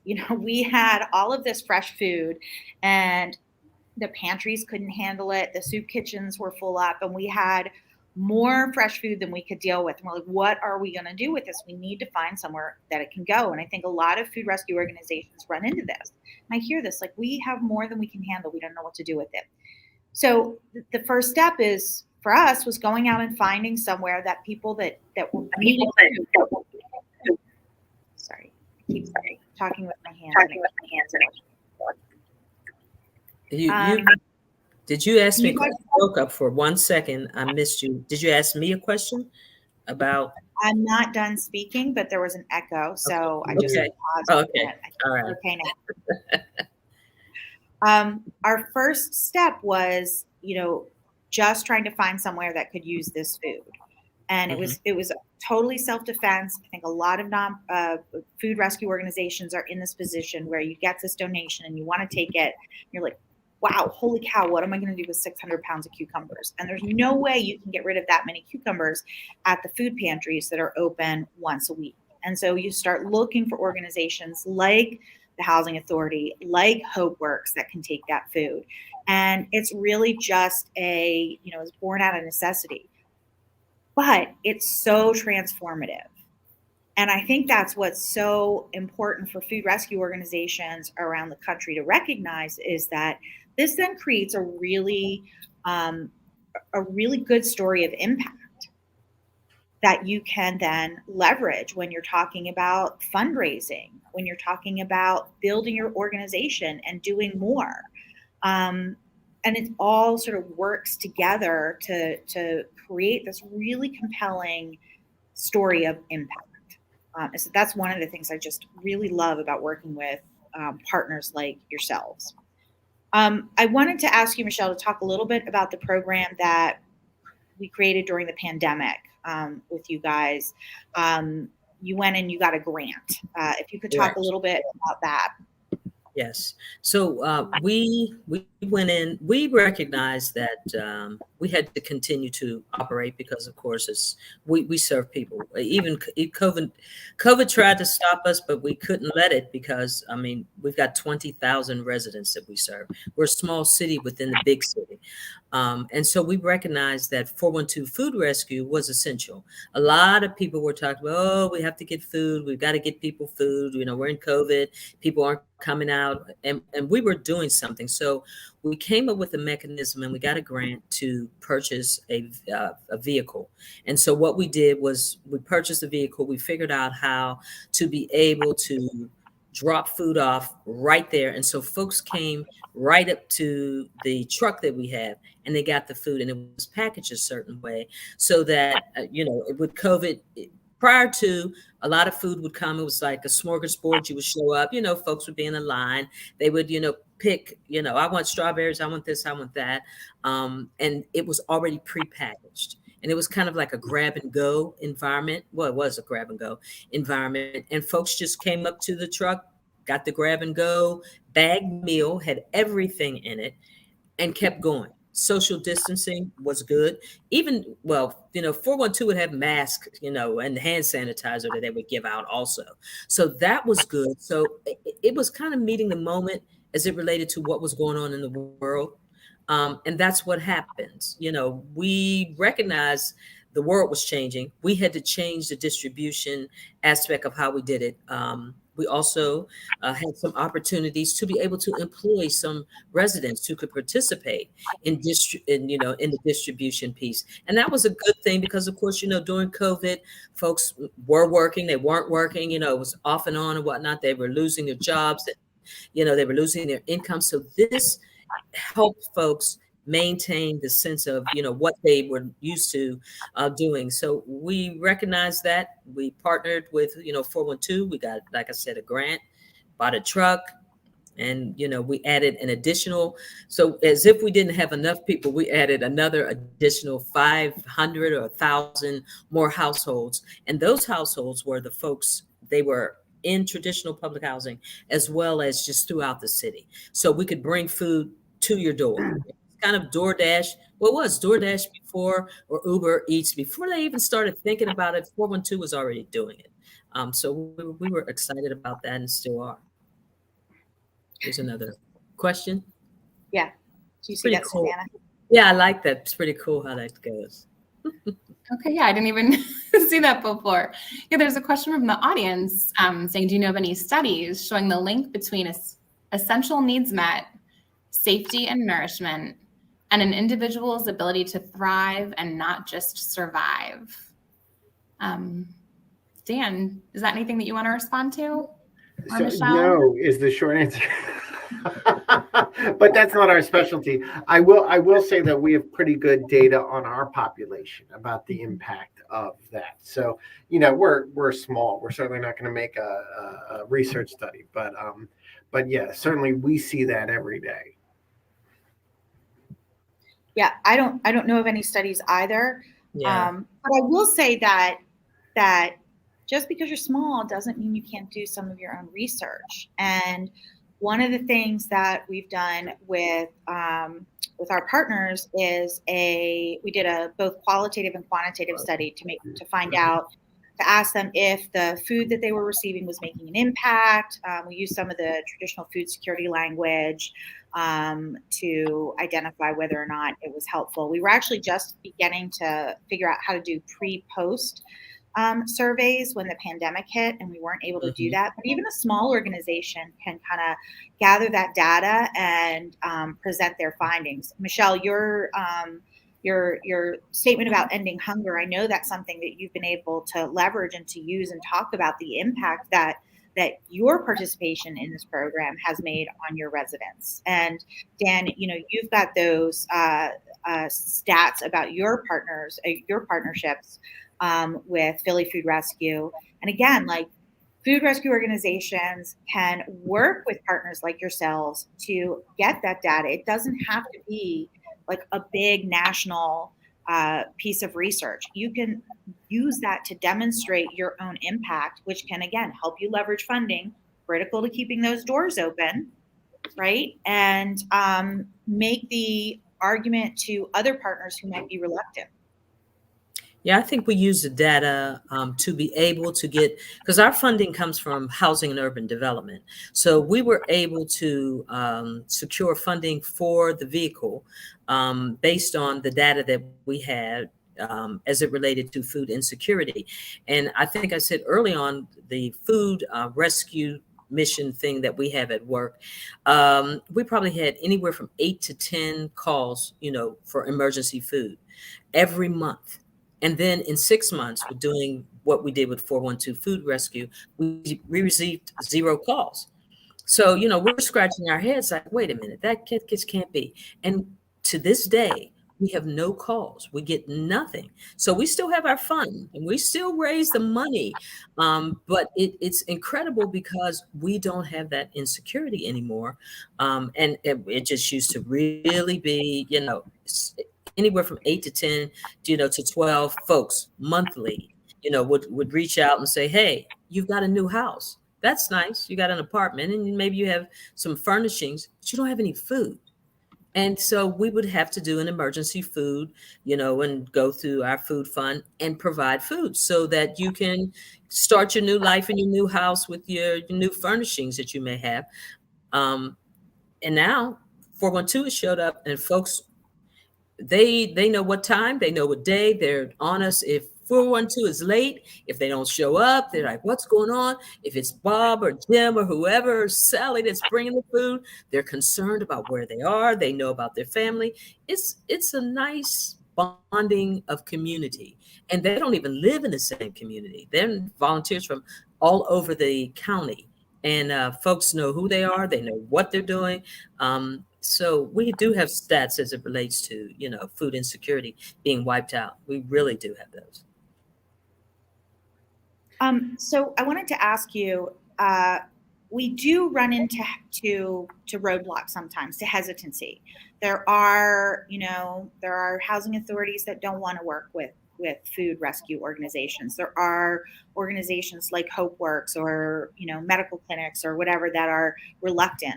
What would you say to maybe urge them to give it a try? Dan? So I would say first is make sure you're talking to the right person. All too often, someone who's going to say no to something like this is someone whose kind of key goal is not impact, but is surviving the job and making it easier. So I would say the first question is who's the person on your team who's most passionate about getting things done? Can I just talk to them? I don't care what their title is. Great question. And just even, you don't have to tell me you're talking about food rescue. Listen, I want to give somebody a trophy. Who's the most passionate person on your team that's really into this? Talk to that person. I don't care what their title is. It'll get done, right? All too often, I think in the nonprofit community, we are much too respectful of gatekeepers who are focused on making their life easier rather than making the lives of others better. So I think that would be the first thing, if that makes sense. And you can always suss them out, right? Right now, the organizations you work with, who's going to respond to your email in 10 minutes, and who's not going to. We pretend like we don't, but we know who they are. So I think that's the first thing. I think the second thing is to say, what is really frustrating? When do you fail? And then they'll say, oh, we never fail. Everything's perfect and everything like that. Then you say, okay, let me ask you a different way, but when do you fail? And odds on bet, providing fresh, healthy food regularly is going to help solve that problem. And if you can frame it in that way, that's how you're going to do it, right? And the truth is, if they tell you their biggest problem and fresh, healthy food isn't going to help, then yeah, you're talking to the wrong organization, right? But I think it's not everybody wants food, but everybody who's into it for the right reasons does want to have impact. And if you can hear where they're most frustrated and see how fresh, healthy food can help them do it, you're going to get in. That is some of the best advice I've heard in the last 2 days. I've heard some really good advice. That is, yeah, I really like that. That is smart. Very smart. Yeah. Michelle, what about you? What would your advice Well, be? you know what? I'm just taking that advice because that was some really good advice. If if you can look inside of an organization and not go to the top of the food chain to ask, would you, like to be a part of 412? There are people within the organization who have the volunteer spirit, who have the passion, like you said, who really, and that's the folks that you want to get. Because once you get to those people, they will bring the agency along. They'll drag it along sometimes. They'll right? drag them along for the ride. They'll make it the passion because it's their passion. And so everybody in an agency knows who those folks are. And so that's who you want to go to. Yes, at the end of the day, the CEO or whoever is going to have to stamp it, but somebody with the passion is going to push it. And then they can push the CEO or whoever at the top to put their stamp on it. And once they've been involved in it, I can guarantee it brings other people. It's like anything, it's like a rumor. Once people start, I want to get involved with that. That looks like it's fun. It's the mission of the agency or something of that nature. And then everybody is doing it. It's kind of like doing a United Way campaign throughout the agency. Everybody's not going to donate to the United Way, but you definitely know the people who are. And that's really who you want to grab. And then can I just add one other thing about this? This isn't my advice, but I see it all the time, is once the parade starts, let them run out in front of it. Yes. Yeah. Yes. Right. Like once everything's going well, then be like, and you CEO who secretly resisted me and was a pain in my butt, I just want to thank you for having the vision to make this successful program. And if they have a lot of integrity, they'll say, actually, I was a pain in the butt. But otherwise, they'll be like, thank you. I've always been a visionary myself. But either way, now they've publicly bought into your program. They can't get out of it. Right. So that's someone else's advice that I take a lot. Yeah. When you think about it, 412 has actually been doing that because, they grab folks from, they called me. Why would I get a call? I'm the communications person. I really shouldn't get a call about, doing food. It's kind of like Hopewell. Why would you get a call? You're a tech guy. It's like, why are you calling me about food? But the concept resonated with the volunteer spirit that's within me. So if you've got somebody else that you get on the phone or that you meet somewhere and they've got that same spirit, that's the person that you want to talk to. Don't try to get to the top of the food chain of NASA. Get the person that, is the volunteer at NASA and then bring everybody on board after that. Yeah, there's always a champion in every organization that you find that person. Yep. They'll do the work for you. So we're winding down here. We're sort of almost towards the end, and I want to throw out a question that we didn't plan for. So, you're going to have to put your thinking caps on. I'm going to ask you, Susanna, as well. So, what other access points do you think folks should be looking to partner with? So food rescue organizations that are watching this from around the country, around the world. Right now, we've talked about housing. We've talked about sort of like job training or education. Where else should we be looking to provide access to people who need food? I would say just two things is wherever there's kids is where there's families, right? So I think that's one. And then I think the other thing is folks returning from incarceration. Absolutely. Nobody wants to talk to them. Nobody likes them. Nobody wants to help them succeed. And yet they are we find at HopeWorks, the most eager people to make a difference and change their lives, but they don't know. They don't have contacts in the community typically, other than the same folks who got them in trouble. So if there's a place where they can get what they need, it can really transform especially that first 3 months when you're coming home, right? Things need to go right for those 3 months. And so that's what we would say at HopeWorks would be fertile places. I need to go. I have some work to find. I need to find somebody. That's a powerful answer. I love that. Michelle? I would say veteran families. That's a big one. You always think that the government is taking great care of the veteran families, but from housing to education to employment. Those folks, and especially when they're not in the military and they're done with their tour duty, they're struggling sometimes. And so that's one, that definitely. And the other one is patients who are going through critical health issues, families who have the critical needs. I don't know, seniors who are in kind of a hospice care, or families that are going through, maybe people who are, cancer patients, or the whole family is going through something. The last thing they want to think about is food. They really want to think about taking care of the loved one. And sometimes they're not taking care of themselves. And so if in fact, and I'm thinking like the Children's Home or something of that nature, maybe Ronald McDonald House or those types of, entities, Center for Victims, those types of, entities, definitely, they're just trying to survive. They're trying to take care of themselves. They could care less about food. They're not eating. They just trying to have shelter, trying to get away from the violence or whatever. Those are probably, good places to start to reach out to. Susanna, you don't have anything left because we took them all for you. You guys had all kinds of great ideas. Fantastic. And I think, my big takeaway is that anyone can be a food hub. Like if you have that champion, like we can route food anywhere, and we can make it happen. Thank you all so much for being here, for being part of this conversation, for sharing your expertise. It was really exciting to hear about what's going on in Camden, what's going on in Pittsburgh. We appreciate your hard work. We know that once we route the food to you, that the work begins on your end to distribute it. So yeah, we appreciate all that you're doing, and thank you so much for being part of this conversation. We appreciate it. Thank you. Yeah. Super fun. Super. Thanks, everybody. Thank you. Take care. Bye.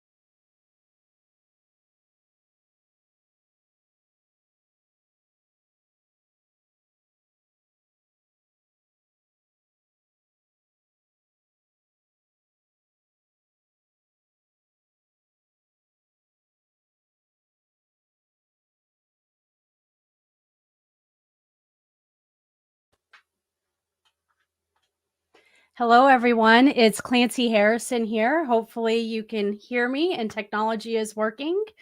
I am beyond inspired by everyone I heard. I hope that this conference happens multiple times a year, not just once a year in the future, because I know that we need each other. So again, my name is Clancy Harrison. I'm a registered dietitian. I'm actually based in Northeastern Pennsylvania. I am a hunger hero. During COVID alone, our team fed over 3 million meals. So pretty excited about that. We continue to feed people. I've been doing it for 13 years. So I can't wait to dive deeper into really the words that I heard throughout this entire conference. And that one word that obviously keeps sticking out to me is dignity. The other one, food safety, food safety, food safety, food safety, values, and flexibility. And so we're going to weave all of those terms in throughout this PowerPoint. So if you bear with me, I'm going to go ahead and hit the presentation button to hopefully be able to share my screen.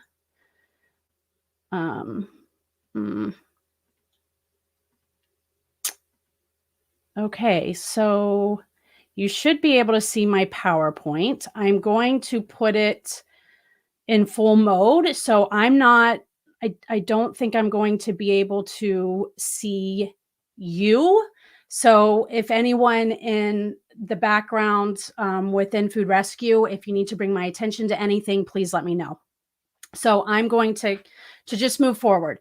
We are going to talk about promoting dignity when we're working within the food access world. So for a while now, I've been using the term food dignity. We started an actual nonprofit, the Food Dignity Movement, back in 2020. And if you're wondering what that is, many times people say, does that mean you serve filet versus ground beef? And there's nothing wrong with ground beef. And when I first started, you might say, yeah, that's probably where we got the idea. We wanted to serve food at our food pantry that we would want our own children to eat, what we would want to eat ourselves. But over the time, this is a movement. We know that food dignity means something different to everyone. It is fluid. So I would love to hear what food dignity means to you as we go through this presentation.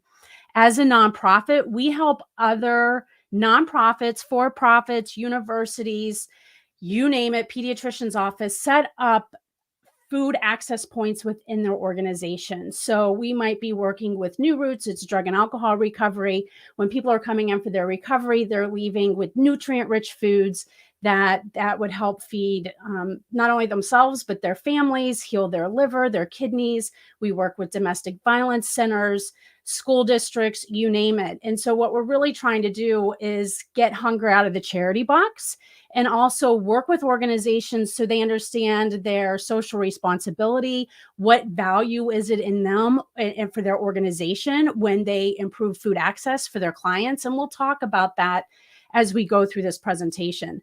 Another thing about food dignity is we have a podcast and we're constantly learning. We are constantly sharing stories of either hunger heroes or survivors of hunger. And so if that speaks to you, please reach out. I would love to interview you.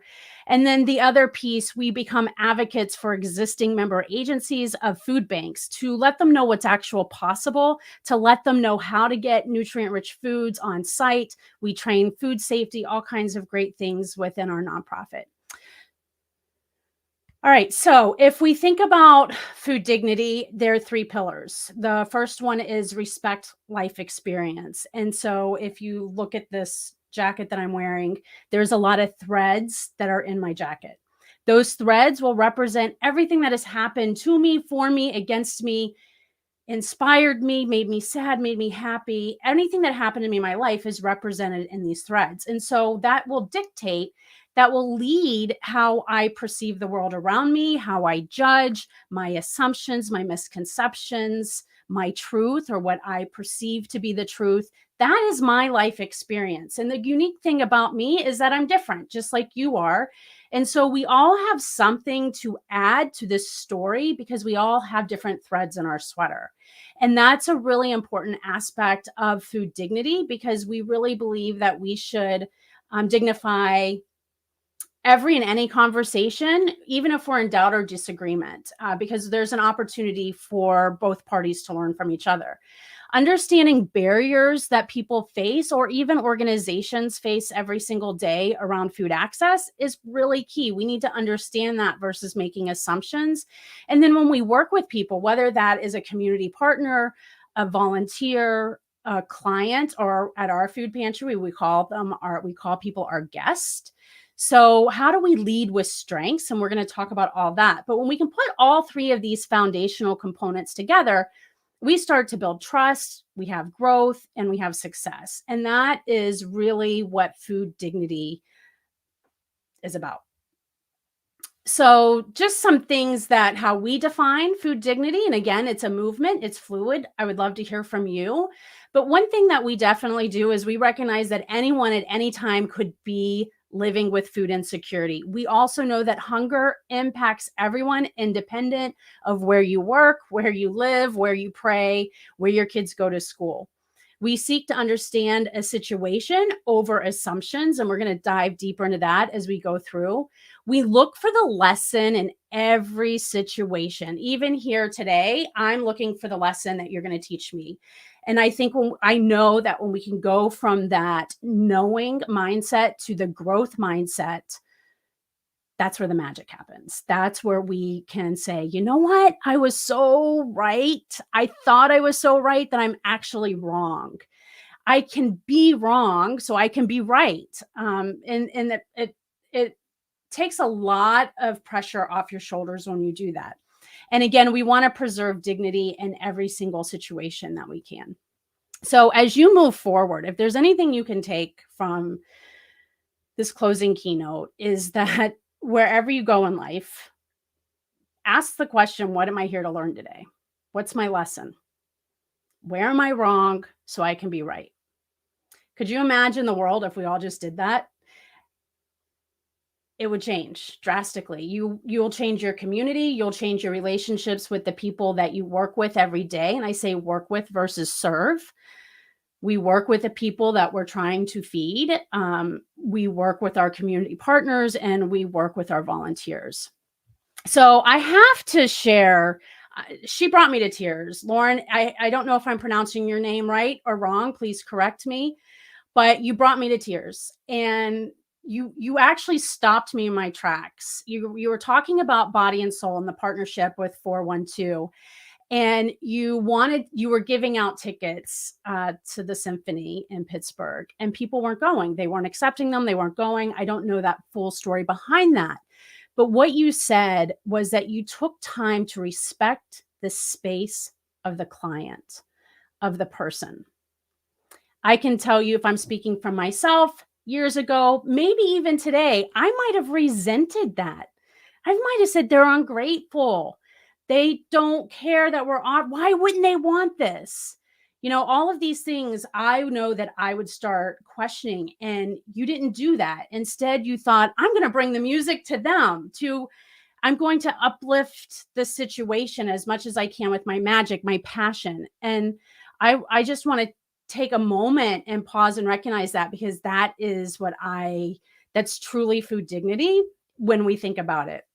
The other two things that you said was that you started small. You didn't try to engage your entire building. You just started with a couple people, and now you have your entire building engaged. And sometimes I think that's a lesson we can all learn. Sometimes we want to go big, all or nothing, or go home, right? And so when we can start small and someone hears what we're doing and they get excited and they want to be more invested, that is, again, that's where the magic happens, and that's where we start to create change. The other thing that you said is that when people experience the situation, that gets their buy-in. And I want to add on to that. When people experience a different situation than what their threads of their sweater has, a different experience than their life experience, that is going to change perceptions and misconceptions. So the bottom line is that no matter what work we all do, everything comes back to the fact that everyone needs to eat. Food is a connector. It is community, it's love, it's passion, it's fun, it's nourishment, it's stressful, it's scary. And unfortunately, there's also a lot of stigma around food in general on many levels. And we're going to talk about that. So as we go through this closing keynote, I want you to think about who your target audience is, because I know we come from all different backgrounds. You might be thinking, if you're someone in leadership, maybe you want to level up, talk to elected official. Maybe you want to level up and talk to your boss. Maybe you want to talk to your employees or your staff. Maybe you're someone thinking, I have a community partner that I want to connect with. Or maybe it's the client. Maybe you're focused more on the participant, your guest, your neighbor, your community that you're feeding. But I want you to think of one person in particular as we go through this, and let that person be a little challenging. Okay. Someone who you might have assumptions about, misconceptions about. You don't need to tell us who it is, and you don't need to tell us why. That's an internal thing. But I want you to really think about that as we go through that person, as we go through this presentation. So the first thing I'm going to talk about is how do we respect life experiences? And you might be thinking, Clancy, who are you to be talking about this, right? Who are you? Well, first I'm going to say I'm a food elitist, I'm a food snob, and I'm super judgy. All right. I'm calling myself out. And what I did for many years as a registered dietitian, I projected my life experience onto other people. I made a lot of assumptions. I had a lot of judgments, and I accepted misconceptions as the truth. And you're probably thinking, well, what did you do? How did you do that? And one thing that I did was, as a dietitian working with, I'm just going to go back to the slide.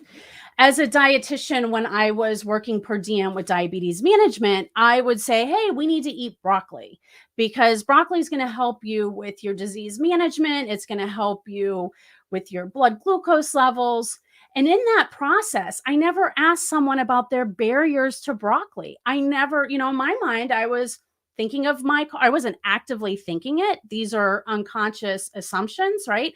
But I was thinking, okay, my car, I drive to a grocery store. When I get to the grocery store, my grocery store has all kinds of broccoli, right? We have broccolini, we have regular broccoli. We sometimes have like all kinds of purple cauliflower and all great things, right? The happier the egg, the happier the chicken, the healthier the egg. All these things was what I was thinking, right? And then when they went to the grocery store checkout, they could pay for the food that we talked about, because they could, we talked about meal planning and budgeting and all that great stuff. Now, when they get home, I made the assumption they had a cutting board, that they had a pot, that they had working utilities, a working stove, teeth to chew the broccoli, non-arthritic hands where they can cut up the broccoli, right? All these assumptions that I did as a registered dietitian. And then it was, I'm going to say a little bit over a decade ago, I started running a large food pantry. And I remember sitting in my husband's church, and the minister said, we need a food pantry president. I thought, this is great. I love to help people. I'm a dietitian. I was a food service director in the school systems for Aramark. I know how to get food. I know how to give food. And then I went home and I started thinking, and I thought, oh, wow, this is like a volunteer job, 20 hours a week. I was never in a food pantry before, but in my mind, I was thinking, I'm going to see people who, and I don't want to upset anyone. I don't want to trigger anyone. These are my misconceptions. This is my truth that I'm disclosing. And if we're going to stop misconceptions, we need to acknowledge them and own them. So I thought to myself, people shouldn't be on welfare. They shouldn't be coming to a food pantry to use the system. Maybe they should be educated. Maybe they should be looking for a job. And even worse, I thought that I would see people actively using drugs and alcohol. Now, keep in mind, this is coming from my lived experience, right? And this is coming from the fact that I have generational poverty of drug and alcoholism in my family in North Carolina, and I was associating that with the food pantry. Now, the good voice started speaking, and guess what? I decided to jump in. I said, if I'm here to help one person, I did my job. That's all I need to do. Go home, and that's it. No judging, Clancy. And so I started working, and as soon as I got there, I was like, wow, where have I been wrong? Where did all of those thoughts come from? I never saw my uncle Hank, my uncle David, my aunt Betty. I never saw my cousins. What I did see was a man looking for a job wearing a suit coming in, and here when he came in, I thought he was going to give me a check because of what he looked like, what he was wearing. And in fact, he said, I've been looking for a job. I have 3 kids. I can't go home empty-handed. I need food. I need to take food home for my children. Now, 6 months later, he did get a job. He moved out of our little community in northeastern Pennsylvania, and he sent a check. We got that check, and he said, you helped me during a very difficult time. You saved me. Thank you. Now, this list is not an inclusive list. This is just what I saw and where I had my aha moments. And I have to really point out the veterans, because we were just talking about veterans in the last session. And I can tell you, when we went through a drive-through operation, so we went from 150 people that we served at every distribution pre-COVID to nearly, we hit 2,600 people at every distribution, but we hovered around 2,000. And I can tell you that 1 in 4 cars was a Vietnam vet because they had a sticker or a hat. And when I started looking around and I started looking at my own misconceptions, I had to dive deeper into what does that mean and where is this pervasive in our society? Who else has these beliefs and who else puts certain foods on pedestal and create fear and shame around others? The truth is that the people that we're working with every single day are making decisions. And I think we all know this, but it's really important also. I want to share a story. You see a $5 bill and 3 ones. And what would happen through the drive-through, people would make a donation, $1, $5, $10, $20. Now, when you got into the $20 donations, those were usually healthcare professionals that would pick up and deliver for their patients. But when I ran out of the chicken or the milk, I would say, here's $10. We ran out of this. Please go buy whatever you want. And it came down at one day to $8. And of course, it was like the dirtiest of the money with the wrinkles and all that kind of stuff. And I said, I can't give $8 to this person. It's going to be embarrassing. It's not even pretty money. It's not crisp. It's not, straight, clean. And that good voice that brought me to the food pantry said, it's not your place to judge. Just give her the money and walk away. It's that easy, Clancy. Just give her the money. So I gave her the money and she started crying. And she said, everyone in our house lost their job except my son. We used our last drop of gas to get to the food pantry, to get to you, because we need to eat. You just gave us gas money. We didn't know what we were going to do. So here I was again, projecting, judging what $8 meant to me onto someone else. And we really need to take a step back and find in those moments where we're all judgy. We really are. I think it's, but I'm going to keep pointing the fingers at me. And that's why I call myself judgy. But when we can take a step back and realize when we're in that moment and say, can I have a different perspective? Can I think about this differently? How do I put myself in a different situation so I can learn and grow? How do I see where I'm wrong so I can be right? And my question to you is, how do you define hunger? For me, I've defined hunger. I'm a product of the 80s. So I grew up watching TV, and it was, this PSAs, Save the Starving Children of Africa, third world countries. You would see swollen bellies, sunken eyes, skinny limbs. And to me, that was hunger. That was starvation. Now, if I think about what my definition was when I worked for Airmark in school meals, I was so busy doing my job, I didn't even see hunger because I was trying to survive my job. I was working, trying to get meals out and give meal, right? Like get food, give food. And I was in that rut that so many people find themselves in, where we might not see the full picture. if we think about, and I know you all know this, I know I'm talking to Hunger Heroes, but I want to give this in terms that you can help spread the definition. Because the one thing I've learned as a speaker is even when I'm on national WIC stages, when I'm doing SNAP education, people don't fully understand the scope of hunger because many people share my same definition, right? They might have assumptions or misconceptions that it's generational poverty, inner city, or the thought processes that I have. And those, does it happen? Yes. Is it misconceptions? Is it the correct way of thinking about hunger? No, it's not necessarily. So when we think about hunger, we have 4 definitions according to our government. High means high food security. Everyone in the household has access to food for a healthy and active lifestyle. Great.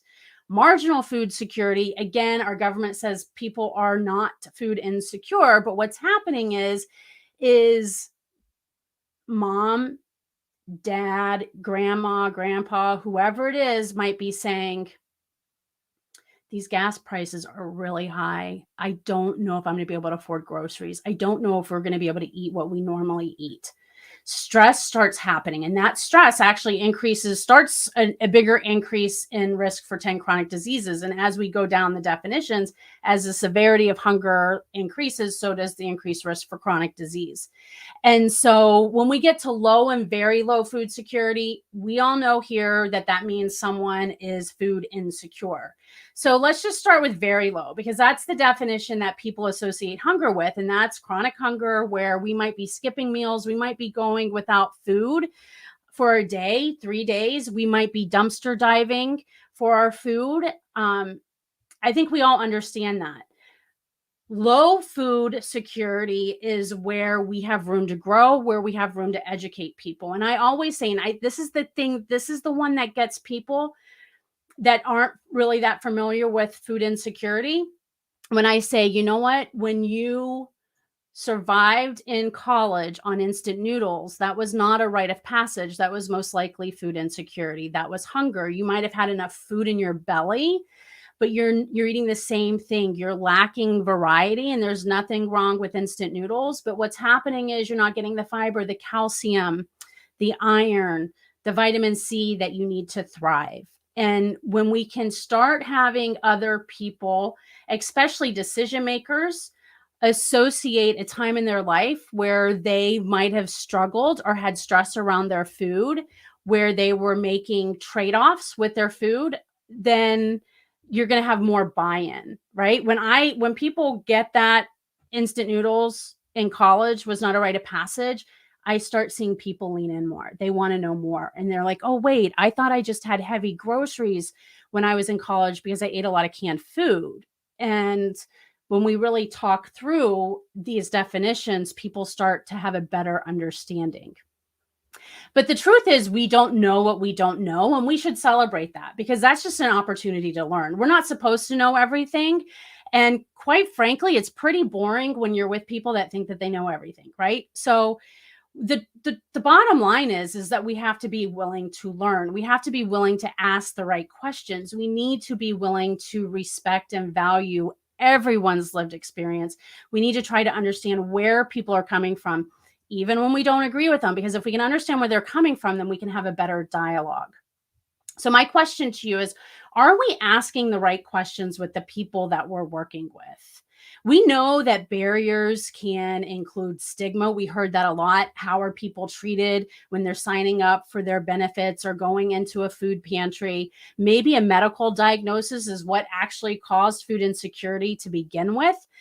Transportation, the location of the store, types of store, the cost of food right now, cooking equipment, cooking skill, technology, all of these things I think we're aware of. I just want you to start thinking deeper in what barriers are and when do we cause barriers.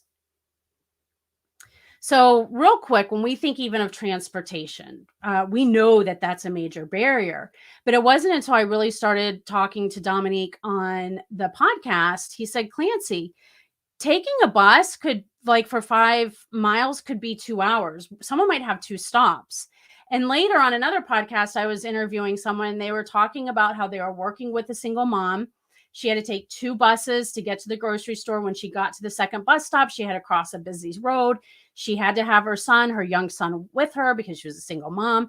When she went into the grocery store, her number one criteria was to make sure the food was lightweight. So she's doing instant noodles and chips. And this is where the other dietitian was getting a little frustrated because she wasn't using her SNAP allocation 100%. And it was always the same thing. And when the mom's like, first, my son's safety is number one. And then when I get on the bus, I can only put what I can carry on my lap or my son's lap. I'm lucky if I have overhead space or underneath the seat space. I can't take up other seats. So when someone's taking the bus to either get to a food pantry, to get to an appointment, to go to a grocery store, there could be a lot of planning. It's not just taking a bus where you have access to your car, your convenience, and putting food into the trunk of your car. And I think we need to understand that a little bit more. Another thing that I keep running into is soda consumption. And, as a dietitian, it's very easy for me to say milk, water, why soda? No soda. Soda's bad for you, right? I could keep going around in that circle. A lot of us do it. But when I find out the why behind, when I'm asking the right questions and I find out the why behind soda, time and time again, people have told me the carbonation and the sugar in the soda gives them a feeling of fullness so they could put their child to bed with a full belly. Now, as an educator, and a dietitian, I could never compete with that, right? Milk and water is never going to compete with that. And it's not until we can find out the why and have better conversations and build that trust that we can truly help find the solution with the person, starting at what success looks like with them. And when we're asking the right questions, we always need to be prepared to hear and be accountable for what they're telling us. And I want to share another story with you. One of our community partners is our local VOTEC school. And we did, there was 300 students. We did 10 case studies all day there. And our goal was to set up a food pantry on site. And I'm going to tell you how we did that in a little bit. But for this picture and what I'm talking about, we did create trust. They wanted a food pantry. But when it came time to fill out the self-declaration of need, which is if you're working with any Feeding America food bank, there's a declaration of need, name, address, income level. And it's really put in a drawer. No one really looks at it unless you're getting audited. And my experience is they look at the top one and it goes back in that drawer. So there's no verification process with this. But when these students, now high school age students, they said we would never sign this. And they said, we are afraid that it will alert the officials that there's no food in our house. And then that would be a form of abuse and we will be taken away from children and youth. I'm used to saying this story, so I kind of want to pause. I know I've given a lot of heavy stories, but this one was one that I had to be accountable for. And not that I'm accountable to all of the stories that I'm told, but this one knocked me to my knees for 2 weeks. Literally knocked me. This is a barrier that we're creating through red tape within our government. And right now we are partnering with an independent food bank where they don't have to fill out that form because our number one goal is to get these students fed, right? The other thing that I recently learned, I was interviewing, I might be doing a work with the gentleman from Penn State, his capstone, he's LGBTQ, and he wants to connect that with hunger and do some research on that.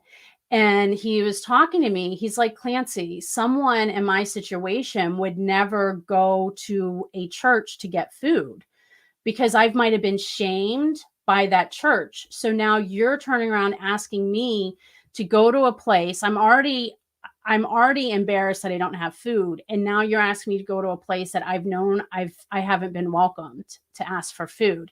And so when we talk about this, we need to really try to understand, and I'm going to say try to understand and recognize the symptoms of any inequality in every moment. Because could I put 2 and 2 together? Sure. I could have said church probably might turn away a certain population. But I never did that. I never considered an actual brick and mortar, just a building, to be stigmatizing to certain people or different populations. And I think that that's something that we need to really pay attention to. Does our building create that type of barrier where people might not feel uncomfortable? Or might not feel comfortable. So I keep talking about questions. Are we asking the right questions? We have free resources on food dignity. If you actually go to our website, get involved, click down, you'll see resources. We have a toolkit that has a barrier question bank. So I work with dietetic interns all the time. They get this bank. They pick out 3 to 5 questions, and we're constantly surveying our populations.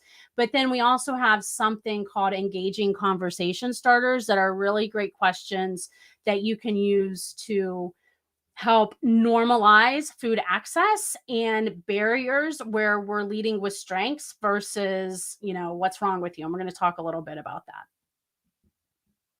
So I want you to meet Maria. Maria was one of the women from the Women's with Children's program at Misericordia. If you don't know anything about that amazing program, women, single moms go to school at Misericordia 4 years. They get housing 365 days a year, so they never have to leave like normal college students.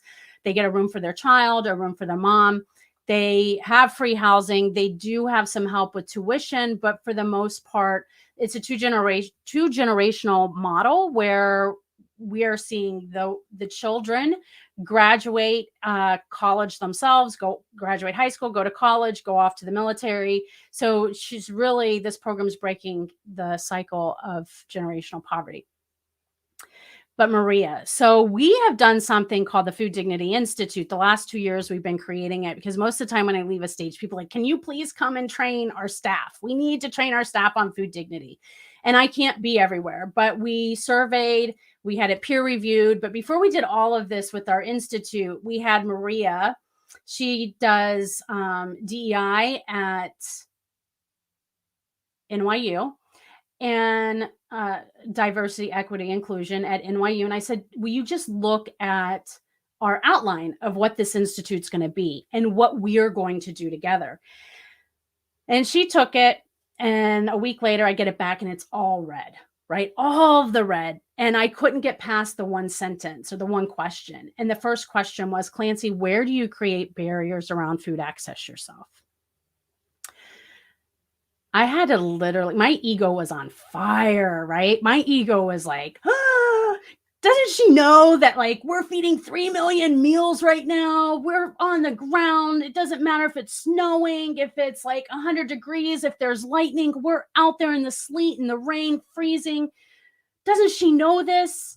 She knows me. I worked with her for years, right? So my ego back and forth. I literally had to put it down, walk away, put it down, digest it. It was this back and forth thing for 2 weeks.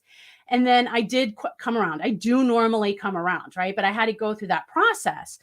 And I was like, wow, she's right. She is so right. I create barriers all the time. First of all, our food pantry had limited hours of operation. I think we're all familiar with that story. And I can give you a million reasons why. I'm not going to get into that now, but I can give you a million reasons why. She also pointed out that we fought classism versus food justice. And I had to get into more of what does that mean? What do you mean? And she's like, look around you, Clancy. Everyone looks like you. She's like, the people you partner with have the same threads in your sweater for the most part, right? Their parents, our kids go to school together. It was easy to go to Pack Pediatrics and say, hey, let's collaborate, right? They're like, yeah, sure, no problem. That was an easy win-win. What would have been harder if I went somewhere else that does not share to a community, a population, a church, a school, a nonprofit that does not share many of the threads on my sweater? And that's where we get hung up, because it's very easy to have a community partner that we talk to all the time. But that doesn't fight justice. That doesn't fight injustice, right? That fights classism. So what we were doing was serving a primarily white community, white volunteers serving white community, and that's helping white move up in their class through food access, right? So they could pay their bills, we're saving them money, whatever that means. But that's how she explained it to me. And I was like, yep, okay, I get that. I agree. And then projecting food philosophy. I mean, just assuming that by telling someone to eat broccoli as a dietitian, I already told you all the assumptions that went in that. One of my last assumptions I did, I'm sure you're all familiar with the produce to farm boxes. And so that was during COVID, and we're handing them out, and a gentleman on his motorized wheelchair, Vietnam vet, missing a leg, know him for many years, feeding him through the food pantry. And he comes up and he's like, Clancy, I can't eat the butternut squash, the potatoes, the cabbage. And I was like, okay, I can take that, but let's get, and he said, I'm homeless. I only have a microwave. Okay, let's get you can keep the apples, and let's go through the food pantry together. Let's find something that you can cook in your microwave. He's like, Clancy, I can't eat the apples. He's like, I don't have teeth. What did you do with my applesauce? I'm like, here I go again, right? And I'm not trying to be hard. Like, I'm on myself. It's just, where do we create these barriers when we're trying to do good, right? And unless we have, I did not include him in the decision making. His voice was not at the table. The more people that we're working with and their voices at the table, we're going to understand barriers that we never even considered existing. That's not even in the research, right? I showed you what was in the research. But where are we creating barriers? And I'm going to ask the same question to you. You can put them in the chat. You can write them down. You don't have to answer it at all. I know it's a heavy question, but I would love for you to just start thinking about it. Just start paying attention to everything that you're doing. And is this actually creating a barrier, even though it's helping? How do you start identifying that? And we really need to try to get rid of the shame and stigma. We heard dignity a lot.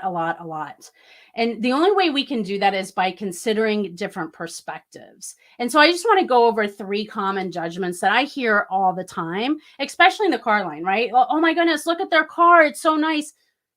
They don't need the food. Suddenly people get mad. They're resentful. Why are they here? They don't need the food. And so we take a step back and we're like, okay, let's think of a different perspective.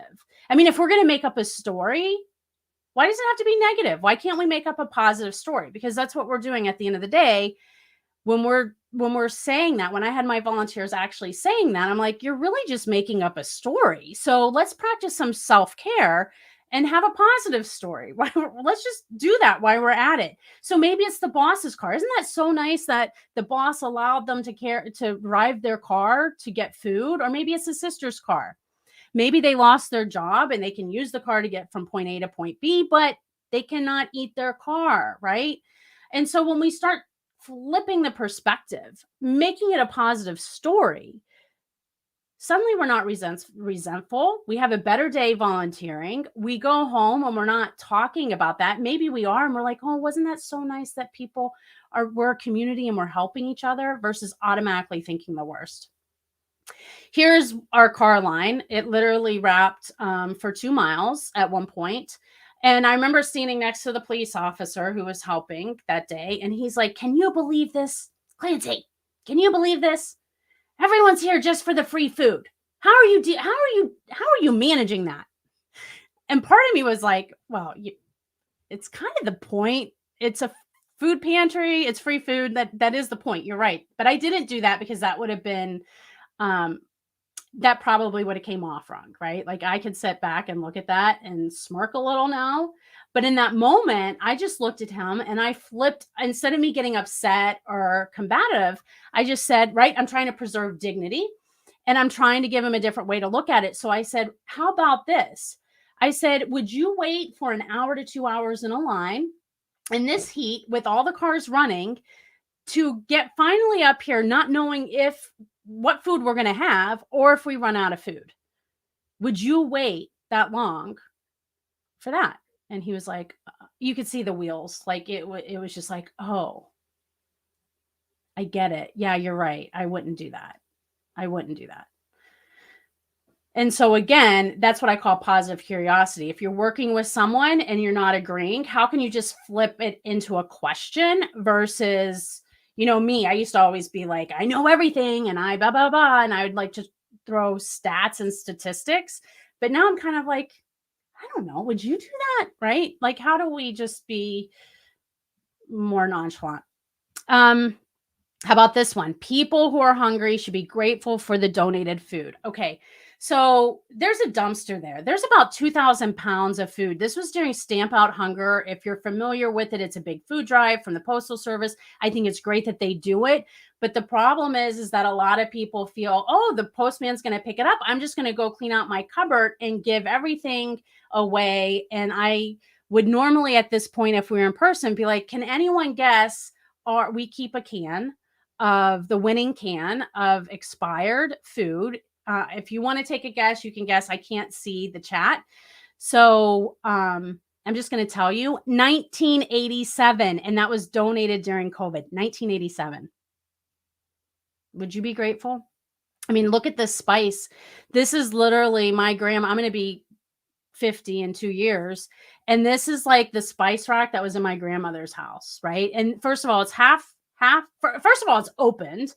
The label is taped on and it's half full. Would you be grateful for that? Right. And so how do we really start making sure that people, one, understand the true scope of the definition of hunger, but also that food, we're a community and we should be taking care of ourselves, because everyone at the end of the day is impacted by hunger and food insecurity. So how do we lead with strengths? If you have not heard of Leah's Pantry, I suggest you look them up, go Google them. They're doing great work with trauma-informed care. So what does that mean? We're shifting our questions. Instead of what's wrong with you? What happened to you? Instead, we're saying, what is right with you? What is working for you? What is successful for you? What are we celebrating? Where is your support? Where are your resources? And starting there with the person. And so I'm going to take us back to Votech. And in our community, Votech, and again, I'm going to go right for the jugular with the misconceptions. In our community, Votech students are on their last resort. They've been kicked out of public school. I'm not saying this is true. These are the rumors. These are the misconceptions. Been kicked out of public school. Maybe they're the bad students. They're the ones out going and getting in trouble. You name it. This is what everyone's saying in our community, or that's the stigma that they're living with. So what we decided to do was, we are not going to walk in with those misconceptions. We actually wrote them down and we flipped it. We put words in there that were strengths. So this is actually an activity you could go back. Remember that person I'm asking you to think of, or you can go into where you work and say, all right, let's talk about the misconceptions. Let's call it out. And then let's replace it with a better word, right? Where we're leading with strengths, because again, we're making up stories. Let's make a positive story. And so what we did was we said, these students they're scholars. They're coming to school every single day. We know that Gen Z cares about the environment. So we're not going to talk about hunger. We're going to talk about food rescue. What would you do if I had a pallet of Kraft macaroni and cheese from Midwest Food Bank in Harrisburg, who just rescued this food, and I can bring this in? What would you do with that? That's all we had to say. And then the floodgates opened. Right? We know that they want to do their best. We know that they're compassionate. In fact, when we started talking about that, they're the ones that started talking about hunger. They started talking about dumpster diving. They started talking about that form. They talked about only having one meal at lunch, and that was it. They started talking about that. We know that they have ability. We know that everyone's creative. And we also know that everyone we know that probably the most majority sees injustice. Not only sees it, but feels it and lives it. And why do I put that as a positive thing? And I'm sure someone can correct me. But for me, we need to understand what that is so we can correct it.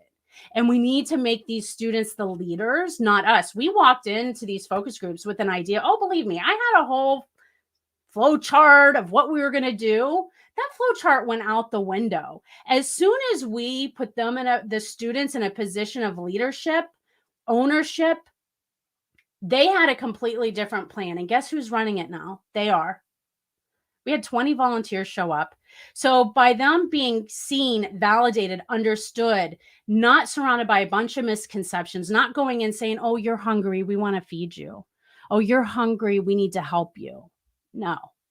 We said, what do you want to do with this pallet of food? And how can we make the community better? And then it just took off. That's how you create trust. And that's how you empower the people that we're working with. So my question to you is and I've heard this throughout, right? Who has a seat at your table? Who has a seat at your table? Is the people that you're working with, are they in leadership roles? And I love this one. Someone just said it today. How do you get people excited about the food that you're serving?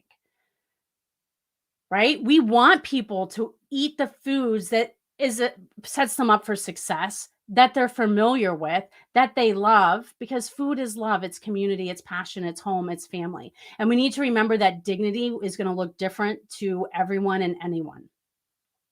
So we're going to talk about collaboration. When I look at collaboration, I look at this internal. And so that we talked a lot about that. I did hear in someone's presentation, how do we go from leading from ego to leading with service? And I thought, I love that. Just love it. Then we have person to person. So that might be your client, your boss, your coworker. And then we have community where we're reaching out. So that could be your stores, other food pantries, food banks, other nonprofits, pediatricians' office, universities, other nonprofits that are not food pantries, right? I think we need to really, if we want to work with veterans, I have learned that if we go to the American Legion and we go where veterans are hanging out, we're going to feed veterans there versus asking them to come to our food pantry. Now you have to keep in mind, we had a very good relationship with our veterans because we had a veteran who was a volunteer needing food himself, and he would promote what we were doing within his cohort. When we're working with other organizations or other people, we need to understand their hunger awareness, right? I can go to you, I can talk in this world, and I could probably say SNAP and WIC, food insecurity, and you know what I'm talking about. But if I'm talking to another organization that hunger is really impacting them, and we know that, but it's not in their values, it's not that they don't care about hunger, it's just that's not in their strategic plan or their strategic goals. And they're thinking hunger really doesn't impact me because I'm not SNAP, I'm not WIC, I'm not a food pantry, I'm not a food bank. We're probably not going to we're probably not even going to talk about hunger. And I would say, don't even talk about hunger or food rescue. Sometimes we have to put our darlings, like what's really important to us, aside and really evaluate what's working for other people. What are their values? And so we heard this a lot today, values-based approach. Okay. What is this really about? For you, it's about food rescue. It's about hunger. For someone else, it's not about that. Right? It's kind of like, why talk about it? What you need to understand, do your homework. I've heard this so many times today. How do we understand our partners' goals and outcomes? When I went to Victims Resource Center, they were like, they did not want to work with our nonprofit. They were like, we are overworked, we are underpaid, and now you want us to have a food pantry on site?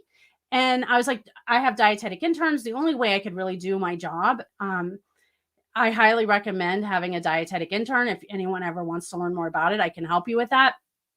I was like, you don't have to do anything. Our interns will do it. And at first they were like, okay, we just want a bag of oranges. In my head, I'm like, oh, what are we going to give one person an orange? Like, are we going to give one person an orange wedge? Like, how is this going to work? But you know, my experience, I'm always like, you do you, I do me. I'll bring you the bag of orange. A month to 2 months later, this organization was like, we need refrigeration. We need to be a member agency of our local food bank. We're surveying our population, and they're saying the most helpful thing is the fact that we gave them food. It wasn't our trauma services. It was the food. And so now they know that they improve their outcomes. They improve their participation because of food access. But if I walked in saying that, I don't know if they would have gotten it right then and there, right? So we need to really understand how can we connect what we do with their outcomes? How do we make them great? So many times we go into meetings on like, what can you do for me? My charge to you is, how do you make other people great with the work that you're doing? But you need to know their darlings, right? You need to know what ticks, what gets their heart ticking, and what's going to make them look like superheroes with their job. So just some communication strategies. Like if I was working at a university, I know retention rates, super important. They want student success. They don't want students going to other colleges, right? So by giving food access on site, we're going to help with those retention rates. We're going to help students study and do a great job. So you can look at healthcare, you can look at corporations. Obviously, corporations, there's a potential tax write-off for working with you. There's, depending on the corporation, if it's a retail, we've heard that today. But in general, we're going to lower utilization rates for their healthcare costs if we're giving fresh, delicious food that people want to eat. Brand loyalty, employee morale, all of these things we need to understand what's going to get someone to lean forward. Because I've had so many doors shut in my face by speaking about what's important to me. It's really what works for them and what they need. Another thing that I can spend like a half a day when we're doing strategic think tanks and high level trainings with corporations, and nonprofits. But real fast here, if you look at this chart, you'll see in the top right corner, high influence, high interest. So if you think about your community partners, your stakeholders, you want to write them all down. Like, who's your stakeholder? Who's working for you? And we could put a lot of people probably in our high influence and high interest, and we kind of let them sit there. And we then tend to go over to who has a high influence and a low interest. And we can spin our wheels in this quadrant with our partners, with our stakeholders that live here. But if there's no interest, they can have all the influence in the world. But if they have no interest, you're just going to keep spinning your wheels, right? You're going to be there trying to get them to work. But if you're concentrating on your low-hanging fruit, if you're concentrating on the people that have high influence and high interest, the people with the low interest will be like, what are they doing? Maybe I should be interested. Maybe I might, call one of their partners and see what's going on, because they're getting all this media, they're getting all this attention. So pay attention to that. Write down who your stakeholders are, who are your community partners, and put them in here and see where they fit and who are you spending the most time influencing or trying to influence. So real quick, I would love to have some time for questions. I know we have 9 minutes. I just want to go through some best practices that I heard. Food safety, serve safe certificate. You need to be able to tell people you have a process in place. You provide structure. What does that mean? Who do they report to? What's the chain of command? Your introductory level should have this plan and let them know that you know food safety. Best community partners, it takes time. Nothing's going to happen immediately. You need a process in place. You need to be able to explain your goals, but again, go back and relate that to the mission. Be a partner. I love the last thing in the last session. Be able to say no, right? People respect the word no. And if it's, a situation where it's not going to work and you're just going to be spinning your wheels, like, we need to be able to voice that, because that's going to make you a good community partner.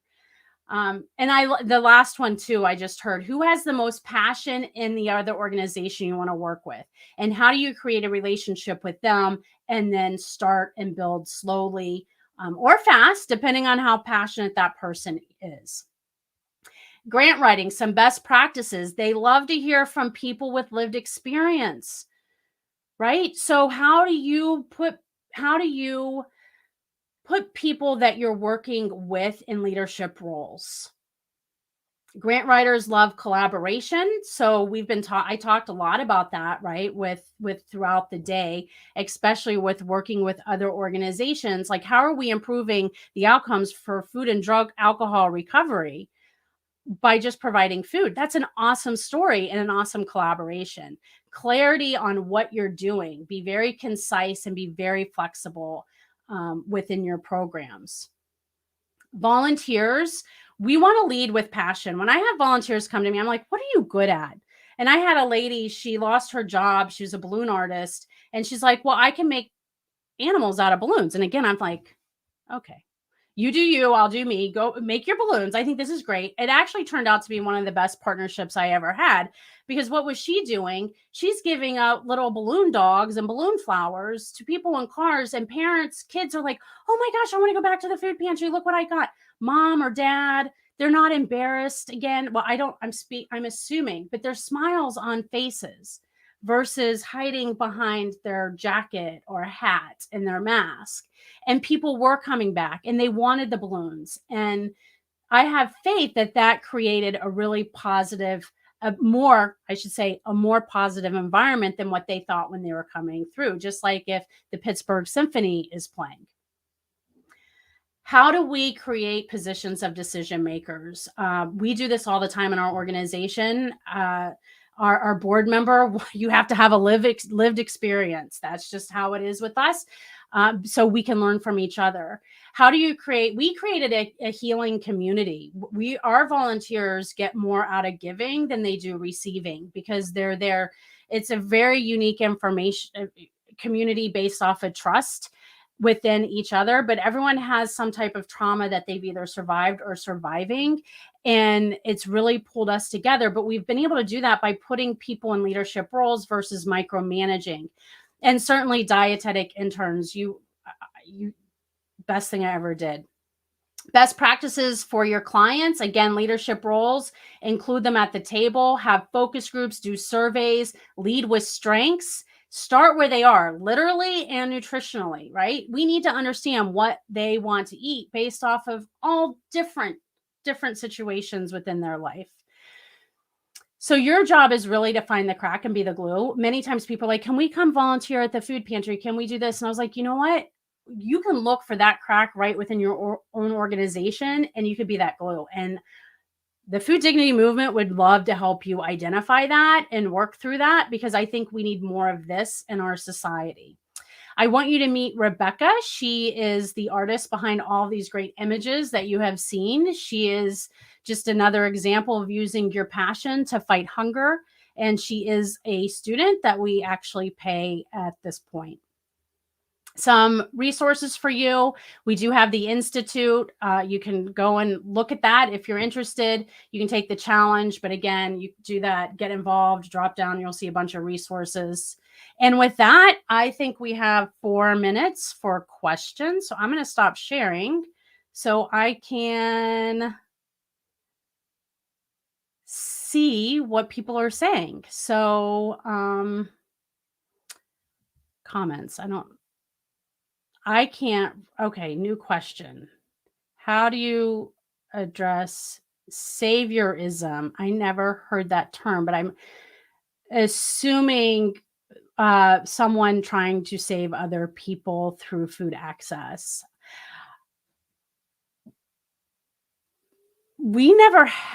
I don't think we had that. And I feel like I'm totally not, I think because let me take a step back. Pre-COVID, I'm going to be completely transparent. Pre-COVID, when it was mostly people in the church, I was constantly saying this is not a golden ticket to heaven. I said that so many times. So back in that day, pre-COVID, there was a lot. There was one of the most judgmental places I've ever volunteered at, unfortunately. And this was my experience in our church.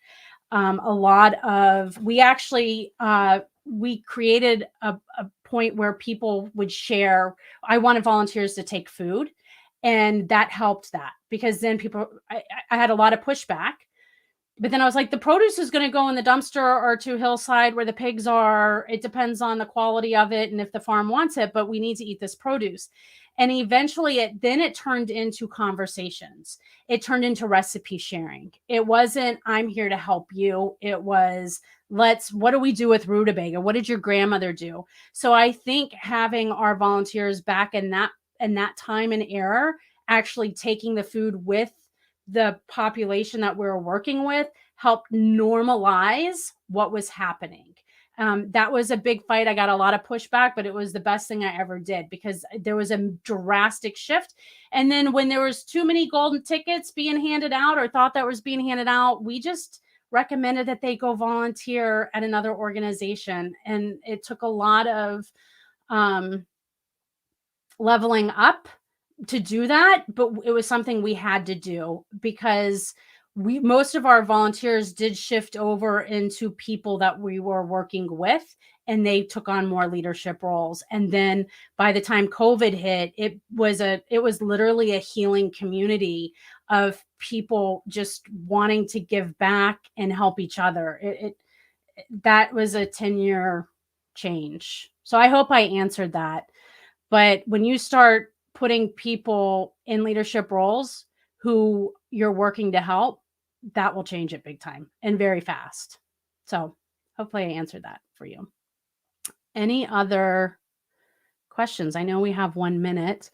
My email is clancy@clancyharrison.com if you do want to reach out with any other questions, or if you want to talk about, I don't know, just how to create food dignity or get other people involved in your movement. So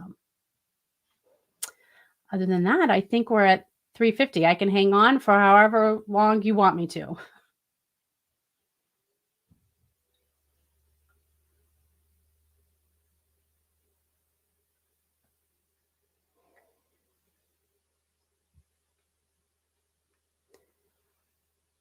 I don't know if anyone's trying to talk to me.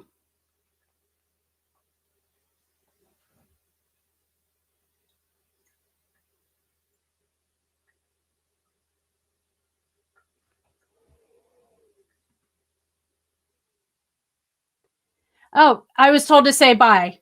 Bye. Thank you. It's been an honor. Have a good one.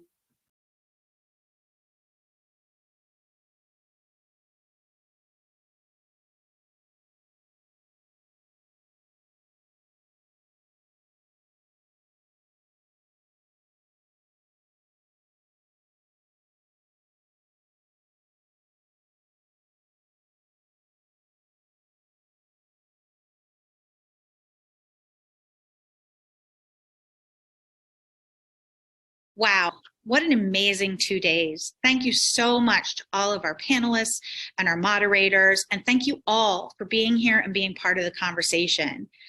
Do you feel inspired? Do you feel changed? Are there exciting ideas floating around in your head on what to do next? We hope so. I hope that you've all heard things that inspired you, gave you information to help you, and hope that you found practical solutions to some common food rescue issues. We leave here today with an opportunity to understand that we are part of something really big, to collaborate and transform, not just our local food systems, but the global food system. We have the opportunity together to make a real impact, to change lives and transform food systems. Food rescue brings us together, the activists, the organizers, nonprofit professionals, volunteers, neighbors, communities, and businesses from retail giants to corner coffee shops. Let's grow this movement together until we really do end food waste and create nutrition security and access for all. We are the revolution. All of us here, our volunteers, our food donors, our supporters, our nonprofit partners, we are food rescue.